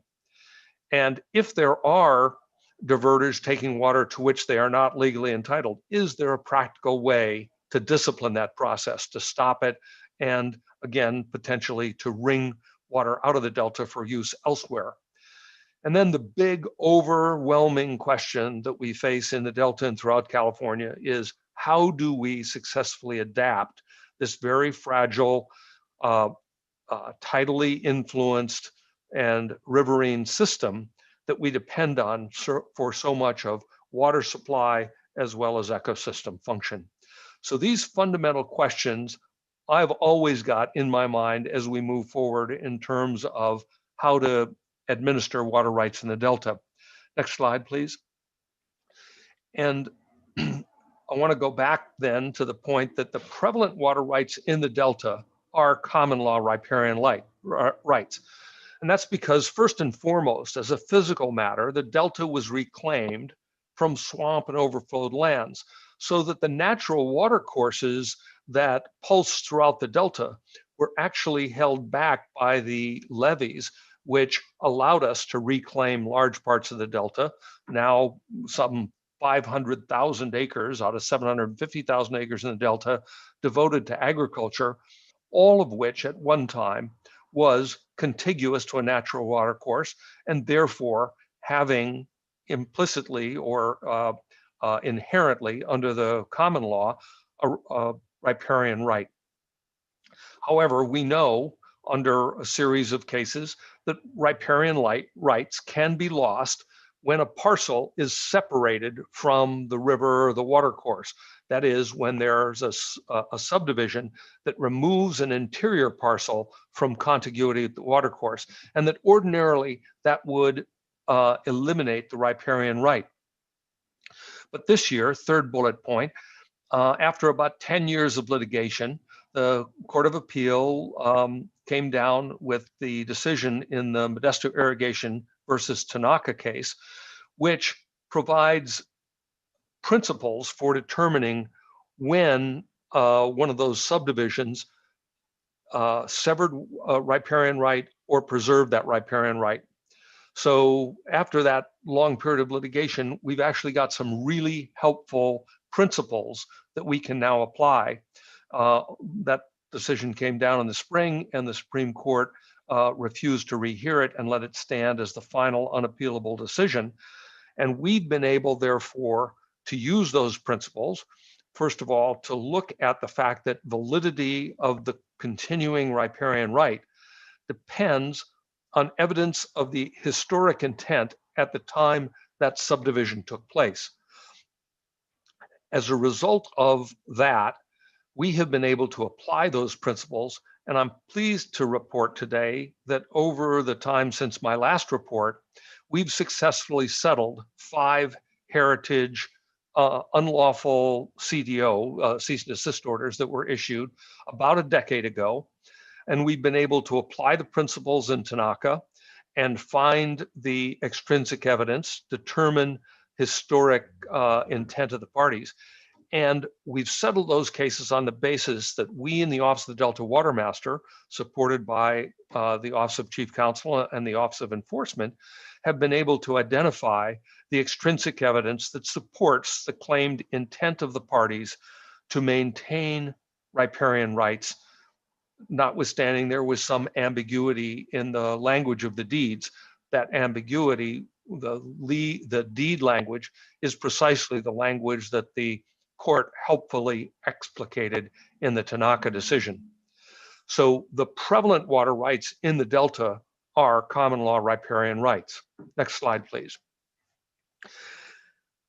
One of the things, therefore, that we worked really hard on in the 5 years since the last drought, when we found ourselves playing kind of a whack-a-mole game between riparian rights and pre-14 rights, we've really spent, I think, good effort untangling riparian from pre-14 claims. And I would say today, in summary, which as any lawyer who summarizes anything, I respect the fact that there are well-trained lawyers who may disagree with some of this. Nonetheless, I believe that it is only in the rarest of circumstances that riparian and pre-14 rights overlap or exist in the same place of use, using the same point of diversion, et cetera. And that's an interesting determination that I've made, and that we've been aided by a number of court cases. But the fact is, those who have apparently valid riparian rights are significantly challenged to also demonstrate that they have a perfected pre-1914 right. And we didn't just stumble onto that conclusion. We've worked hard at it, and we in fact published in 2018 a memo that we believe correctly states what the water law is. And again, respecting and recognizing there may be some disagreement about that, vindicating those principles in the long run may require enforcement litigation that we'll have to bring to demonstrate that what is published in that overlap memo is in fact the law of California, and go through a litigation process in order to vindicate those principles. I will say, however, that in the shorter term, I really want to emphasize that we've had remarkable cooperation within the Delta.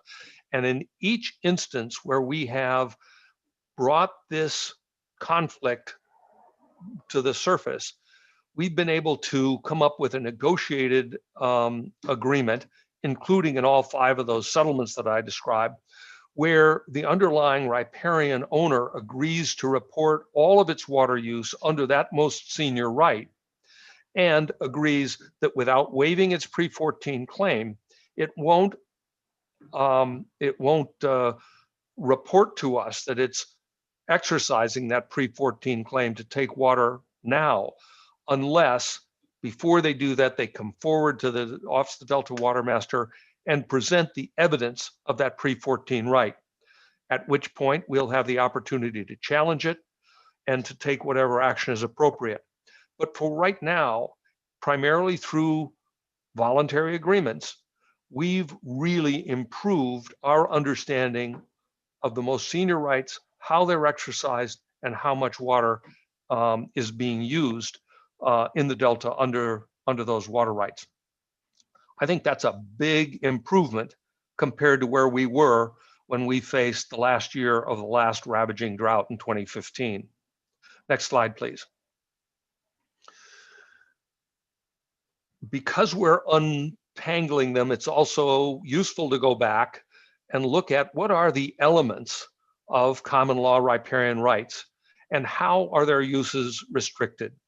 I've already mentioned the first one, that riparians only have the right to natural flow in the adjacent stream.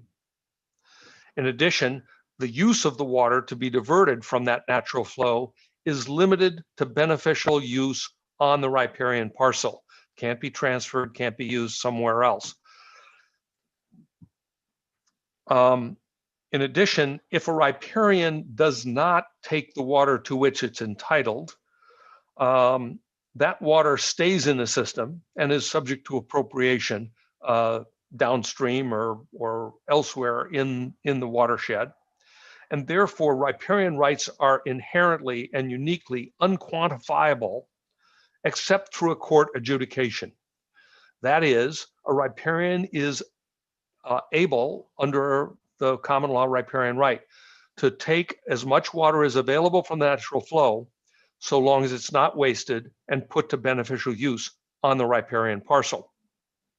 And finally, as I mentioned before, in times of shortage, riparians are required to share the shortfall with other riparians in the watershed, which is in contrast to appropriators who fully meet the senior demand by cutting off junior demand to the point where you bring the available supply into equilibrium with the senior demand. Next slide, please. So as we now think forward or look forward to the situation where we're going to have shortage, and whether it's the summer of 2021 or beyond, with your direction, board members, we've been charged with figuring out how we best apply the law as it is in the circumstances that we've got. So first of all, it's important to know that our California statutes allow lawful water users to use the streams, the natural conveyance system, to move their water from place to place. And so, for instance, the rim dams capture water when it's available and use the natural streams to convey it to downstream uses at various times. We've got judge-made law, common law, which also suggests that you cannot disadvantage other legal users of water when you take advantage of the opportunity to use that stream. You can appreciate that that comes into potential conflict in the Delta, where there is no practical way to differentiate the commingled water supply that is in the Delta from how much of it is natural flow in the channels, how much of it comes from, let's say, release of previously stored water, the impact of tidal influence pushing water into the Delta, and remembering that salt water is heavier than fresh water. So it's a complicated process. And then finally, I want to point out that the decision, the board's decision in Byron Bethany Irrigation District, which was one of the curtailment cases that came out of the last drought, really challenges prosecution of a riparian for unlawful diversion in most circumstances in the Delta. I want to go into just a moment of that, why that is a challenge. Because once an admitted riparian or an apparently valid riparian right asserts that right, then it shifts the burden of proof to the prosecution in the Delta, that's the Delta Watermaster, to demonstrate that that riparian is taking water to which it's not entitled.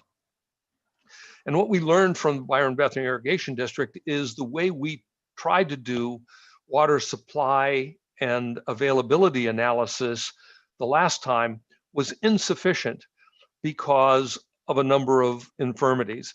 It was watershed wide, it was monthly time step, and it was very hard to apply those broad area and long time step to demonstrate that there was an unlawful diversion at a specific point on a specific day in the Delta. In addition, we have recognized that because most of the information on water demand that we have within our water rights information management system is reported to us by users. And because they use inconsistent methods for estimating and reporting that, and because there is this inbuilt duplication of reporting the same water use in two different ways, we tend to have that stack up, that duplicate reporting. And so when you aggregate all that information within ERIMS, it's hard to come up with a credible and widely validated sense of how much water demand there is. And so we deal here essentially with the inherent complexity in the Delta and its watershed. And here's another place where I really want to commend the Division of Water Rights leadership in taking on this challenge and working to build better tools to estimate supply and demand at a finer scale and shorter time periods than we have in the past. We're making real progress, but we're not there yet. And particularly we're not there yet because we're still trying to root out some of that duplicate reporting and try and create better consistency about actual water shed use or water use within the watershed. Next slide, please, Janine. So I want to focus for a moment on some of these remaining uncertainties. The inconsistent interpretation of the area of origin and Delta protection statutes among stakeholders. There are a lot of people on either side of those questions, and a lot depends what your point of view is where you sit. Are you in the Delta trying to take advantage of those protections, or are you outside the Delta trying to limit those protections so as to wring more water out of the Delta? In addition, we know under D1641 and the process that led to the adoption of D1641 in 2000, that the projects took on the interim responsibility for maintaining Delta water quality. And so that has raised a question of who are the intended and collateral beneficiaries of that? Are they the diverters within the Delta, or the exclusive benefit to exporters or to the environment? And we also know that within the Delta and within the export community, there are varying assertions about how the so-called Delta pool theory impacts what we do. Do we look at the Delta as essentially a black box, and what we do is manage it on a mass balance basis, figure out how much water is coming in to determine how much water can and should go out, how much is used, et cetera? Those varying interpretations of the Delta pool theory and the pool theory itself are continuing uncertainties that impact how we manage water rights adjudication, and more importantly, in the short-term administration during times of shortage in the Delta. Next slide, please. So the traditional paths to resolving those uncertainties are all particularly unsatisfactory in the short term. We can go and seek legislation, which we know is a complicated long-term process during which all constituencies need to be heard, evaluated, and we have seen the legislature come up with really fairly monumental resolutions of issues. I think here particularly of the 2009 Delta Reform Act or the 2014 Sustainable Groundwater Management Act. But that's a complicated long-term process, and any changes in legislation that would address the uncertainties that I've described certainly are not going to be available to us if we come into crunch time in the summer of 2021. Second major way we resolve uncertainties is through litigation. The parties come into a forum, present their evidence, and a decision is made. And that has been very valuable to us over time. I've already described the MID versus Tanaka decision, but that was 10 years in the making. I think as well of the 7 years in the making of the legislation, which just came down within the last few months which validated the Delta Plan process that was created in that 2009 legislation. It's only within the last few months that the court has finally said that the Delta Plan is the legally enforceable plan for managing going forward in the Delta. And then the third way we have traditionally resolved these uncertainties is through negotiation of contracts or agreements. And I've referred to some of those in the Delta. There are also a number of those contracts in the Delta watershed that have helped to resolve certain uncertainties, but also then limit the flexibility within and around those contracts. So those traditional paths, all of them useful, all of them that we are involved in, deeply involved in some circumstances, but none of which is going to be available to us in terms of administering water rights in a shortage that may come as earlier as the summer of 2021. And so next slide, please. I think of us as really making progress in the maze of water rights and law and demands and mechanisms for operating. It is a maze. And the best way to operate in that maze, it seems to me, is through a program of cooperating everywhere we can, of understanding the conflicting needs, of certainly advancing our parochial points of view about what helps my constituents or your constituents. But really, for the summer of 2021, I think the most effective thing we can do is provide as rich a source of information as we can, taking advantage of that better data that I've referred to earlier, understanding where the frictions are likely to come. We have a lot better understanding of that now than we did in 2015. And with that information shared as transparently as we can, I'm putting a lot of hope and expectation that we'll get cooperation to ameliorate the problems that we're going to face with shortage, whether it's 2021 or beyond. So let me go to the next slide, please. We continue within the Office of Delta Watermaster to try and make progress where we can on all these fronts. And so we're working really hard to improve Delta water quality. I talked about dealing with that duplicate reporting issue. This is a situation where we've done a lot of outreach to the community, and I am very confident that before anyone in the Delta has to submit their reports of water use for the calendar year 2020, so that's by next April 1st for reports of licensee and July 1st for statements of water diversion and use, I'm highly confident that we will have a very widely adopted voluntary agreement on how to avoid that duplicate reporting.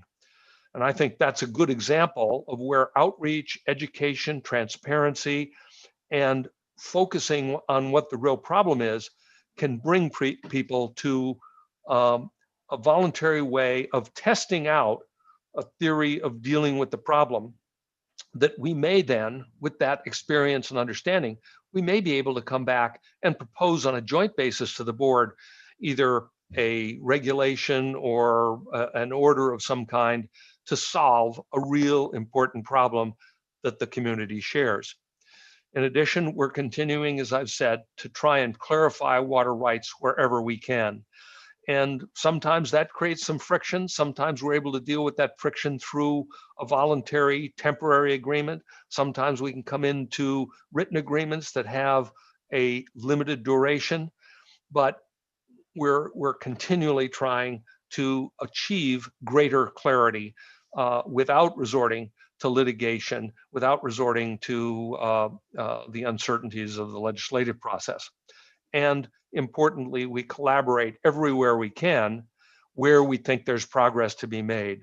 So the shared science enterprise is a great example where I think in the last year, working with the Delta Science Enterprise, with our board, with the Stewardship Council, with the CSAMP and DPIC and the whole alphabet soup of agencies, I think we've made real progress in reducing combat science improving the enterprise.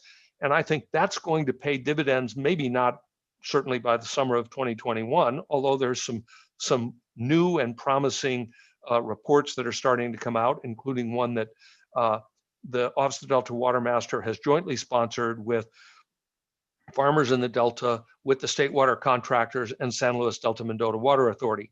Now, again, those four agencies, those four entities tend to be suing each other in various places, but they've really come together on some of this shared science enterprise. We're also working very collaboratively through the Delta Stewardship Program on vulnerability assessment and adaptation strategy for the Delta.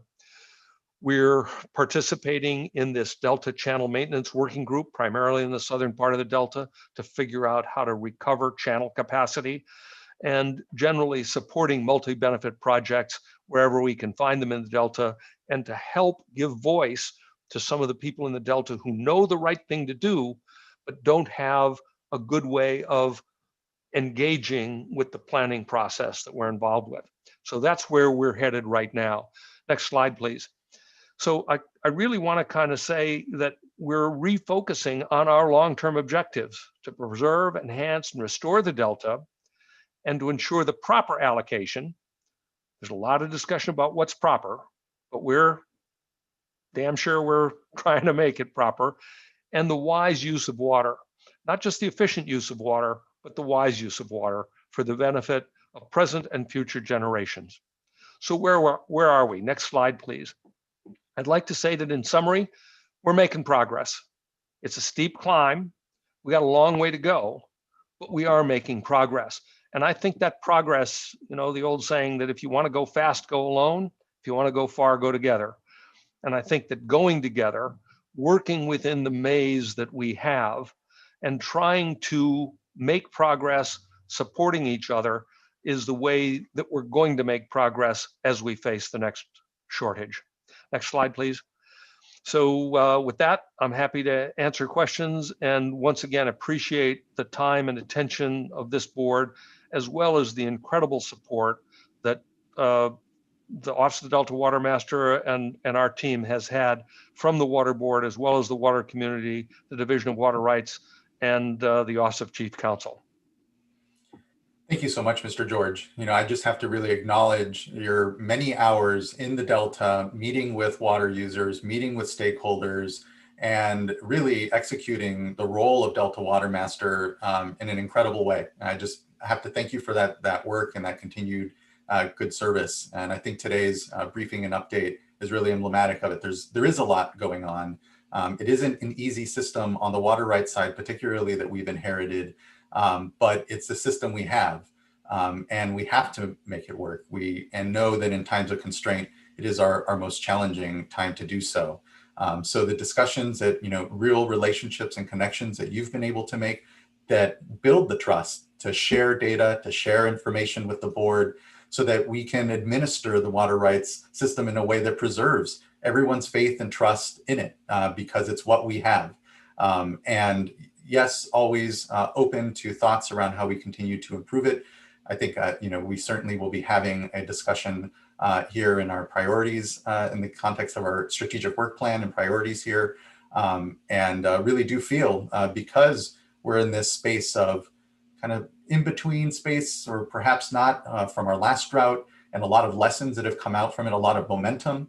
And I think to your points correctly, you know, it is in the data side. It is in the simply really getting back to basics on the relationship with the water community in helping us continue to ensure that the water rights system is there, supports this incredible economy that our state has, and stands up, more importantly, to the challenges, both those inherited that we've certainly inherited in the water rights system, but those that are here before us because of climate change and a completely different hydrology. And we need a water rights system that can reflect the increased need for that real-time information on diversions and hydrology, and really start to peg it closer to what's actually happening in our watersheds, which is quickly shifting beneath us.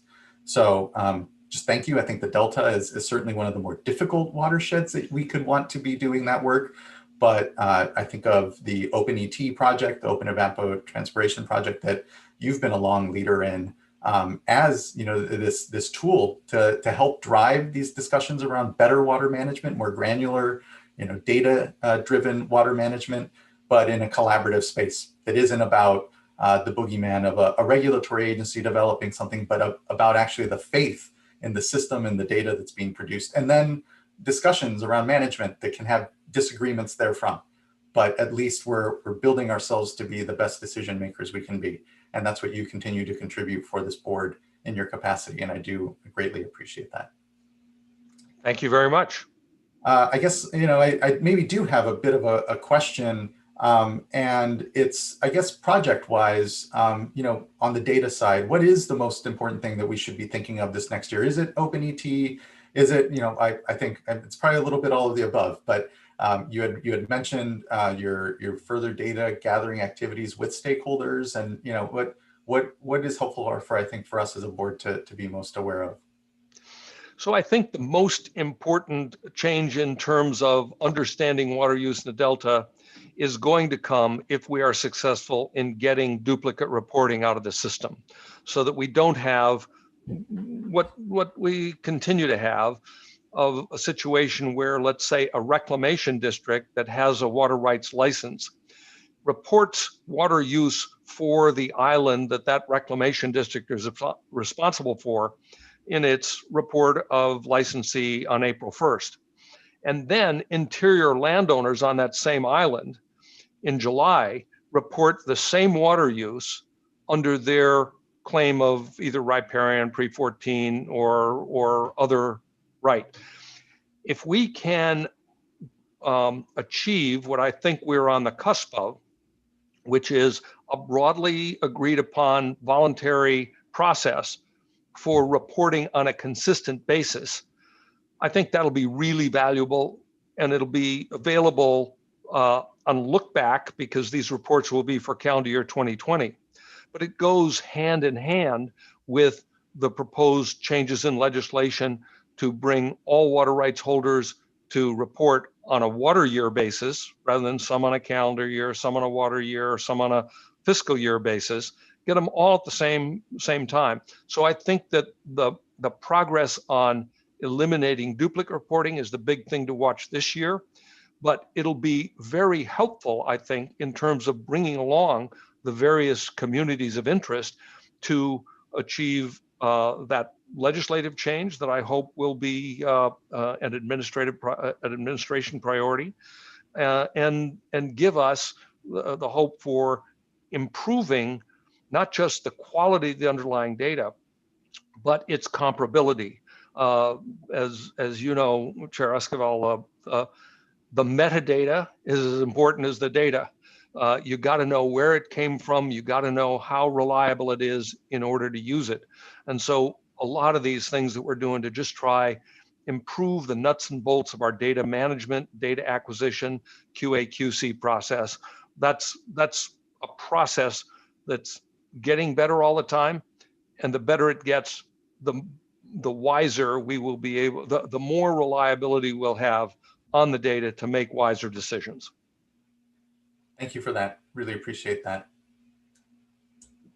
Other board members? Yes, I have a question. First of all, Mr. George, just thank you so much for your, as Chair Esquivel said, your leadership and your collaboration, and working with all stakeholders that are involved and from different perspectives. The question that I have, and this was an extremely thorough report, and I can see how it would be valuable for you to use this in a number of different settings, because it really does walk us through not just some of the water rights issues and the challenges, but also opportunities, and in particular through the collaborative space that you've talked about. And so looking at dry conditions in 2021, and really all of us being extremely concerned about it. The question that I have for you is, you did, and maybe I missed it, but you did talk about the state contractors and the federal contractors and those that maybe historically didn't collaborate with those in the Delta, and that there's been some collaboration in certain projects, but specifically related to the issue of curtailments. And the hope is that the voluntary agreements can be entered into, similar to the last drought. I know we spent in the last drought quite a bit of time just getting educated on these issues and looking at various possibilities. So hopefully you can just, dust off the playbook from before and move forward. So the first part of that question is, what's the likelihood of that? And I think you already talked about that. But then secondly, the acceptance of that in the context of concerns that others have, in particular, the state and federal contractors that filed a complaint during the last drought. So, as you well know, there is, well, first of all, the curtailment litigation from the last drought has not been finally concluded. We are still in litigation. The Water Board has either taken or proposes to take an appeal to one aspect of that. So the litigation about curtailment is ongoing, hasn't been finally resolved. I think we have, obviously, we think we know how it's going to come out, and we are well represented in that process, but that is one thing to acknowledge. Secondly, as I mentioned in my report, given where we are today, if we conclude that an individual diversion is a valid riparian diversion, that is, that there is a riparian right to take it, we are really challenged to demonstrate how much of the water that is at that point of diversion is natural flow, and how much of it is, for instance, previously stored water released for a downstream purpose. And that is a matter of critical importance that is not yet determinable, given where we are with some of these uncertainties. So I think we've got a ways to go to figure out how to manage that shortage when it comes down to the Delta. For instance, is natural flow just what comes in through the rivers that feed the Delta? Or is natural flow also the tidal influences that pushes that water around to different places? Those are issues about which there's a great deal of contention. And I don't think that anybody believes, certainly as Delta Watermaster, I don't believe we're going to have those really thorny issues resolved this year. And that's one reason why I think it will be much more valuable if we talk about collaborative ways of dealing with the potential shortage, rather than to try and demonstrate that, somebody is taking water to which they're not entitled. If that is the case, then let's talk about it, and let's figure out if there is a way to manage within the situation where there is uncertainty and where there is contention. So I don't think that I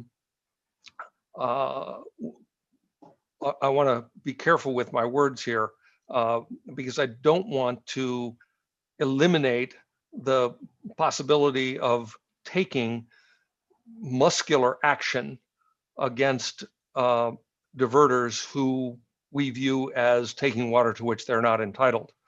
But I also want to acknowledge the challenges in the current legal circumstances for some of the muscular actions that we might take, including some of the actions that in 2015 and 16 we learned we couldn't take effectively and quickly.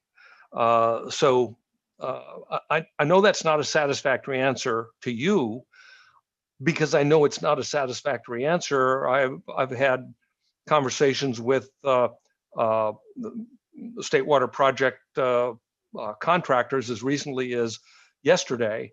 So I realize that that's not a satisfactory response from the guy who's got statutory responsibility for disciplining unlawful diversions in the Delta. But that's the situation we've got today.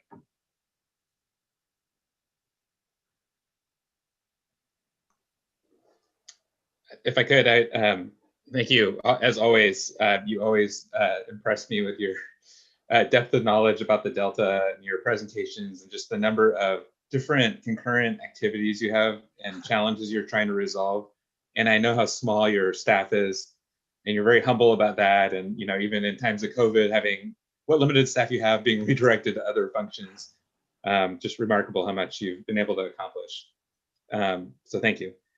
And but the question always is for me is but what have you done lately? And so I'm thinking here about shortage, and certainly that's on the forefront of my mind right now. But I also have concerns about the long-term implications of management in the Delta, and that's of course climate change and just all those stressors that we're seeing occur more and more. But the risk of sea level rise, the harmful algal blooms, which we are seeing more prevalent, invasive species like the hyacinth and the clams and others that have seemed to found a new home, and a very comfortable one at that in the Delta, and aren't going away anytime soon. And so I look at that as a space, maybe not so much a water allocation question, but it's in there, interrelated somehow when we're thinking about water quality balancing. But you bring Dr. Laura Larson here to talk about the science that's ongoing, but also in our relationship, and you're an intermediary here. So with the Delta Stewardship Council is how do we make good management decisions for the Delta broadly? And so I'm just, I know they're working through their climate change adaptation strategy and other aspects of revising the Delta plan. So if you have any thoughts on that, and how we can better collaborate in that space, or maybe for a future discussion we could tee up climate change in the Delta for the board in terms of what are we doing and what can we do to help improve that. So just any thoughts? So I agree with all the points that you've made in framing that question. And I absolutely think the most important forum for grappling with that is the one hosted by the Delta Stewardship Council. I think that's the place where we have the best opportunity to bring all the parties together to participate in a transparent process of developing the insights that will allow us to make decisions about how we're going to manage in the face of climate change. And there are lots of aspects of that. One that Lindsay Kammeyer and I were involved in just yesterday, about how to look at Delta levy investment strategy. That's a topic that is brought up in the DLAC. What's that? Delta Levy Habitat Advisory Committee, an ad hoc group that looks at that. It's within the obviously state and federal project, the state subvention process for supporting levee integrity, the Central Valley Flood Control Plan. All of them look at that issue. But holistically for the Delta, in my view, the best place to do it is collaboratively within the Stewardship Council framework, which is well-staffed, well-funded, and because of the connection to the Delta Plan Interagency Implementation Committee, has built-in mechanisms to bring lots of parties together to work it out. Because I will tell you, there are no climate change deniers in the Delta. There's nobody who works in the Delta day in, day out who doesn't see the impacts that climate change is already having, and who aren't frightened about what the implications are for the continuation of climate change. And we're going to face really tough decisions. And frankly, as much contention as there is over, let's say, the alternative conveyance project, the Delta Tunnel project, I think that pales in relationship to the real existential threat of the Delta, which is climate change. We are going to have to make decisions within the next generation about how we're going to respond to climate change. And, whether that means some managed withdrawal, whether it means massive investment to armor up, whether it means to look at a incursion of salinity along with sea level rise, how we're going to manage those rim reservoirs, the regulatory scheme that we've got now for keeping the Delta sweet, cannot operate going forward in the face of climate change.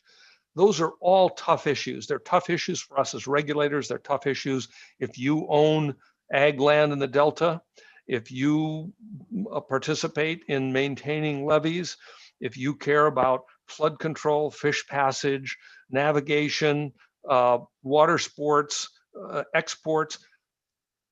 We've all got to figure out in a sloppy fashion that mature democracies always use to kind of figure out how to deal with these big problems. That's the place where I think we should be putting our effort right now. And I'm humbled and very pleased that Chair Esquivel and Vice Chair Diadamo have put me in a position to work on the CSAMP, the Collaborative Science Adaptive Management Program, and on the Delta Plan Interagency Implementation Committee. And of course, I report jointly to your board as well as the Stewardship Council. So I feel like I'm in the middle of it, and I feel like that's the right place to be. Appreciate that. Thank you. Thank you so much, Mr. George. Any further question or comment from fellow board members? Okay, hearing none. Thank you again so much, and look forward to further discussion very soon, I know, on a number of things out there. So thank you. Thank you. I appreciate it. Talk to you soon. Okay, that concludes. Here again, I'll have to refer to my, I think that was item 4, the Office of Delta Watermaster semi-annual report. And now have item number 5, which is the Executive Director's report. And Ms. Sobek, anything you'd like to particularly flag for us in this month's always very thorough and good report? I don't have anything in particular, so happy to answer questions if board members have any. Yeah, none from me. And again, just thank you. I know a lot of work and time goes into updating that here on a monthly basis to have a better sense of the many things that perhaps we don't discuss around of directly here, but do go on at the board. So do appreciate the summary then. Well, that brings us then to item number 6, which is board member reports. And I would actually just start with, I think really my only item to flag was last week, I believe it was, I participated in the California Water Energy Partnership panel along with Director Namath, Marianne Dickinson with the Water Alliance, and Heather Cooley from the Pacific Institute, and also Greg Bundenson from Sacramento Suburban Water District moderated the panel. But we had a fantastic discussion amongst us around the state of water efficiency in California, the good work certainly that's been conducted in the drought, the consciousness raising that happened around water efficiency and conservation then, how it's carried over and through these years past the drought, how we really, Californians have shifted the way they look at their water use, their resource,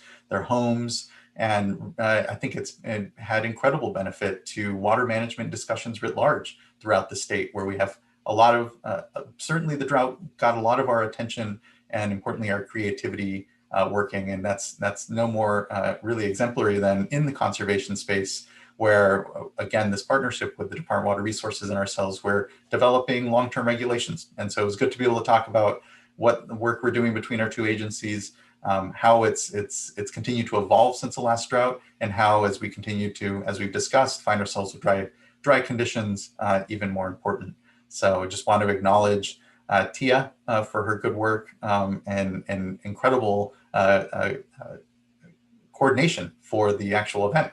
Very well timed and planned and laid out. And so anyway, just great thanks there, and would be the only thing I'd really report on. I'll go next. Just a really quick report. The Central Valley Regional Water Board met last Thursday, and they adopted their basin plan amendment, making changes to the salt and nitrate control program per our direction when we approved the CV salts base amendment. During that item, there was an issue that was raised by some of the environmental justice communities that I wanted to share with you and flag it for Director Sobek.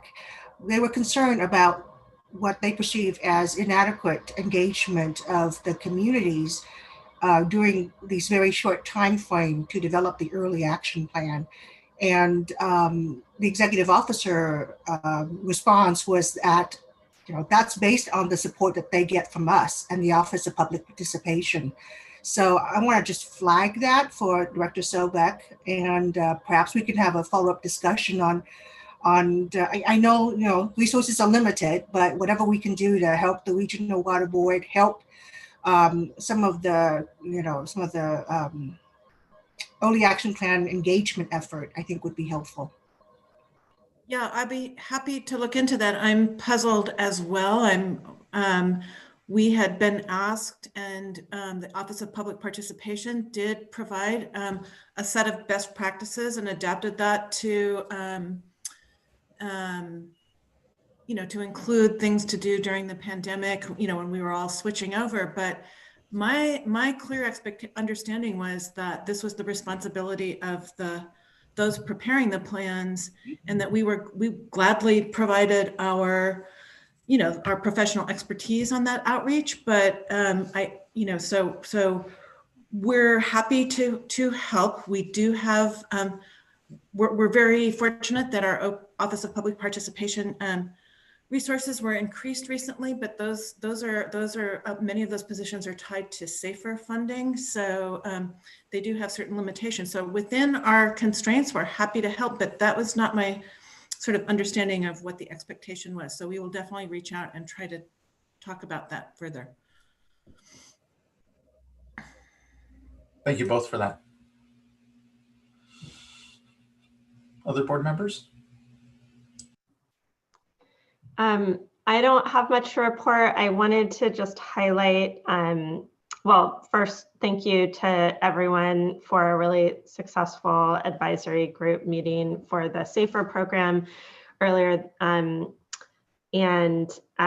just, excited to have the next round. There was just a reappointments and new appointments to that group. So also wanted to just flag, a lot of my attention the past couple of weeks has been on learning from staff about all the incredible work that is being put into the needs assessment. And there was a workshop earlier this week on the scoring and thresholds and weights for determining risk, and also thinking about how we're expanding the list of systems that are failing to provide adequate safe drinking water, from the sort of very narrow original criteria that was developed to include more consistency with the statute on failing to meet primary drinking water standards. So I think there's going to be a lot to digest, get feedback on, and wade through as we look at SAFER next year, and the kinds of needs assessment and understanding of costs involved. There's also the cost methodology webinar, and I think within that, one of the things related to drought that I know these days is on our minds more and more, although very thankful there is a little bit of rain, is in the cost methodology, well, first in the risk assessment, looking at risk to accessibility of water, which really is, a lot of that is water supply, but also building in some essentially resiliency measures that would need to go as part of the costs and solutions long-term for communities, so that we're really looking at not just putting, partial Band-Aid solutions, but really looking at long-term resiliency and addressing sort of the full suite of what means communities have more reliable access to safe drinking water. So that's all to say that's been the focus of a lot of my attention. And I know there's been a number of stakeholder efforts and a lot of work going on. So just wanted to flag for board members and thank staff for the work, and look forward to getting feedback and hearing how that's continuing to develop.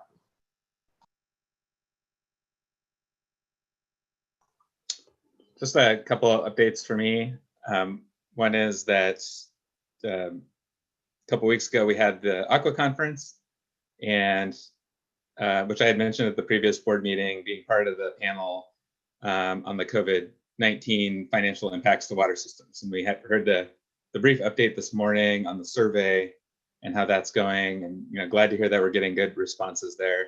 And so my Aqua panel was, of course, pre-recorded, so it was recorded in mid-November, and so we then had the opportunity via chat function to respond to questions that were received. So I just wanted to highlight that there's clearly a lot of interest from the water agencies, the Aqua, from the members. There were good questions, and a lot of it had to do with what next, right? Within the constraints of Proposition 218, within the constraints of federal or state, legislatures and their abilities to support these types of needs that we're identifying as it relates to affordability and impacts water systems may be feeling, where do we go from here? And so there were no answers identified really at that panel, but just to flag that there's ongoing interest, and I really look forward to the discussion in January about the outcomes of the survey and figuring out how we can best bundle that information and message it out to decision makers who have the ability to help the folks that are in need here. And then the second item I wanted to just flag is that I've been speaking at kind of a little bit of an ongoing webinar series that has been set up by the Building Industry Association of Southern California. And so last week, I just made some brief comments at their webinar on vapor intrusion guidance. And so this is guidance that's been released in partnership with DTSC about a year ago and the State Water Board about evaluating sites for possible vapor intrusion considerations and mitigation measures that go with that.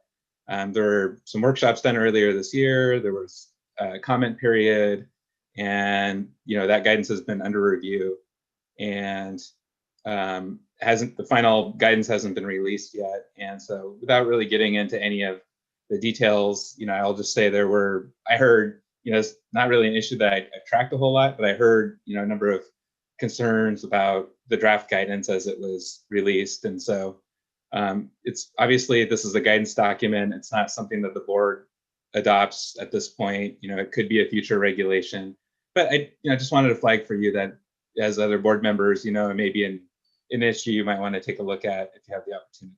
So I think I'll leave it at that, but thank you.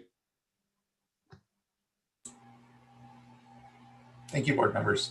Vice Chair? Very little to report. I'm just not finding the date on my calendar, but I was a guest lecturer at Cal State Stanislaus's agricultural sustainability class, and appreciate the opportunity to give them updates on safe drinking water, irrigated lands, and Bay Delta and other programs that we're working on. And sat in on Region 3's board meeting on their update of irrigated lands. And unfortunately, they weren't able to complete their discussion. So for those of you that might be interested in following this, they're going to have 2 more days to discuss staff's proposal, January 7th and 8th.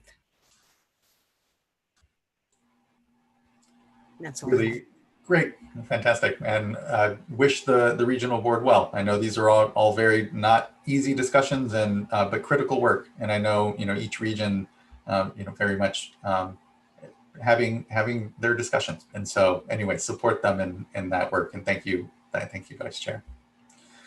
I think that concludes board member reports. And so what I'll propose, we're here at 1 o'clock on the dot.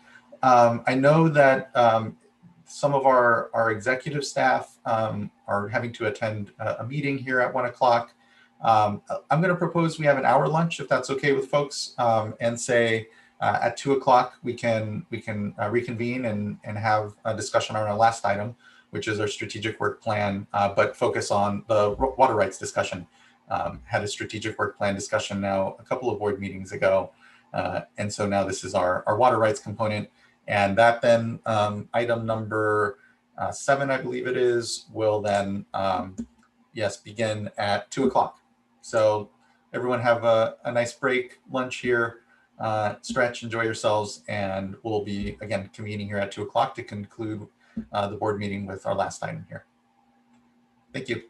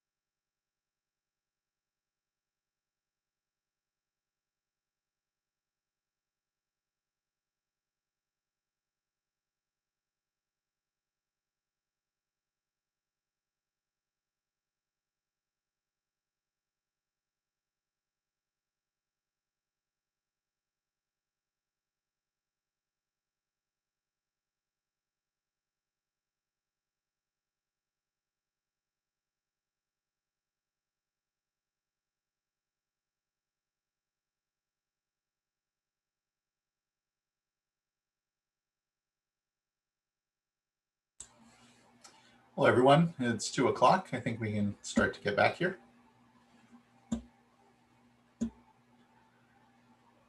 Hope everyone had a good lunch. We now are on to item number 7, which is a discussion of board members' priorities and organizational issues as reflected in this draft 2021 strategic work plan. And this discussion is actually going to be focused on the water rights components of this document, given that we had a previous board meeting that discussed all the rest and wanted to save water rights for a specific item because, again, I think as we've all continued to acknowledge, this next year will be a really important one for a lot of the work we have in the water rights space. So Director Sobek. Great, thank you. Yeah, you're absolutely right. We're sort of moving on to part 2 of the discussion of the priority work plan for next year. And Eric Ekdahl is going to go through it in more detail, but I just wanted to acknowledge that as we talked about with the other part of the work plan, that there were some accomplishments, that water rights did do a lot of work last year. It is hard to sometimes recognize that we are making progress. It isn't, a lot of times the work in water rights doesn't lend itself to, a final order being issued necessarily. And as we heard from the Delta Watermaster's report, a lot of times making progress in water rights issues is marked in decades and not necessarily years, but I do think it is important to acknowledge when we have made progress. So as was noted earlier in the meeting, Division of Water Rights did complete and issue the final Klamath EIR. That was a huge item. It's really great to get that off the work plan and to look forward to implementation of that action. And it did issue water quality certifications or the required environmental documents in 16 high priority projects, including 12 FERC projects and 12 non-FERC projects. So those items were all previously in strategic plan number 2.1.1. The division worked with stakeholders to release a final draft California environmental flow framework guidance document. That was item 3.1.2. And we've continued our oversight and held our annual Salton Sea board update. So that's another continuing item that we're gonna, we're going to work on, but I think progress was made in the last year. On Bay Delta, the Division of Water Rights staff has been involved in supporting the efforts of the secretaries to think through the requirements that will be necessary to reach voluntary agreements, including working on our SACWEM model runs and so forth. So, there was also a discussion in our briefings. We're not going to go into any detail here today because we're focusing on priority items, but we did also make a lot of progress on our core workloads. And I think that's important to note as well, because it has been, sorry, cat in the frame. It has been a year when we have had to move some of the staff work around to address priority items, and that often does hurt the core workload item, but the division was still able to approve a record number of water transfers and to reduce the complaint backlog by over 150 cases in the last calendar year alone. So with that, I'm gonna turn it over to Eric Ekdahl to talk through the sort of new priority areas or priorities that were that we had suggested and that we want to get your input on. And we've heard loud and clear from both public discussions and our private briefings with board members that we are all concerned with the fact that this looks to be another dry year. And even if it's not, that drought can always be right around the corner. There will be another drought. It's just a question of, are we in it now or will it start soon?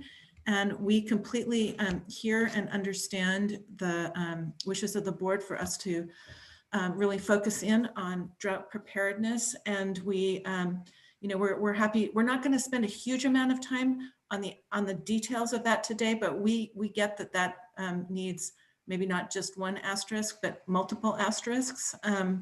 And we are working on that in multiple ways, and we intend to report back to you all frequently on that, especially if this continues to be a dry year. But even if it's not, because again, because we know there is going to be a drought, that we're taking it really seriously right now. We will report back to you. That does kind of get to a basic question in the water rights world, which is that if there is a drought, that we probably will be moving resources to work on drought-related issues, and it will be hard to know how and exactly when until that happens. And so regardless of the input we get today and the way that we end up prioritizing the work plan today, or based on input we get today, we will definitely be coming back to you and describing changes and priorities and get your input on what those should be if we do have to move resources around to address drought priorities. So with that, I'm going to turn it over to Eric Ekdahl to walk us through the discussion and look forward to hearing your input. Great, thank you. Everyone can hear me okay? All right, sounds good. Well, good afternoon, Chair Esquivel and members of the board. I'm Eric Ekdahl, the Deputy Director for the Division of Water Rights. Janine, I think we had shared a PDF, and I'm wondering if you can put that on the screen. I think that what we were planning on doing was scrolling through the draft priorities document. We've highlighted those things that are where the division is a subject, and kind of highlighting the reworded entities and the new ones, and then pausing and seeing if there's board member input as we kind of work through it. Sounds good. Okay. Hopefully we should be able to pull that up here in a moment.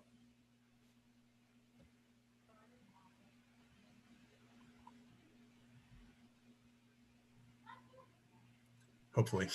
Hopefully. I did say hopefully. Right. Hold on, we're getting it.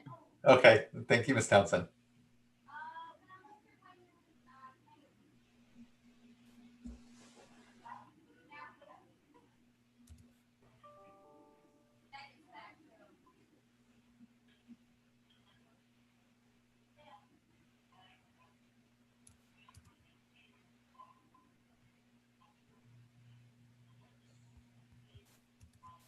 Well, as we wait for it to continue, we can talk a little bit about, I think, drought. And I did want to acknowledge that we are actively engaged in a number of efforts. And if it continues to be dry, this again will certainly be something that we'll be coming back to the board to have numerous discussions on. All right, there we go. If we can scroll down to section 2, where it says protect and restore watersheds, marine waters, and ecosystems, which is on my version, page 4. Right there. As you can see, the ones specific to the Division of Water Rights, or where the Division of Water Rights is part of a group effort, are highlighted in yellow. And then for reference for those listening in, the gray items are new, added to this draft version. So where there are yellow and gray overlapping, those are new priorities proposed for the division. Where they are just yellow, those are existing or modification of existing priorities. The first one, 2.1.1, is specific to 401 water quality certifications, where the priority is to develop timely Clean Water Act Section 401 water quality certifications. This is a modification of a previous item that was on the previous version.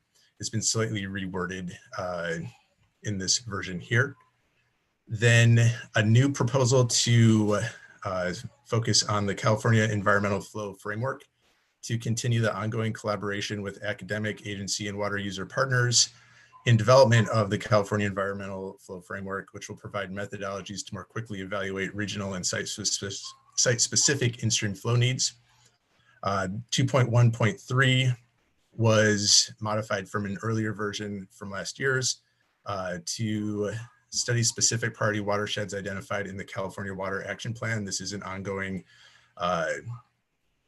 workload for the division, where we're working in 4 watersheds to set in-stream flow standards. 2.1.4 is new, and while it says Carmel River, it actually is broader than the Carmel River. Really here continuing oversight of the cease and desist order related to California American Water Company, or CalAM, and the ongoing illegal diversions from the Carmel River. That is an ongoing workload, and while the workload sometimes waxes and wanes with the recent decisions by the Coastal Commission and missing of a milestone, it is a topic that we're actively engaged in pretty rigorously. And then 2.1.5, mono lake licenses, update mono lake licenses to adopt new in-stream flows for Rush and Lee Vining creeks. This is an action that's been going on since the 90s. There was a lot of progress in maybe the earlier parts of the 2010s, and there's been ongoing work since then, but we are actively engaged, and I believe we're making good progress and want to move these forward in the next calendar year. So before we go forward to the next page, I'll pause and see if there are any questions or comments on this specific set of recommendations or priorities. I'll just say, when it comes to the environmental flows framework, I really do appreciate that collaborative work. It's not to generate a bunch of numbers in the state, but really focus on a process. How do you best undergo a process for developing critical information and understanding the needs in a watershed when it comes to environmental flows in a comprehensive way that builds trust in the data and the methodologies. So really critical work there, and glad we're continuing to work on it in partnership, importantly, with all the academic institutions and stakeholders out there. So just wanted to add a flag on that one, and no questions otherwise. I think very appropriate additions and continuing on of work that I know that on the in-stream flow work as well on priority watersheds continues on from previous administrations as well. And so I think, speaking to executive director's point around sometimes the time it takes on some of these projects, there are sometimes longer term projects, but priorities nonetheless. So thank you. Great. I just want to, great comments. Just want to offer, just in light of our discussion this morning on the Yuba River item and the 401 water quality certifications generally, I think that 2.1.1 is it's appropriate. Sure, yeah, definitely we want to develop timely water quality certifications, but we also want to ensure there's a public and transparent process in doing that. Without getting into all the nuances of that, I just would appreciate perhaps some language to acknowledge the importance of the public process there.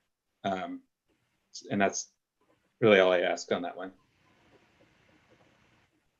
Okay. Yeah, I'd agree with that. Okay. And then I'll just say, because Mono Lake is it's a very important environmental asset, ecosystem asset in our state. It's a very special place, and I just want to say I appreciate you ensuring that this is on the priority list, and that this is a settlement that has been about 10 years, frankly, in the making. As since we're talking about measuring progress in decades, I hope this is the decade we can see that move forward. So I'm happy to see this on the list for this year. So thank you. I know you've been doing quite a bit of work on that. All right. If there are no other comments, Jeannie, if we can scroll to section 2.2 on the next page.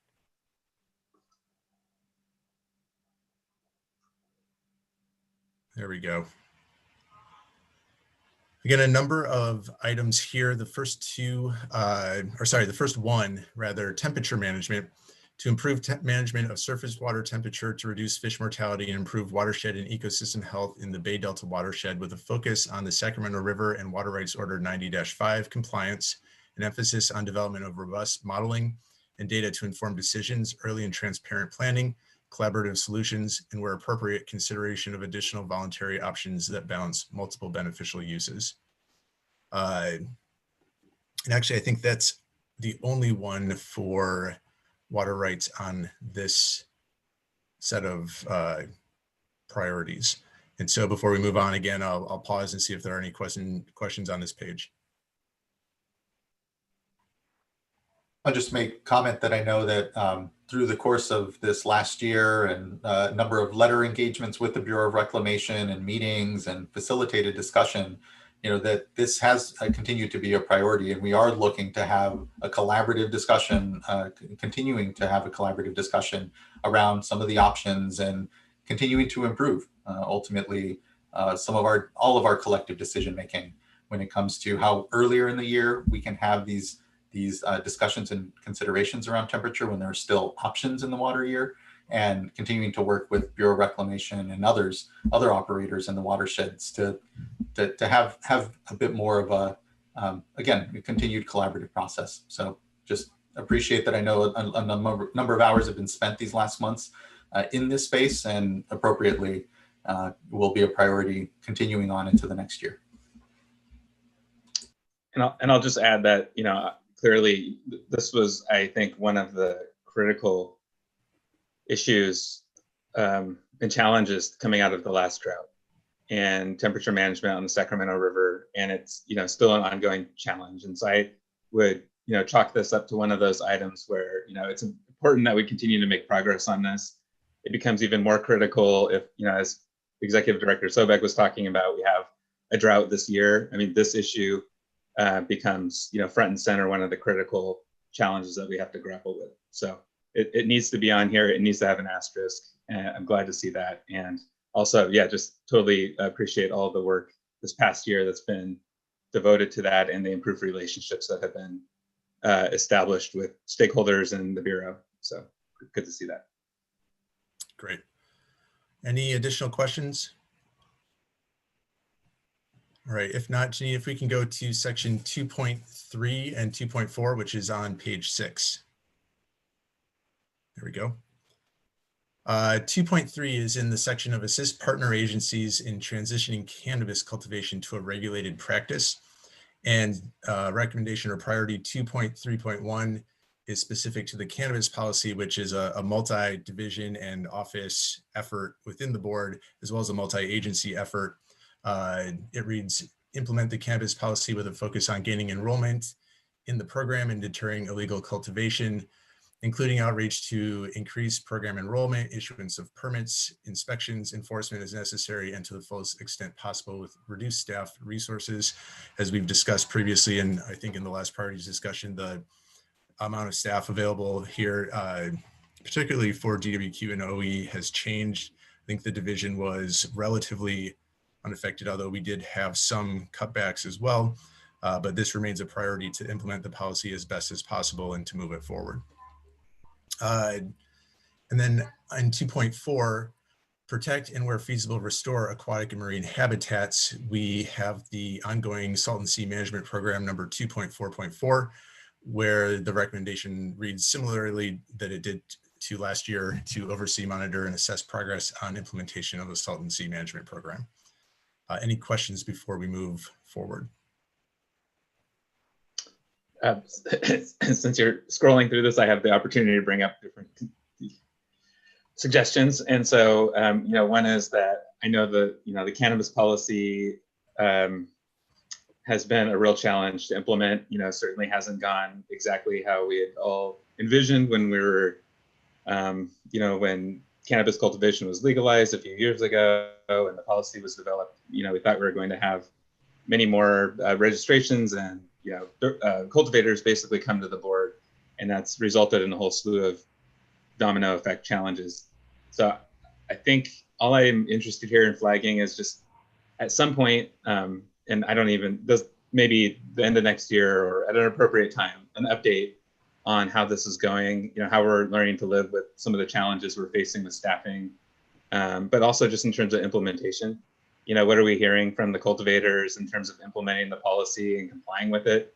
How's this going? And, what does the future have in store for the next few years of the policy? So go ahead. That's it really.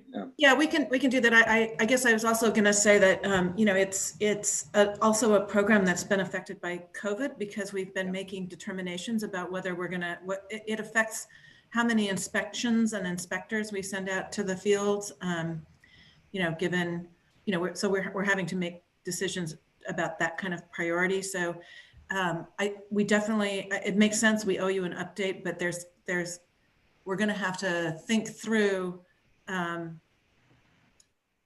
you know, what the difference between a COVID and a non-COVID year. And I don't know what that means yet, but I'm just putting that out there.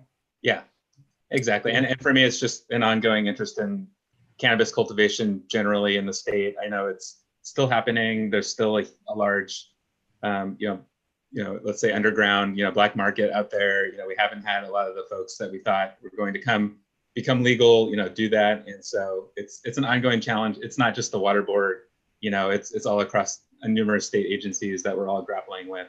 I think it's an important conversation just to continue to keep our fingers on the pulse of. So thanks. Internally, we have developed again, a multi-division office region group. We call it the Executive Oversight Committee, but it's really a group of us that have pulled together to ask those very types of questions and kind of consider how we want to, at a high level, recommend we do certain things or don't do certain things. We have pulled together a draft report that we're continuing to work on, which should be available in the very near future. And I think even a little bit farther out than that, we are considering our next iteration of the cannabis policy update, which is still a year or two away, but will provide additional opportunities to address these kind of questions and vet them in a public discourse. Great, thank you. Let's see. Sorry, this isn't a change to what's here, but just since we're going through it, in salt and sea management, I'm the liaison for Region 7. So I know that there's a lot that the region is doing. So within water quality, Division of Water Quality, to try to permit and also work through TMDLs, development of TMDLs, and just different water quality pieces on this. So I know I don't suggest that we change this, and what we're discussing today is on water rights, but I just wanted to flag, because I know that it is salt and sea and success of the management program so important to us, and so it'd be good to just recognize that priority and support within the work with Region 7 as part of that. Very good. Ginny, if we can scroll down just a little bit at the bottom of this page on 3.1, there is the water rights and drought bullet. Identify lessons learned and undertake legal, administrative, and technical improvements to administer the water rights system in periods of shortage. Establish a water availability and curtailment method for droughts, and establish an approach for managing in-stream flows in priority drought vulnerable watersheds, including voluntary local efforts where appropriate. This is largely similar to what was on the previous version. It just kind of identifies ongoing work and things we're actively engaged in. And again, if it continues to be dry, we'll certainly be having more discussions on this priority. Any questions before we go further? Statement. So that is that, for me, it's, you look at California, and a lot of what we talk about as being the most critical drought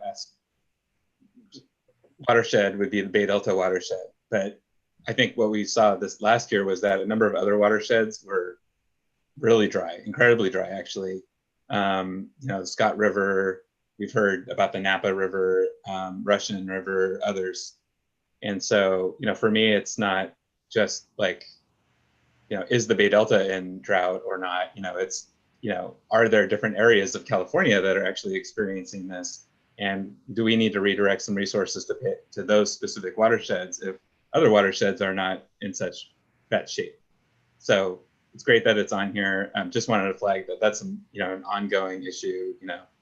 Tulare Basin's been dry for a couple of years now, and obviously those North Coast areas have been ongoing as well.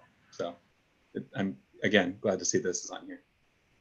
No, it's a great point, and one of our I think biggest challenges that we've identified in the last couple of years is how does the division kind of gain a better sense of the different geographic vulnerabilities or kind of ongoing droughts when some regions are drier than others, and how do we work with communities? How do we collaborate? How do we message that some regions are drier than others and may in fact be in a hydrologic drought?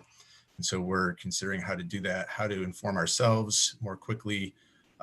It's very challenging, very complex, but I think very necessary. And so we're actively working on it. I would, can you just tell me more about, flesh out a little bit more about what the outcome, is there, in terms of lessons learned and sort of improvements that could be made? I know that's an ongoing effort, but is there sort of a concrete document or timeline that we're working towards? Yes, no, absolutely. That's a great question. And so I'll provide some speculative or tentative timelines. The outreach effort that Board Member Firestone was referring to is something called WARDER, the Water Rights Drought Effort Retrospective or Review.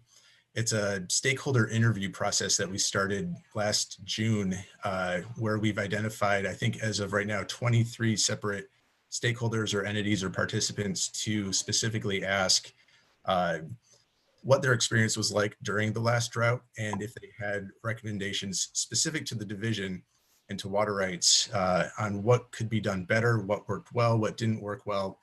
We've actually just wrapped up the interviews, although we are trying to still engage with some of the tribal governments. We have not been able to get a participant from a tribal organization or government at this point, although we've been asking, so we're going to continue to do that. But we actually have a draft document, and we are hoping to kind of start that internal review process in the next week. And once we kind of set it out, we want to have participants the opportunity, or provide participants the opportunity to weigh in on it and look at it and make sure that we're representing their comments fairly and effectively. But we do anticipate putting that out publicly and then bringing it back before the board as an information item in the next couple of months. That's going to lay out many of the kind of issues. It doesn't necessarily lay out the solutions, although it does lay out a number of recommendations that stakeholders and participants had for us. But along the same lines, we're continuing conversations with other stakeholder groups. We've been actively engaged in the Russian River watershed, and I think having some really productive dialogue there. We do have a number of staff working on the technical elements that are described in this recommendation, including developing curtailment methodology, developing a water availability methodology, and these are all kind of iteratively stacked, so one kind of has to feed into the other. And it is an ongoing process, and I'm not going to pretend that we're going to have it perfect right out the gate, but we need to kind of put these things together and put them down on a written paper so that the board and the public has the opportunity to look at them as we kind of head into what could be another dry year. And it's a challenge to do that kind of with the other core workload and other things that we're working on, but staff are really making some incredible progress, I think. And so I'm optimistic that in the next 6 to 9 months or so, we will be bringing a number of things back. Maybe it's staff workshops, maybe it's a broader information item, but to start discussing these things a little bit more. And that's, again, all speculative. We're trying to figure out what the timing is going to be, and we have to review some of these things and read through them. And I'm sure we're going to find things that either extend that timeline or not, but that's the plan for now. That's great. Thanks. Yeah, and I think it's definitely envisioned to be a both. I can see both workshops being established, and then also formal informational items before the board. And just thank you, Eric, for your great work. I know, I think of this year's activities in the Russian River as actually an example of early engagement. Kind of just that first engagement being, here's the data, here's what we're seeing, here's the data we have. Help us be better decision makers all collectively by contributing the data that you also have as diverters, and all really try to manage and solve to the same problem at the very least. Again, disagreements sometimes abound as to how we might move forward in dry conditions with curtailment. But if there are voluntary agreements out there that can be reached amongst diverters that meet the challenges and outcomes that we, again, are all collectively seeing, then great. But I think it's ultimately a continuum of decision making between the board and, most importantly, the local leadership, the diverters, the stakeholders that are the managers of the resource in the watershed, to have at the very least, at the very start, just a shared understanding. And then from there, the policy discussions that we'll have. So just thank you for that good leadership and work, because I think it does set us up well for good work on 3.1.1, but importantly, the actual the projects that we'll have moving forward, including the WRDR interviews. Right. So. And in turn, I really need to thank the staff that are working on it. Dan Schultz and some of his team are doing just amazing work. Jeff Yazell and some of Julie Rosardo's enforcement team, Diane Riddle, some of her team. It's really a multi-branch effort and just fantastic staff work all around. So thanks for those that are listening in. Any other questions on this topic before I scroll down? Okay. Jeannie, if we can scroll down a little bit to 3.2.2 and then 3.2.5 as well. 3.2.2 is new. It's the Fresno River adjudication. This was a petition that was adopted by the board a couple of months ago, and staff are now working on it to move it forward. It will be a priority item. Although, as we were discussing, I think we will need to kind of recognize where we have staff and availability if we do, in fact, move into drought or other kind of ongoing activities. And then 3.2.5 is the Water Storage Investment Program. This is an item that was also on last year, and we can report progress here too. We've executed or are in the process of executing an interagency agreement with the California Water Commission to provide staff to specifically help work on the water right permitting aspects of any WISP related projects. And so we're hopeful that we'll actually have staff in place in the next couple of months. We've also had some high level meetings with some of the WISP project proponents and are making, I think, good progress there, although we haven't yet formally received the water right applications or petition changes or applications at this point. Any questions on either of those two before we scroll forward? Just to comment, because I can't help myself, acknowledging this is the first statutory adjudication that the board is undertaking in decades. And so really important work, and similar work then throughout the state that hopefully this helps further build confidence and ability for us to undertake. I agreed. I think that's important. And this is one of those times where I probably know too much just from my prior experience, but I'm always mindful of the backlog in water rights, that there's something on the order of, I don't know what the current numbers are, but let's say 400 water right applications and 700 to 800 water right change petitions that are pending before the board right now. And if you were to look at the age of those applications and petitions, it would be, we'd have to have another conversation about decades and how long a number of them take to process. And a lot of times it's for reasons outside the board's staff's control. They're all very complicated, difficult to get over the finish line. But there are a number of outstanding applications and other requests on other rivers in California, which are important as we move forward here with SGMA implementation. And so the Fresno River is important, as are a number of the other rivers where there are either competing applications or other requests. And so, for me, I just wanted to be careful about listing off, a lot of different specific projects as priorities, just knowing that those can change, that there might be other issues that raise the priorities sort of, in real time here as we go through the year. And so just to highlight that, a little bit of a concern. Fresno River, again, important, but a fairly new request to the board relative to some of the others, some of which we heard about this morning, even on the Kern River, where there's been work there for many, many, many years. And, yet, the board hasn't completed some of those activities, and maybe the water right applicants haven't completed some activities, but nonetheless, that too is a process that should be supported appropriately. So.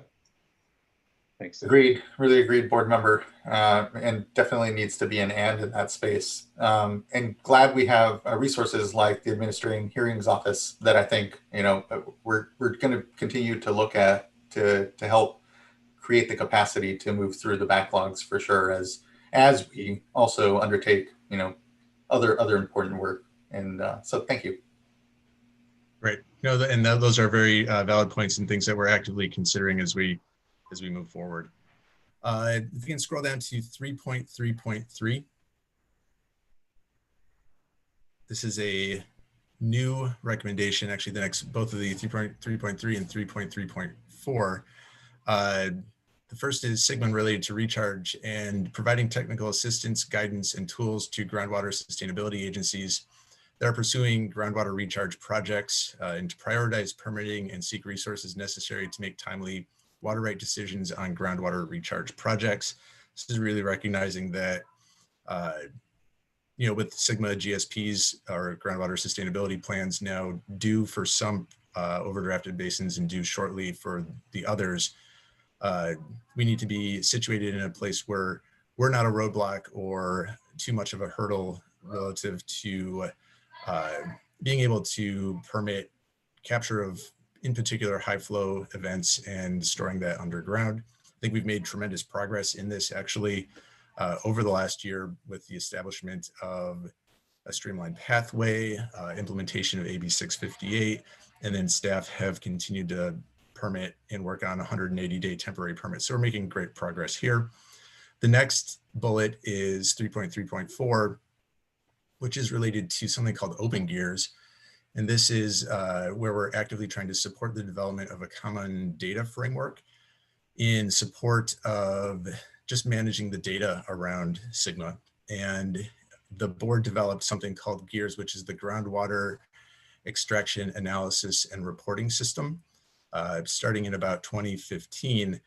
And that was aimed at the prospect of the board someday serving as the probationary role or the intervention role in its SGMA duties, and the need to identify groundwater pumping wells and really to charge fees related to the oversight of the basin. And in developing the system, it has a lot of what we believe features that would be really helpful and critical to other GSAs or groundwater sustainability agencies statewide. Things like geospatial interfaces, mapping point of use, entering kind of almost like a case management system. And we believe that, you know, if you have 250-ish GSAs and each one of them develops their own system like this, that's quite expensive. And if we can provide some value-added service here of either providing kind of the framework behind how we did our business analysis or business use cases, or even provide some bones of the code itself someday, that could be a thing worth doing. So it's on there collaboratively with the Office of Research Planning and Performance and the division itself. Any questions there before we move on? Okay. If we can go to 3.6, there's a number of things here that are really not substantially changed from the previous iteration, continuing the work on implementing the San Joaquin Southern Delta Bay Delta Plan, including consideration of biological goals and voluntary agreements. Likewise for the Sacramento Delta Plan to complete the SAC Delta update to the Bay Delta Plan, including consideration of voluntary agreements. And then the next three are, one of them is the Bay Delta Water Rights to clarify, organize, and vet Delta water right claims is the Office of the Delta Watermaster, although our team does work closely under the leadership of the Watermaster in that effort.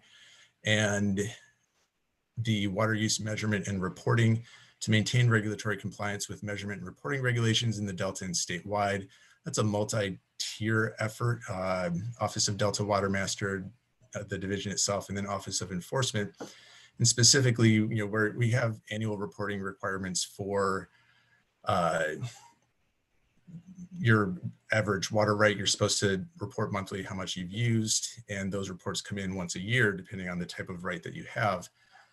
We also recently passed, or through trailer bill, got additional legislative authority. SB 88 gave the board the ability to pass regulations that require metering and measurement information. The first batches of data related to SB 88 have been coming in for 2018 and for 2019. And unfortunately, the compliance rate for that is very low. And the data that comes in here is really key to understanding drought and doing water availability and kind of understanding curtailment. And so we're going to need to kind of button up the compliance levels under the SB 88 requirements in order to really make, I think, the types of progress we need to make under the water availability. So that's an ongoing effort that we'll, again, likely need to circle back with the board on. And then Open ET, the Office of Delta Watermaster is, again, taking lead here, but we're very interested in seeing kind of where it goes and how it pertains to other division activities as well. Questions there before moving forward?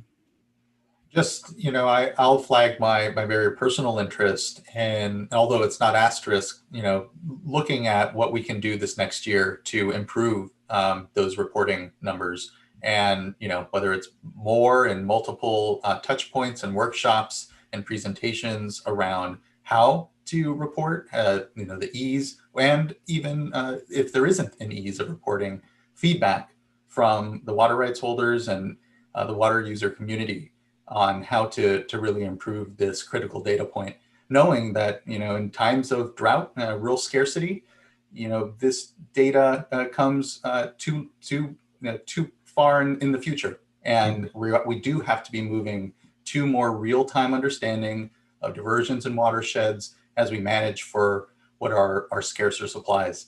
And so, first step, let's get a really good, yearly report in, and let's get it, the participation up to where it needs to be, and the accuracy of the data. And if there are things that we can be better doing in order to ensuring that, let's, and open to suggestions from folks, because it's a little disconcerting actually, given the size and importance of this data, the size of this state, that something so critical as simply what was diverted last year on a monthly timescales seems to be escaping about 80%, it seems, of our water users. So. Great. No, that's something that we'll actively look to engage on in the next couple of months, I believe. Okay. Other questions before we scroll on? All right, the next thing I have on my list is 4.3.3. which is modernize water rights data and to develop a modern water rights data management system. This is also on last year's report as well. And it's an ongoing effort, just noting that most of the water rights records that we have are still on paper form. And it's really actually become more of an issue working from home under kind of the COVID environment where staff did really rely on going down to the records room and looking through files, and there are things that we've actively had to deprioritize or not work on because of lack of access. But then looking beyond that, things like place of use and really digitizing those and kind of creating a more modern system, which I think feeds directly back into the previous comments about compliance and how easily we can do that. Just integrating some basic tools that help us do QA, QC on data that's reported to us. There's a number of things that we could do here. We are making progress here. It's slower than maybe we would like, but it's looking like to do it right, it would probably be pretty expensive. And given the the budget constraints that we're under with this COVID world, that's kind of the reality that we're dealing with. But we're still working and actively making progress. And I believe that is the last item on the list that's specific to the division. And so I think at this point, we were going to turn it over for any other general comments. And Eileen, I don't know if there's any other statement or next steps. No, I mean, well, happy to hear anything else folks have to say, and then we're going to take your thoughts and everything that we've heard from the multiple discussions we've had and incorporate them into the document. Obviously, this document that we circulated today is the same one that we used in the meeting the previous meeting about the other divisions, but we'll incorporate all the changes based on those discussions and circulate it around one more time so that you guys can make sure that we've appropriately captured your views, and then we'll roll up our sleeves and start working, and we won't wait till the end of the year. We'll have at least one check-in, probably more, because I think that's been really, really useful. But I don't want to curtail this discussion, to use a loaded word, before we're done getting your input on the water rights matters. No pun intended, I'm sure. Fellow board members, I don't think I have much else to add. Just thanks. A lot going on, and looking forward to the year ahead and its work. It's a challenging time, but it's also exciting to continue to just focus on what are again some incredible challenges before us in the next year. And these priorities really do capture well, even the ones here outside of water rights, the incredible work that's being done. So just thank you for the really good synthesis. I'll just jump in here. Just want to thank you all for the good work also, because I'm feeling much better seeing it on paper than just thinking about it. I've had a lot of stress, being concerned about the coming year between drought and some of the big initiatives. And so this really helps out a lot. And I've been kind of quiet because I spent a lot of time with you all one-on-one. So thank you very much. Yeah, I had meant to make a comment and I lost it in the scrolling here. But this is under item 3.1, which is the objective is increase resilience of California's water systems functions to climate change. And the one item that we currently have under there is water rights and drought. And I think that's very appropriate to have.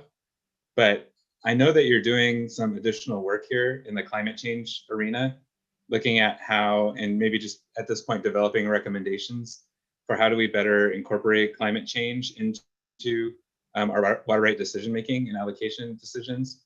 So my understanding is that you might have something forthcoming this year. And so I was just going to offer a suggestion, perhaps, that we actually include that work here and just acknowledge that that's work that's going to be completed, or at least started and daylighted. And climate change is a many year and a huge effort. We've talked about that today as well as it relates to the Delta. And so I would just, I was looking through this list and intimidated by just how much you're taking on.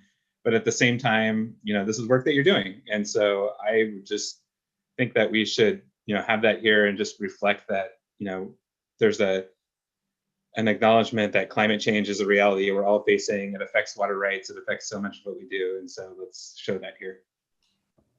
So thoughts from other board members, or Eric, if you have some thoughts, I'd appreciate that. Other board members? On that, I mean, I think that's a great point. I know water rights is working on that. So it's good to recognize the important things we're working on, and are going to be coming up for more discussion this year.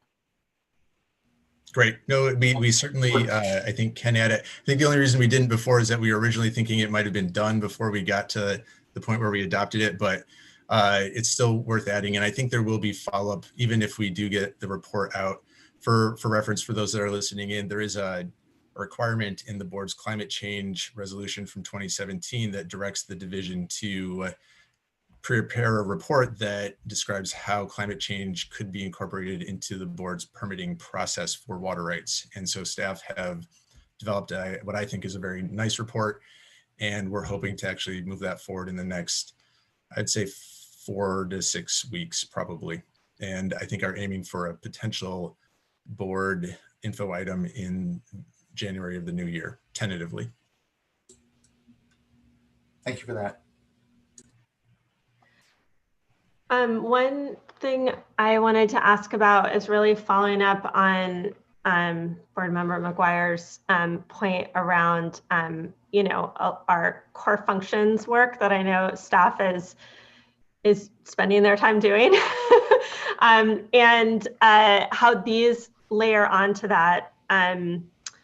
So, just you know, I've been able to get some briefings from staff kind of coming up to speed on the huge workload of kind of core processing that we do within water rights and our limited staff capacity on that. And I just wanted to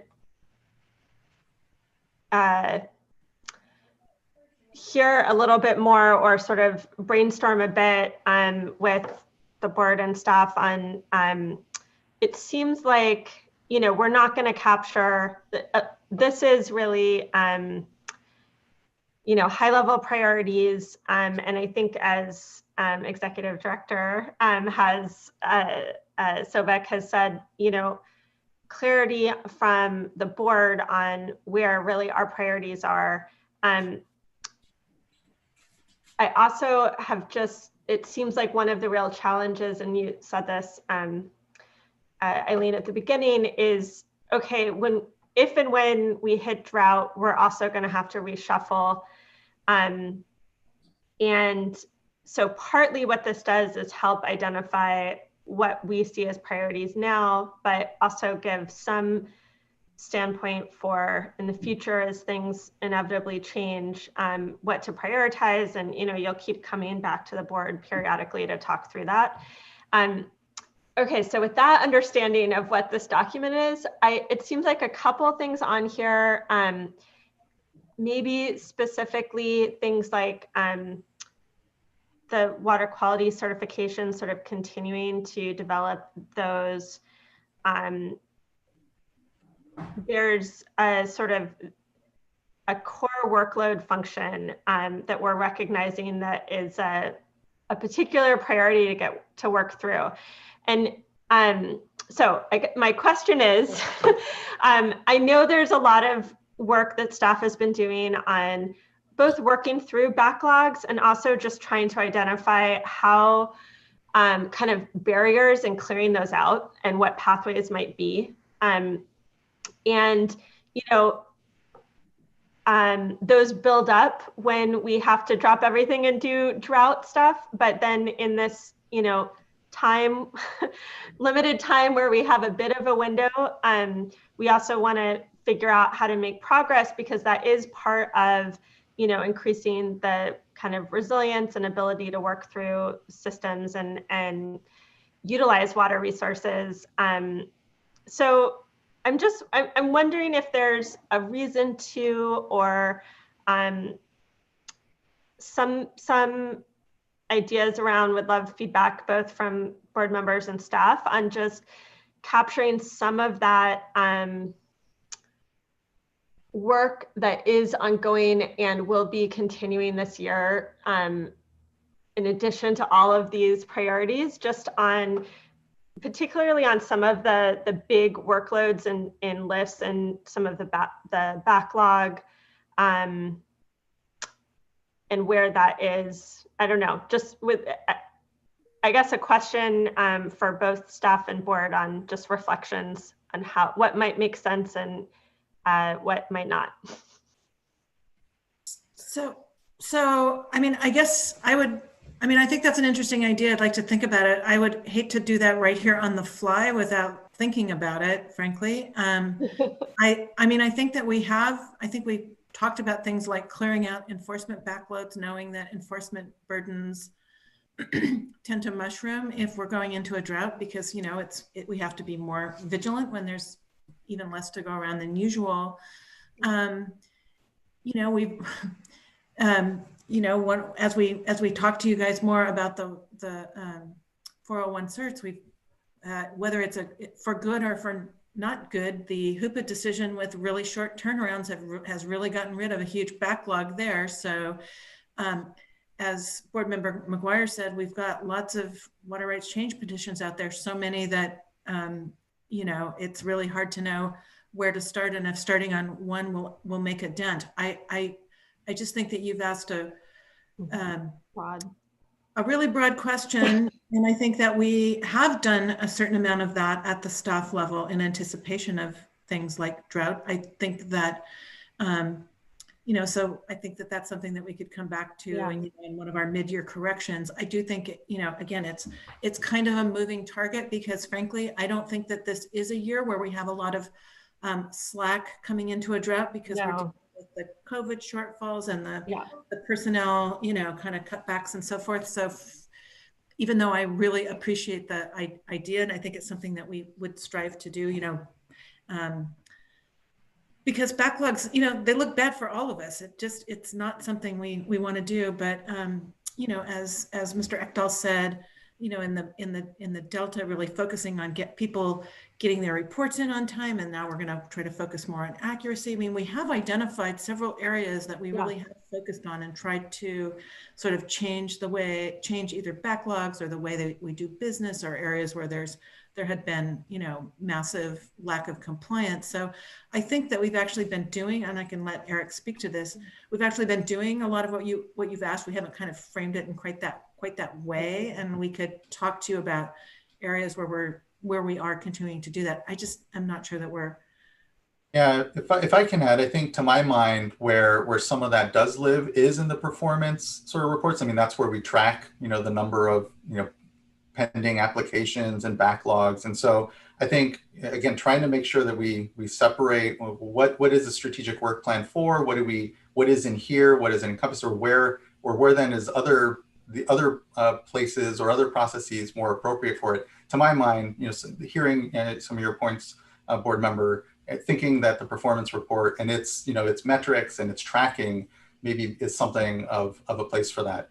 Otherwise, I would point even to the executive director's report as a place where there is, better tracking and summary and information kind of coming out that is a little more granular and helpful for us and the public to understand sort of what is the work that's being undergone. But I think when it comes to, okay, well, we want to see a concerted, decrease in backlog for, say, water rights, if that is, a sort of a priority, again, I think the performance report, the discussion around its metrics, and then expectations as well, kind of setting those, not just having a performance report at the end of the year, but maybe tying it to some expectations at the beginning. Maybe that's some of the space. But I think that, respecting the executive director's space as well, and, welcome their thought as to how, but we might be able to kind of address some of your points. But that was kind of what I was beginning to think, at least, might be best. So. Just to clarify, because I agree with all of that. And I agree, on the specific performance, that's the, tracking, and there's goals developed. I think I agree also that this is like a big question, and it's not really an ask for immediate change in this at all. I think it's more of a reflection generally, and maybe something to come back to in the mid-year. But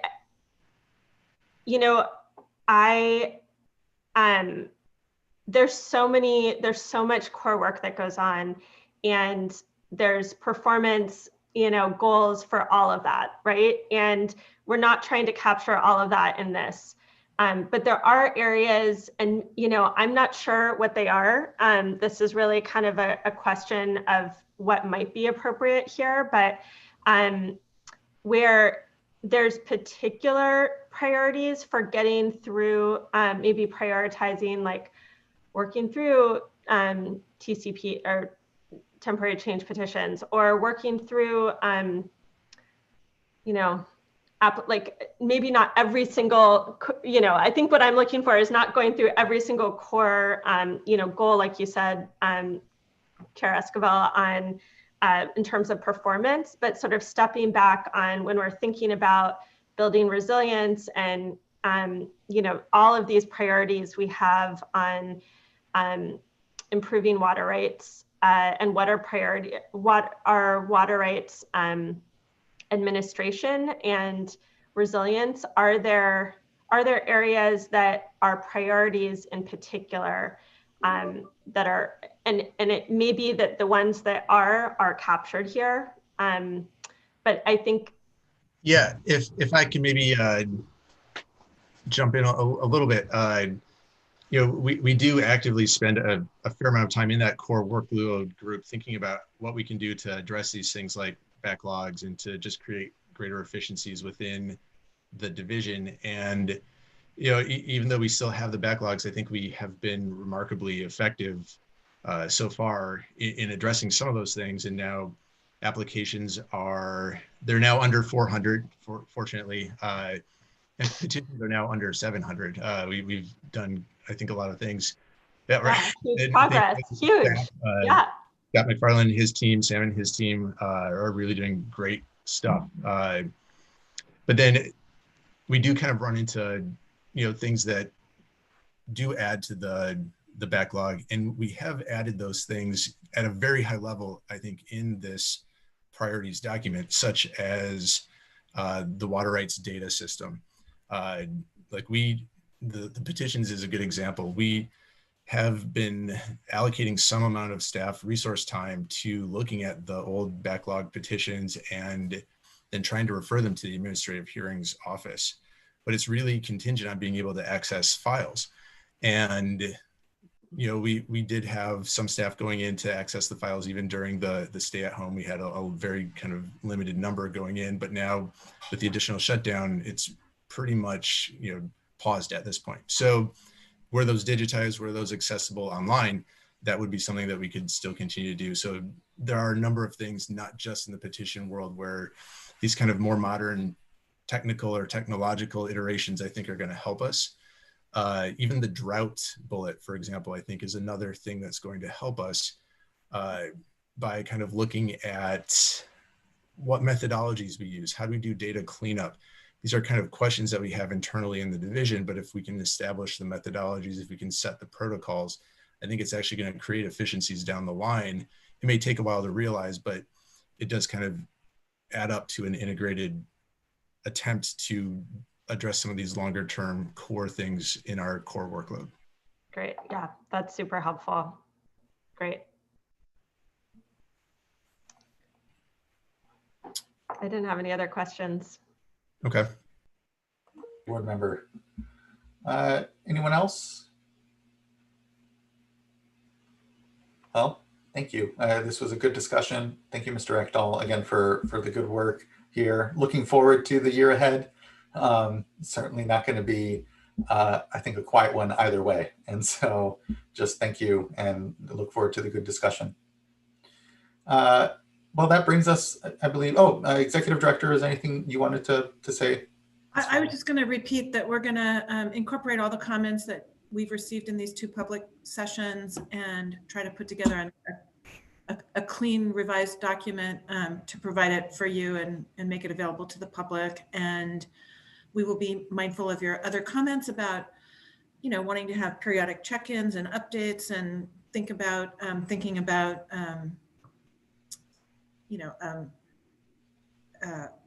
other variations in the document and our continued strategic planning efforts. So we look forward to keeping the conversation going on through the course of the year. Thank you. Really appreciate it, Ms. Sobek. Well, I believe that concludes then item number 7 and actually concludes our last board meeting of 2020. And so just want to thank my incredible colleagues here on the board, all of our incredible folks in the program, but importantly, of course, our stakeholders and everyone that has come before the board in the last year to engage with us, to discuss the important votes that we have to take here to help inform us and be the best decision makers we possibly can. And looking forward to doing that in the new year as well. And just really want to thank everyone for a great 2020, challenging 2020, and look forward to 2021. So happy holidays to everyone. Have a great time, and we will see you January 5th at our next board meeting. So thank you. Take care, everyone. Bye. Oh, and this meeting is officially adjourned for the purposes of everything official. Thank you, Mr. Lawford. Thank you, everyone. Bye.